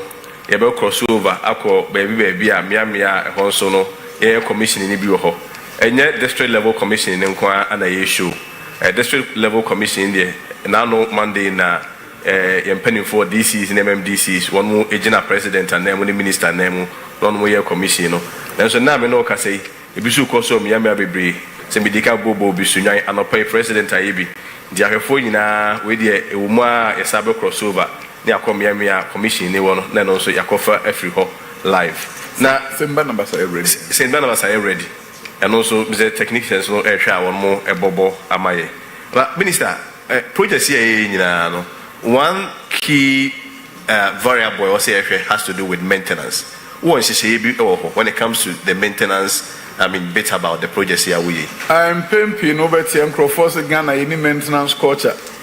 People say that we don't have maintenance culture. I'll tell you this. There's no country has maintenance culture, but they have maintenance budgets and they have maintenance staff. And that is how maintenance is done. So as I speak with you, we have recruited about 50 facility managers. We've started posting them to our high schools. These are land economists, estates, management, graduates, building technologists. They are going to be in charge of maintenance in our high schools, and we are going to be adding more. Every high school must have a plant manager / facility manager in charge of maintenance. They will report directly to the headmaster or headmistress of the school, Our GET fund is also going to make maintenance allocation so that the buildings that they build can be well maintained. So at the end of the day, we have to be mindful of the fact that if we don't maintain these buildings, it will go into dilapidation again. Okay. And Minua, the Omono say, ye pese yedi ehuni ewo dai nyina mu. Enti so hwe a dialysis wa Ghana ni nyina ni DC3 adwuma, school bia benya cleaner. School bia. Wo se kwala no nko use WC. Na omo ane enkope paso ene na yeyi. Tuber head na afi maso regina so ne ebubu no. Enti school bia ese bia no ombenya cleaner. High schools also enya facility managers. Normal any headmasters, any headmistress adwuma. Madam wife. Minister, let me catch you. Sunyan I ready one also on per se the omo okay. I also commissioning Bako Ekoso. Okay. So yeah. We are just crossing over to Sunyan to also go and take a live feed of what is going on over there. But Minister, before we get to Sunyan, you just mentioned this morning that we were with the president at St. Barnabas. I mean, how did the president feel?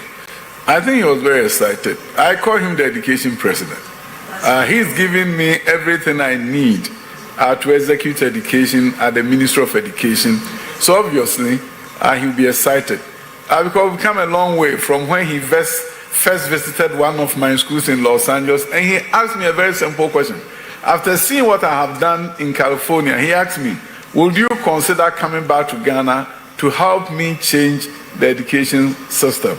The response to that question is what has brought me here today. I considered it, and I came to Ghana. Minister, I have to cut you. We are live at Sunyane. The MC is speaking. No, the member of parliament. Oh, okay, all right. That is the member Honorable of parliament. Tomorrow, our children and grandchildren will president.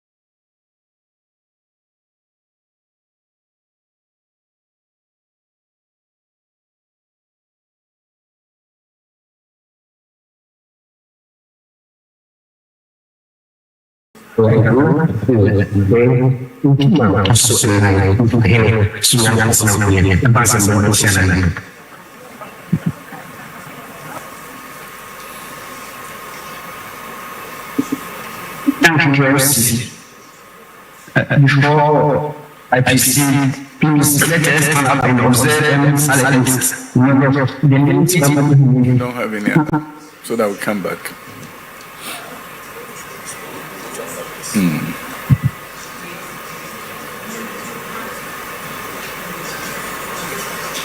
So rest in peace. Thank you, Mr.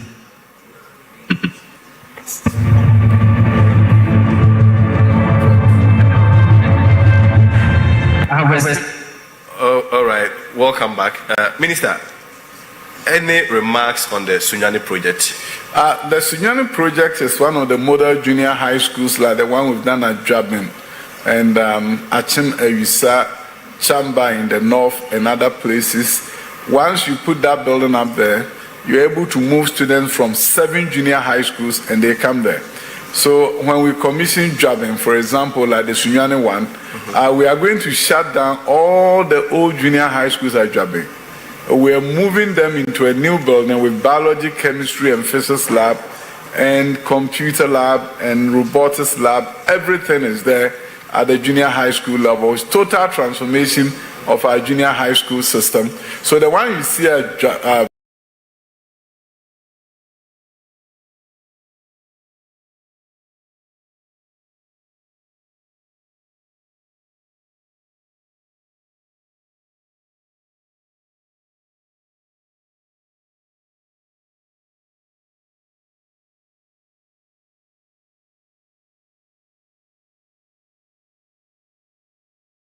Sunyani is one of those schools that take over 1,500 students, and you're able to bring in students from about 7 junior high schools. So in the case of Sunyani, they are moving some students from Ridge, and then they've also created avenue for other parents who may want to educate their children so, there. Minister, this one is only located in Sunyani, or there are the Sunyani Ridge area. But beyond Sunyani, do you have others within other regions, but not in Bono. Okay. Yeah, so we did a model ones for different locations in different regions. So, of course, our goal is that for you to transform junior high schools, communities don't need 7 junior high schools. Some of them are 50 students, 80 students, 100 students. You bring them together under one umbrella so you can give them a library and equip the library for them. So if you see there's one model junior high school, if they show you the pictures of students in their libraries and science lab at Bosumchi, for example, which was done with a 1 million per constituency funds. The government gave 1 million to constituencies, and in my constituency, we decided that we'll create a model junior high school. So you can see there that the students have library. We have science labs that were built by the Middle Belt Authority for a junior high school, a serious transformation. So in these new junior high schools, what we are saying is not just the building, but the equipment that comes with the building, the new way of teaching and learning that comes with the building, new courses that are being offered, music and other things that are going to be offered in a junior high school. Junior high school. You see, the bill before Parliament, which we didn't get the free secondary education bill, was to ensure that junior high schools are upgraded to secondary status. So by the time they go to the senior high, they have all the requisite skills. They've done lab reports, they've done everything that you are supposed to do in secondary. So we're bringing back an opportunity for junior high schools to be upgraded and transformed. You do physics, chemistry, and biology there before you get to high school, and you continue from high school. So by the time you get to high school, you've been introduced to most of the scientific concepts, and you get to do robotics in junior high school. So we have a new vision for transformation of education, and the junior high school is a critical component. I've always seen junior high school as the weakest link in the education system. If you didn't get a chance to go to a private junior high school and you went to a public junior high school, you are sitting in dilapidated buildings, there's no science equipment, and then you're going to meet your friends at Wesley Girls who are used to beakers and everything and all the scientific things, and they are lost. We can't create a nation of haves and have-nots, 2 Ghanas, Ghana for the rich, Ghana for the poor. The poor doesn't do well in science, so they don't get to do science at the senior high school. So even though they will go to Laboni, but they will not give them science because they didn't do on the BEC. Why should we create a country where the poor locked up in inner city schools and villages don't get the opportunity to do engineering and do science because their grades on the BEC is so bad, and then when they get to the high school and they're even giving science, they don't do well because they've not been exposed to it. It's a new dawn. So if you look at what is going on there, you can see this is a new paradigm. It's a paradigm shift where junior high schools have been strengthened and upgraded, equipped with all the necessary tools like high schools, so that you can give Ghanaian children 6-year quality secondary education. And that is what the Akufo-Addo government has begun. And when we continue with this, it will be a different Ghana for all Ghanaians. Inner cities of Osu and villages like Jetokoe will be able to get what they need to compete with the rest of our communities. Minister, thank you. Now, 6-year quality secondary school education there. Chimwe echi ane ati. The now for the SS na. Enfie bia etwa mu.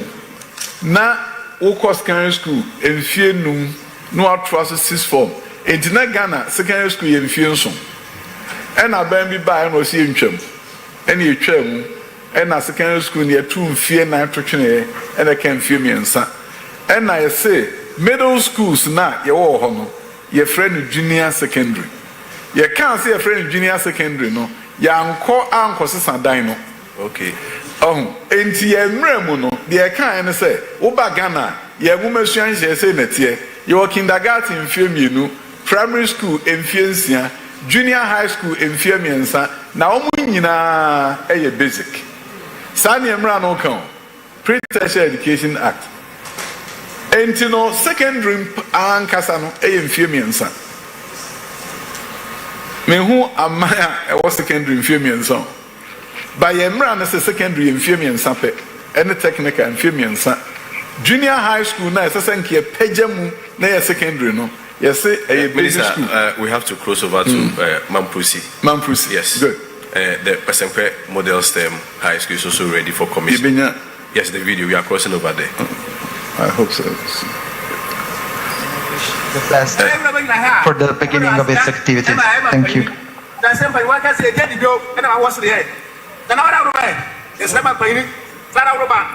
Thank you very much. Gabriel Pelemo, Ono Ena, Italian, Abanyawo, Omemua, Ena, Oyo Penny Abitichi. So thank you so much for your kind words to us. Friends, it's at that special time that I want to listen and to hear from the special person. Minia, Reggie. Boss, I'm going to say, I'm going to say, I'm on fire. I was here for a brother.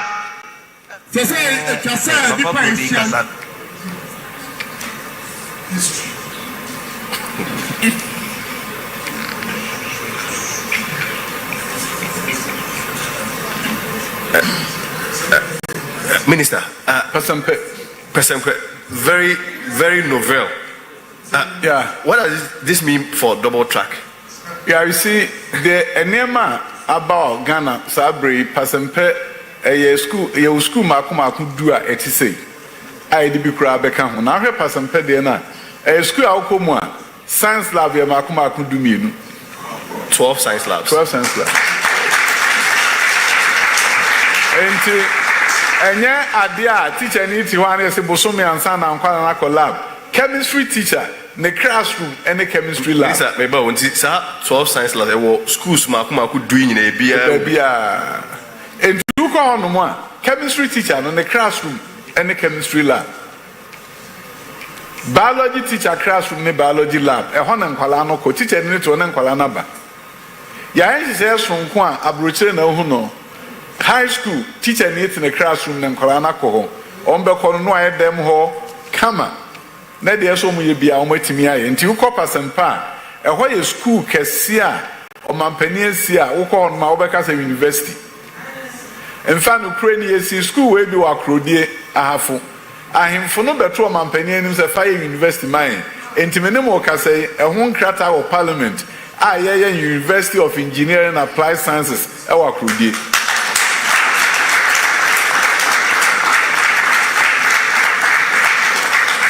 Regions bebre obia nya school ibu na de fepa e wo mu no so okohwe enkwara ne niam o mafiti ase ya wo ho bedwuru emfidi ase de mo bia de ama won enhye pa ase ye wo bia de ama won headmasters ntete e ye sonko e do on bankran ne abetete o mo no ma ye dwuma e kom be fa so a o mo behwe school no we e ye school ba ko kese enso e wo awaso. Minister, before you proceed, I understand there's also a commissioning going on at Babyeni. And very soon we'll be crossing over to Babyeni to also witness what is happening. Okay. But you can continue. And Uko and Ako have Baby and Kolanusia de chemistry, Ceromusia, and Fidi or Honua, a very one. And Tiawason Shebeko Hombe who said is Koso. Now, Usha we are, Crasumons and Fidelia Plange, a friendly few chamber. For chemistry experiment ɛno na ɔyɛ wɔ mu na biribi a nwani na amehaw adwen wei ɛne mfidi a ɛde ama high schools a wokɔ aburokyimɛ mu koraa baabi wɔ hɔ a ne bi ni hɔ menamfofoɔ bi ɔmu hɔ mu sam sɛ nti wɔyɛ Ghana ɛnam so hwɛ nkwalaa no anim ɔmo yɛ Ghanafoɔ mas teacher a ogyina hɔ ne smart board ɛna ne nsa nam so sei saa ɔde nsa si so a na de ne kɔ baabi enti schools ho afoforɔ ɛbɛ nkuraseɛ no emu odu na ne nyinaa nso yɛ boarding school enti wo kuro bi aso a nso wotumi ɛkɔ hɔ bi na wotumi kosua deɛ na wonim deɛ no mu dɔ na woba ɛde bɛboa ɔman Ghana asa yɛsa kɔ baabi foforɔ it is awaso ɔmo na nipa no ɔmo so yɛ ɔmo commission wɔ hɔ deɛ hɔ so yɛhwɛ kakra na nsa na watɔ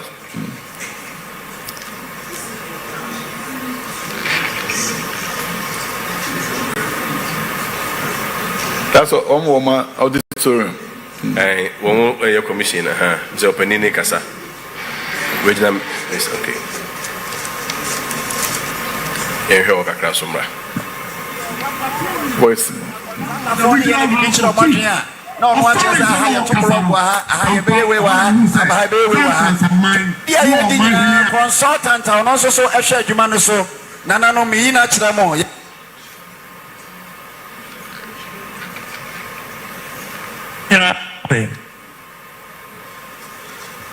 Minister, let's say, okay, so commission 80 schools, no. Let's say, no, crazy commission 80 schools. Abroso, crazy.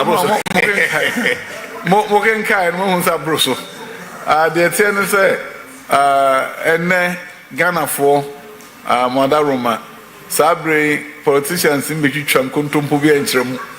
Mon cancer Dr. Duchum say evidence base. Say also what the pebi atre.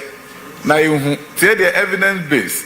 Twi mu no ebi anu nnuan mo kagiti amu tie me o se mitumra na ma kire usie eno ne evidence based communication ni twi na de omo ne say nia ye ka wa ha bia ye no kre nkontompo bia anim ena ewo ho no we de mo amohunu the live event ena ekoso ewo awaso auditorium no fe school foforo na okay Assembly Hall and Palano Etimwa, a whole IFA, MP, our Bibiani, honorable Ben, one was all in our home. And we say, Ujina House is the upper from Rebecca to Ujina Hono no Castle. So, Minister, this is a senior high school. Senior high school. Does it have any impact on the whole double track conversation? No, double track, no need you once a pound. Now, the attorney say, the entire double track by. I will for beer per Laboni. Say Laboni pan crofo good gates nature mammy or tia obre. Obia so beko Laboni. Obia so beko presec. Obia beko atimota. A quambe soon ever for betimi akubi. Enti abai ayen she say. Kwalam pim ni ensa na betimi akọ presec. A quambe never faswa. E betimi aman kwalam pim no makọ. Enti ni enche school no me ensan. Mienu wɔ ha na baako wɔ fie baako kɔ akɔma na baako abɛhyɛm yɛ fa saa akwanya nso ama nipa dodoɔ na timi akɔ school bia pɛsɛ ne bako ni bi na yɛsi adan dodoɔ wɔ hɔ nom a ne yɛyi double track na ɛdan afiri hɔ ɛno ho adwuma ɛne yɛyɛ wobɛte obi so obɛtwam sɛ ɛna me ne wo kasa yi wotwa double track mu a gye sɛ wo ma fɔ wanfoɔ wakye mɔta nyinaa san kɔ fie fisachi mɔta na fa 3,000 afa 5,000 we'll say what your double track one 3,000 a bit me afa 2,000 hefa no moko aban so adi hu ne say momman kwala dodo ntimi nko schools akese obi apeso okọ ibi entinya school bia organ bia na double track o nya school bia school bebre school dodo na single track ye bia school a nyina bom ko ye makwa no nyina akofie schools akese na ofo bia apeso mako bie no eni afa kwamfoforo so amanipa dodo atimi ko bie afime no kasai opoku ware enye double track biem adentia aban si adan bebre ewo ho ama opoku ware empala be empem nan ni akira omo fa omo no omo nte so omo abesa akọ be obi abekwa bom no mama kwan abom enti opoku ware afi double track Tamasco emfie mi ni atwa mu ene fi double track say a single track Schools be a few double track or single track, they see a dime ama omuntia. The air can say, near I didn't can say, Maubia school, Papa Numbers on Beconum, Mobia and Kobe. And no actually see a down or who sit down as any part do it to me. No, a double track a few. Another strategy, they say, see schools for Frobbery.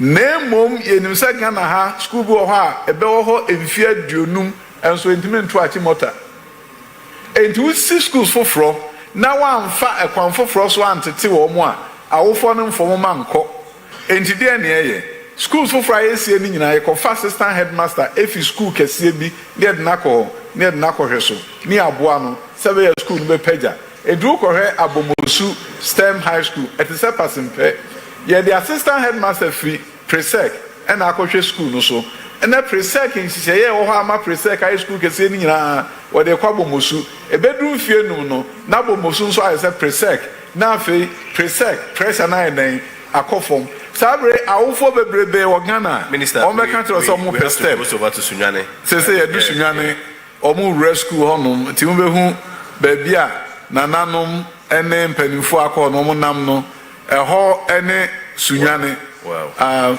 Model Junior High School. Edan kese pa na wura mu ko na akọ classroom so a wo behu se eho eyesronko anti Sunyane school no ena ahwefo mo hwe no na eyade a efe se omen beka se ye madachi ehia yen enti si junior high schools foforo ama wo mu minister ye kwatiwa nkofo pese ye show mo de obi a se ye fa ne de mfam enti ye kwatiwa sisi ye ko minister for minister of state for finance honorable Abna Osasare ona okasano ahonso TV school fe and abayesi ene commission. So we are commissioning live the school at a TV school, Applied Technology Institute. I think we are back to, there's competition. Everybody wants the attention. So we went back to Sunyane briefly. Yes. But this is still Atiwa. Oh, you moved to Bosomshe. Oh boy. This is Bosomshe. We moved from Atiwa. So we moved from Atiwa. We'll be going back and forth. So please bear with us. This is Sewia in Bosomshe constituency. This is the chief of Sewia speaking. This is a very happy chief.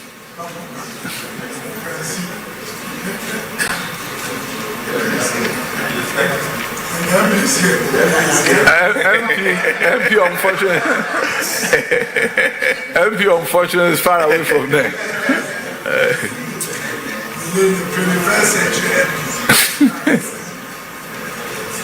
So Nana is talking.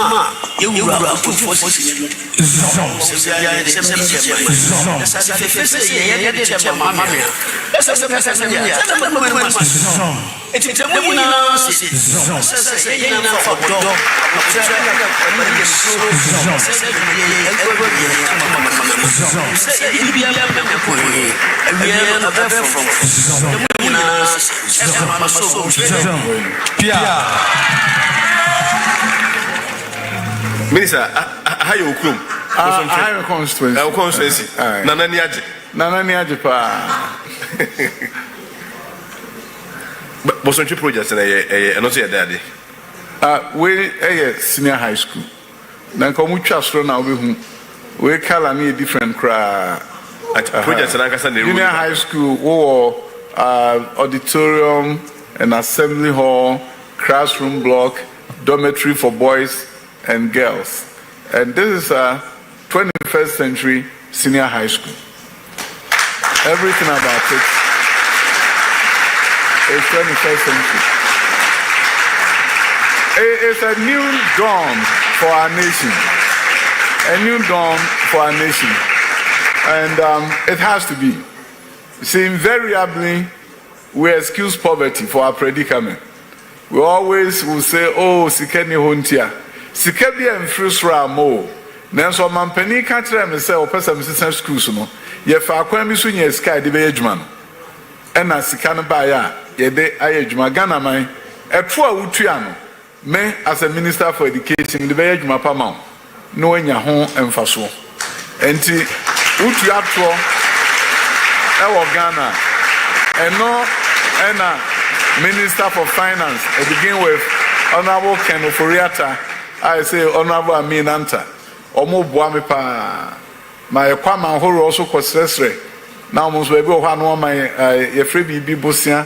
Baby also anya bosia kra free bi grant. Sika fa ye djuma na ma man entumpon. Enti akwan bi aso no. Ne a Ghana e koso no say ye wani suade hu say o man ngumasua esese esesa.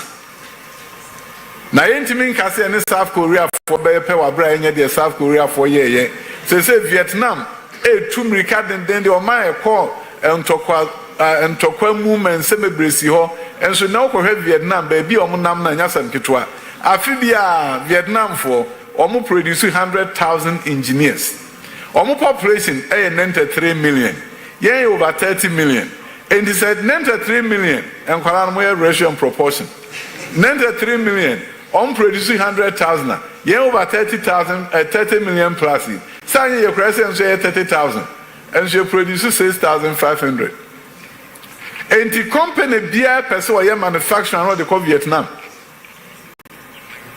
and the say ye person ye man sesa ba enye de Vietnam for ye ti de Vietnam for ye no de South Korea for ye STEM education no eno na abagana ya kai tire de emfie duonum achi South Korea for ye no ya kai tire ba se ya fiti ase na ohu ho no. Minister, very soon we're crossing over to Nkranza. They are also insisting we show this. Okay. I won't say every free Busonja Nkranza until me very soon. So, but you can proceed. And so we had done our honor na Ghana for Nkwala nyina free Ghana nkro nyina so beba ho abesua de na mfidi e de ama omo nso te se de abrochire nkwala de sua de pepepe sebe ya abrochire nsa no ade kire ne adesua ba e ya abrochire nsa no mpuntuo ene ba ye man no eno ena ye ho adwuma. Our fellow Ghanaians, is a exciting day today. You see transformation in action. This is not political talk. This is not propaganda. It's about evidence-based communication. What you see is what you get. Black and white. It's right there. There's no doubt about it that transformation has begun in Ghana. Over 80 schools are being commissioned. From Monday, a number of schools were commissioned. From Jetokoi to Azan to Bunkurugu, a whole number of communities, they've seen different education infrastructure. And today you are watching live commission of schools in selected locations across the country. There are some places that we could not cover live, but commissioning is ongoing throughout the country. I'm looking at this. Is your vision documented? Because, I mean, certainly you'll not be there forever as the Minister for Education. So one day if you are not there, how are you going to, implement this? Let me tell you this. Give me a chance to complete this, and when I'm done, let me go.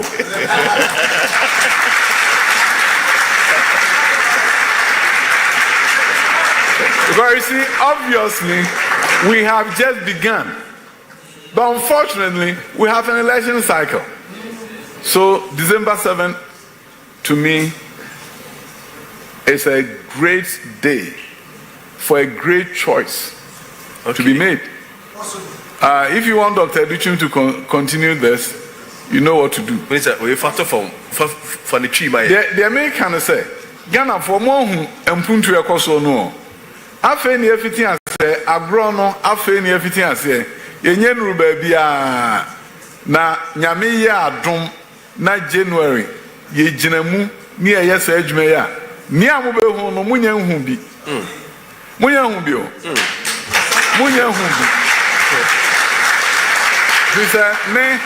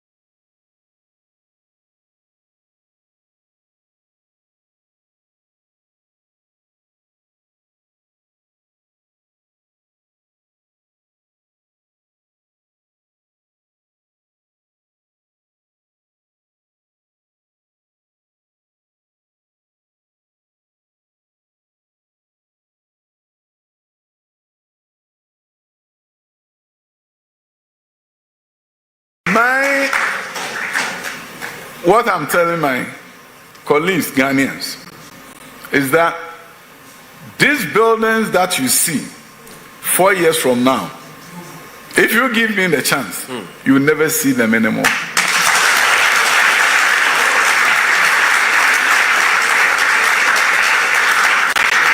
You no longer see them because Ghanaians deserve better. Our nation deserves better. We've been at this for too long. Over 60 years after independence and the economy. But how you build a robust economy is when you build a robust education system.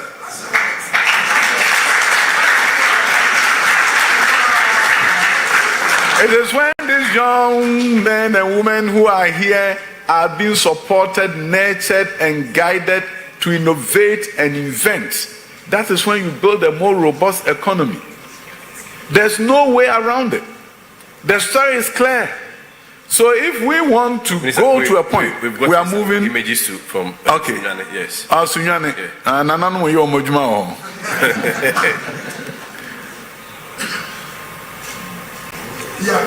Enti nane yi na paye. Obom paye. Na de omu no say, se person man sisa egumesua ese mu ye du. Ni e pegya ye ho papa ya bre. Enfia duosi achi bibi kitua bi sini e ho kire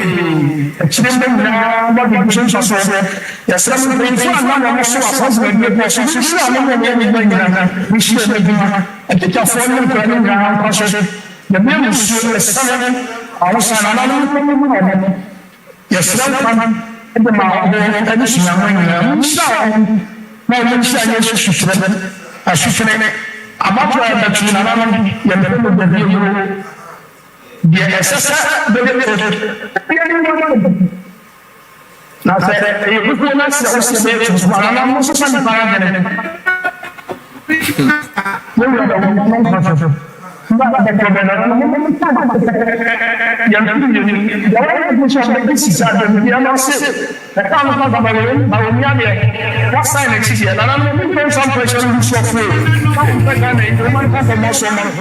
Minister, wait there.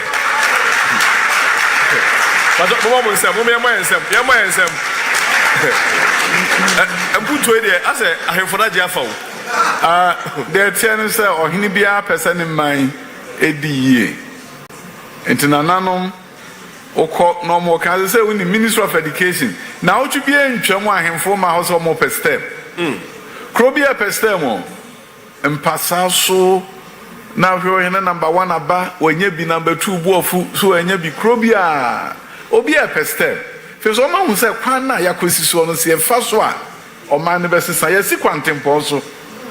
Yan San Yetinia Quay, anyway, versus song. And you know, and a moon of an anonymous Fisobia per school papa, on in Pessoas on the chrome or per school papa, or honum. Now, by Minister of Education, said Nibre pa and deba. Or say, your sister no about the Miss Micro me here. They say, Ukroma and your step, as a Ukro no yaketri. It's an anonymous on per stem. Stem one at the Bema. Now you know the STEM. Science, technology, engineering, and mathematics. You see, the old one is our core average memoir, the Intian Puntu Timia Bapa, and say a tre and Qualano, and Mom Domon said to me, she same for dear, I was secondary school. Okwa Accra High School, a system center mom. I know some if he has said, aha, if he has said, Labon is Rebecca Somupevi. Aye, Labon is Rebecca Somupevi. We Accra STEM Center. Yes, see school ho. And Kwalana co school or holding in our primary school for in Anso Baha, junior high school for Anso Baha. I had no robots. I had no more year near Makese, Okwa Accra High School, so I also to me engineering as a course. It meets robotics, MAE. More 3D printer, a Accra High, a honey biwo. Samra no kasa gine for a baby or modie, and fansepim a baby or modie, Fijai a baby or modie, go so I have my baby or modie, or Munina Benya STEM centers nibi. Now I labon in mirror few why what any more has it to say. Me Ufi Hano who knew Kwakupo. Minister, but so Matisse STEM schools, no. Some of them has also been earmarked for commissioning in December. Wait, yes. Bibi Kakra. Say school Kesepa Mienu on crime. ISTEM schools. Weja. Now Weja the end there from Kukra Global Studies Academy. Now Hono Usia STEM no. Now Usia acquire a man sign fast with the trade. Now Usia finance. Now Usia law. Our high school. Now Ufri Hono Moa. Uko University, Aweja the enemy. A honey school, a real singing IFPA. Fisa Ujina Wa Ujina Weja school noa, not lake in Osia Day, Ewo. School can see a pass, somewhere December 2nd, a baby. Weja hair, and Kraha. Now, I fear Dinkano, your girls dormitory, I fear Dinkano, a man quan and no befitting here. Oh, now say 8 and I can school Makumakuni, Quada on the Okabo money and Medway. And she said, what your way down, say lake in the down. What ye trewa dear and as oh, teacher Minko Montana, Yasika Cran and lake in the down. Oko lake in a new near Jordana, I will show window one and lake in the down. A high school, the best view anywhere in the world. Aba and Kaha Weja. You see, the Vice President Mohamed Ubamiani President and now the Akufo-Addo Ede Magana Enono Weja a hofe. Nankran December 2nd, a Habaya Kono, Habaya Fair, Habaya De Fisa Ufi Weja near Ko Accra STEM Academy. School a fitting kindergarten, Ekodru High School. A dan who be down there. I understand there's also a commission. Yeah, Accra STEM Academy. Na a dan we are saying a bay now come say ya baby a drono. Fekwa. Omu god and then and say omu ye tiles. Now today mene Omampenia be the Chireko school ho. Na udu hopa na ohwe primary school, junior high school, assembly hall a woni bejekwa. Assembly hall no kakraka. Aha, and no be assemblies. Kindergarten for her primary school, junior high school, and a senior high school so her into a community school, Ubiako Hobi. A bedroom Monday, no website students never apply, no hope as all back Echo Junior High School. Yeah, the Bedroom Minister of Education website. Oko no man no apply. Oba Echo Train School, who be da. Ghana ha. Na brochire nyina no to hwan no musi aka bedin kunim. Enti they share a reception area. Ho na pesa wo fo no hwe. Na who said the reception in city. Na the said the host here wuja oba ho no.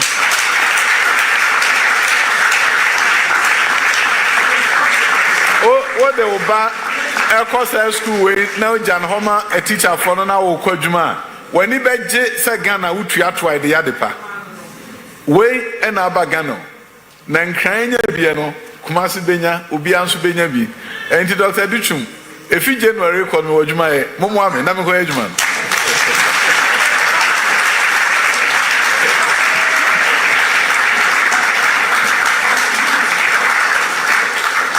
sign language ama okay enti so hwa o dan we dey awie ba ko na kan na we na assembly hall dining hall kitchen bibia fe enti obako kindergarten na o school down we mu a wonim se ne daachi ebe esronko se pese ete sa bruchira ese se yangumasua nso eya bruchire nsa no enti nyame ada roma bruchira bagana kwan ebe fa so a ebe system schools ni nyina amada roma yeguso yebeye fi se esese no on se so ma start penti we ebe ya kono December 2nd Segana for be humbe bia egumesuano eko enten cry anye St. Barnabas nkwa schools akese ena yesi ewon cry ha ama egumesua ayefe na mo hu se mo ni national the nation's capital enti efiti ha na afa ye ku anim enti mo hu nkrase ni nyina de mo hu krom so de ye ku anim o man Ghana ebenya bibia aka emfie du awe anim emfie du nu a awe anim mo amoye enkwala mo ha secondary school for no wo be ka say ye fiti ase na yen yeti assembly hall near to moving pick near ka home you be part of the story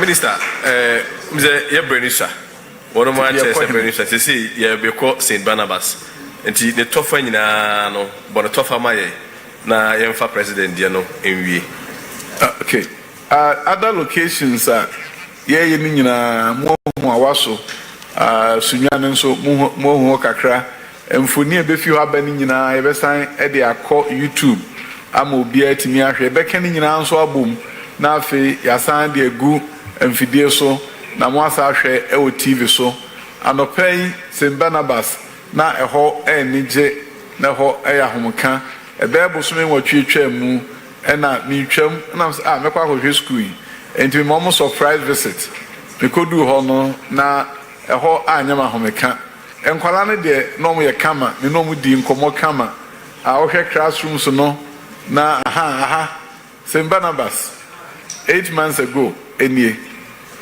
so baby ankwala no tie American school to match omu blue kama na almost sesre ena me kan me trim say na bosume be nwotwechi mu school yi besesa me catch the headmaster says in Barnabas ebesesa na me jiri say no office say enim say politician de omu kan omu nye nti hwedan no say Barnabas ni o en cry say school we eben yen esin school bi eben Minister of Education esin school bia enso ena osufo nkwala esori a omuko school empoma ni ho apono abubu ceiling ni ho ensuo to anegudanum we ene baabi a na nkwala eko school anope yekodu ho na ohwe edan fofora nkwala no betena mu enie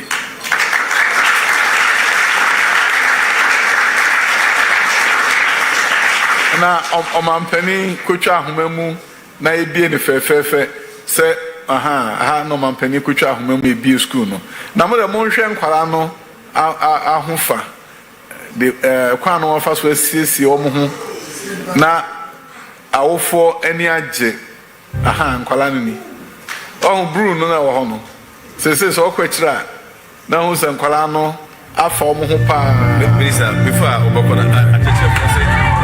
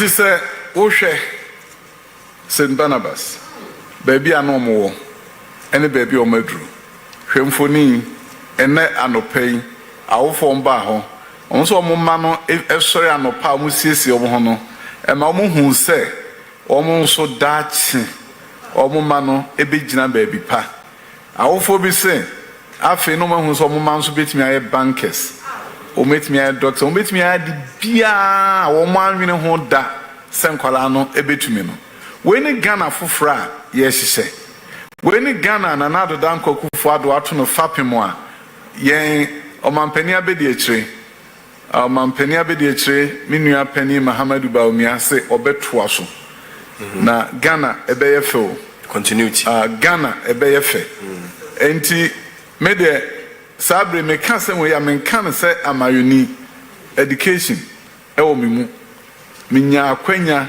ɛkɔ see schools ɛma aborɔfo ɛwɔ America man mu maba Ghana sɛ ɛnwoma sua bɛsesa na mehu wei a na mehu nkwalaa no entare ɛhyɛ wɔ mo na ɛkyerɛ me sɛ ababaa ne abrante a ɔwɔ su ɔno nso wɔ daakye nkwalaa a wɔn wɔ su ɔmo nso wɔ daakye nkwalaa a wɔn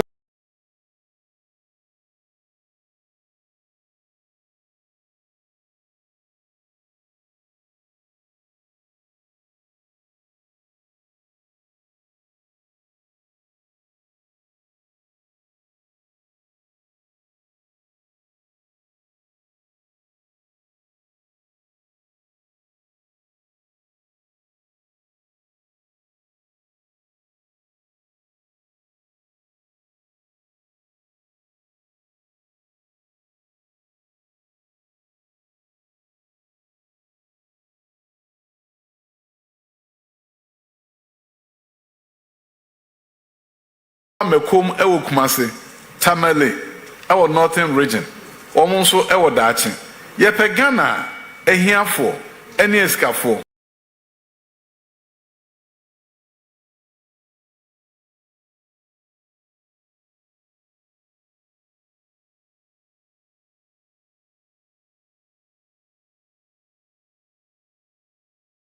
ebetra dan ba akomosua de judge ba ene libra ba ebetra classroom baako na judge ba ato ne nsa afra ne nua kodwo mensa ne papa e libra no amana ba ne fie ne birthday na kora no ko judge ne fie no ohu se de hositi a waka tere ho se me maame ni bi na nso daache me nso menya dan bi ti sei na me maame daache ayefe ne America tere Ghana fo no se ensisa ya ye de aba no mu oduo na ye bekoso amensisa ya kese na aba Ghana na mde de minim ne se minu apeni Mahamadu Bawumia wa hye mebo se Dr. Duchum ni a ofiti ase no me ba meto aso enwumasua ewo memu eno ene dama kuma so enti na mso no past 6 o'clock no nsia ne fa ne meduru adwumam oba Minister of Education 6:30 me wo honom fi se Ghana sesa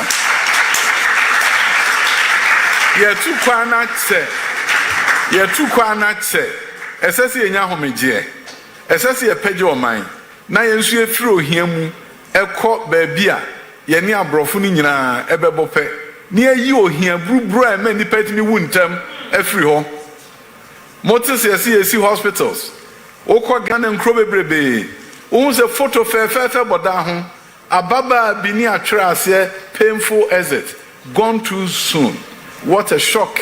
Ababa abrante okọ na unu sabrochi mem wonyare ansa no akọ hospital wo ha ne afro se bra ne nhwe omogem na yare be ho ayenyi mfi ho ne wangu enu nti no omudi mfi aduro kron no omda so tiase se wote se yeye bibi ewo mpuntu adwuma mu a eka homasua ho ene page oman na de omu ne se wo ma yare kra ne wo hospital a yenya doctor no ahwew adan no emusa wunya baabi mfa na nsi ebeden na wonyare ya yafro se bra ne nhwe omogya mu enu nti ne ye agenda 111 se wonyare a wobenya text message bra ye nhwe omogya mu ye mo ho ban na di mfie aduokno mfie aduosia no wawu ne de eyade a enche bia fapema omampani Nana Addo ato no de humasua aka ho empomdine aka ho oman daache ebegina brane na ye nyina beka bom ni aka se na ye wo ho ena mfitiase ni ebae. We have begun an adventure from education to healthcare. Something great is happening in this country. The era where you see pictures of young men and women dying early, we call them painful exit, gone too soon. Gone too soon must go too soon. We have to change the paradigm. We can't educate the vast majority of Ghanaians for them to die early. The reason why in some other countries they are living for a long time is that you don't have to be sick for you to be invited for them to check your blood, check your system, to prevent what can occasion your early exit from this world that God has created and given to us. So what it means is this: we need to create an era, a day when you'll be called to come and check your blood so that we can detect if something is going to be of a harm to you and then prevent you from dying early. No more gone too soon. Painful exit should be a thing of the past, and that is why we are doing Agenda 111 hospitals. There will be a hospital close to you. You get a text message from the hospital, come and let's check your blood.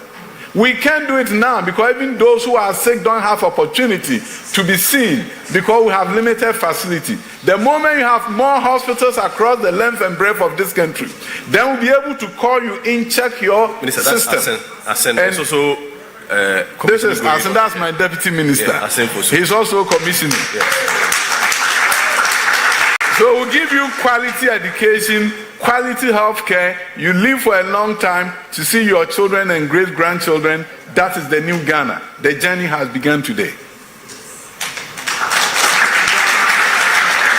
Minister, on that note, we the Abuja for Bessie in a book also, and so in the ministers. Oh, yeah.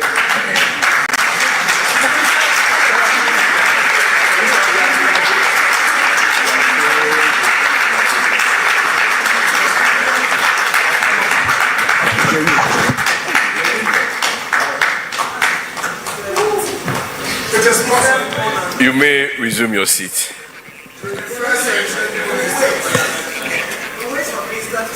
Sure. The erudite minister, 21st century minister. Our secretary Gume.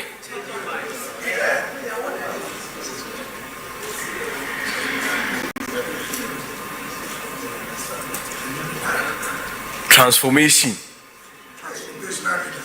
Education transformation in action. We are evidence-based communication. You two me ani aye day. Ya chirisie. E before say kasa tentenya day and top onko.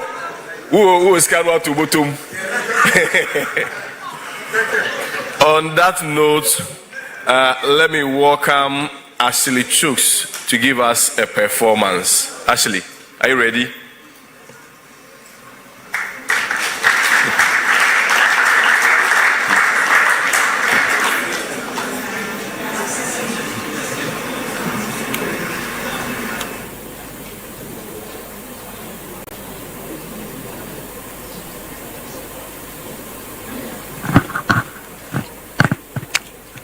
Yenara assassini abo den mayen mojana na num shegonya de to mayen adumene want so say ye be atwa so nim den trason kotum kani pesa min kuminya do ye bremud mamaya sasen odom atsose o manu sebe yo o manu serenye yo yes na hose o ma fomane shre o manu sebe yo o manu serenye yo yes na hose o ma fomane shre.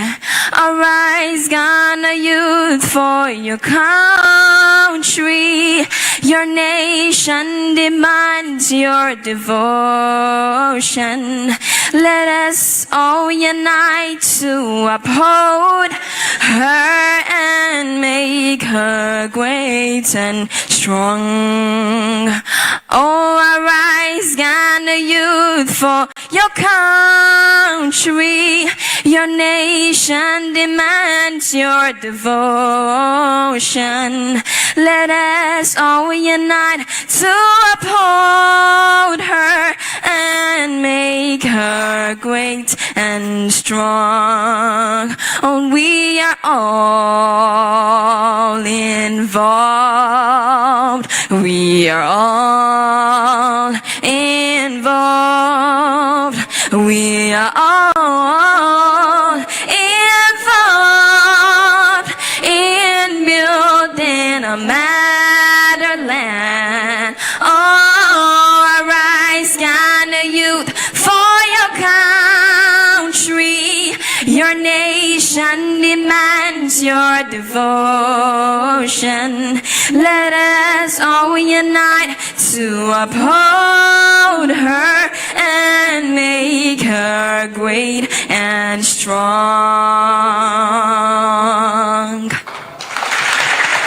Powerful, powerful, powerful. Powerful.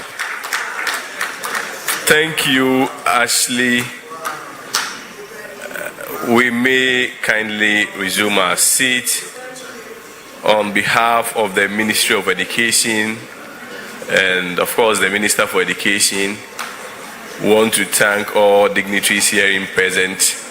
Because of our time, we are unable to mention and recognize the dignitaries accordingly.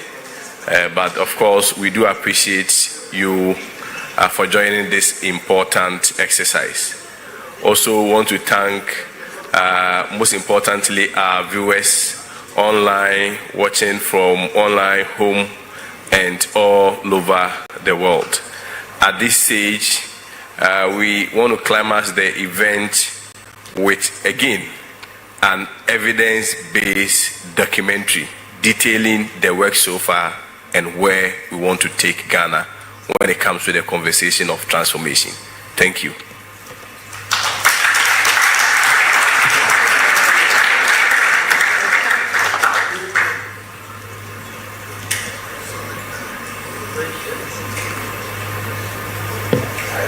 Historic commissioning of over 80 educational projects across the country. On Monday, 18th November 2024, MMDAs began commissioning completed educational projects in their respective areas.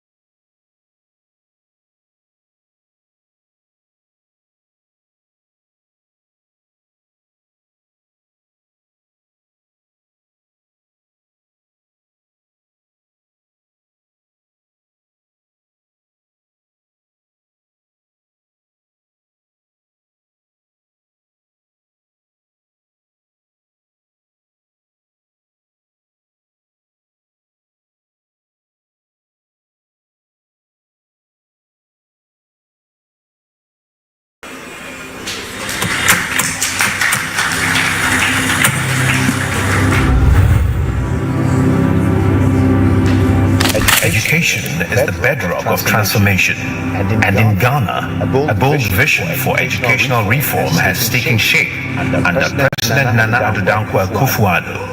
This documentary explores Ghana's journey from 2017 to 2024, highlighting some key pillars of progress, including STEM and TVET expansion, the landmark free SHS policy, and basic education transformation.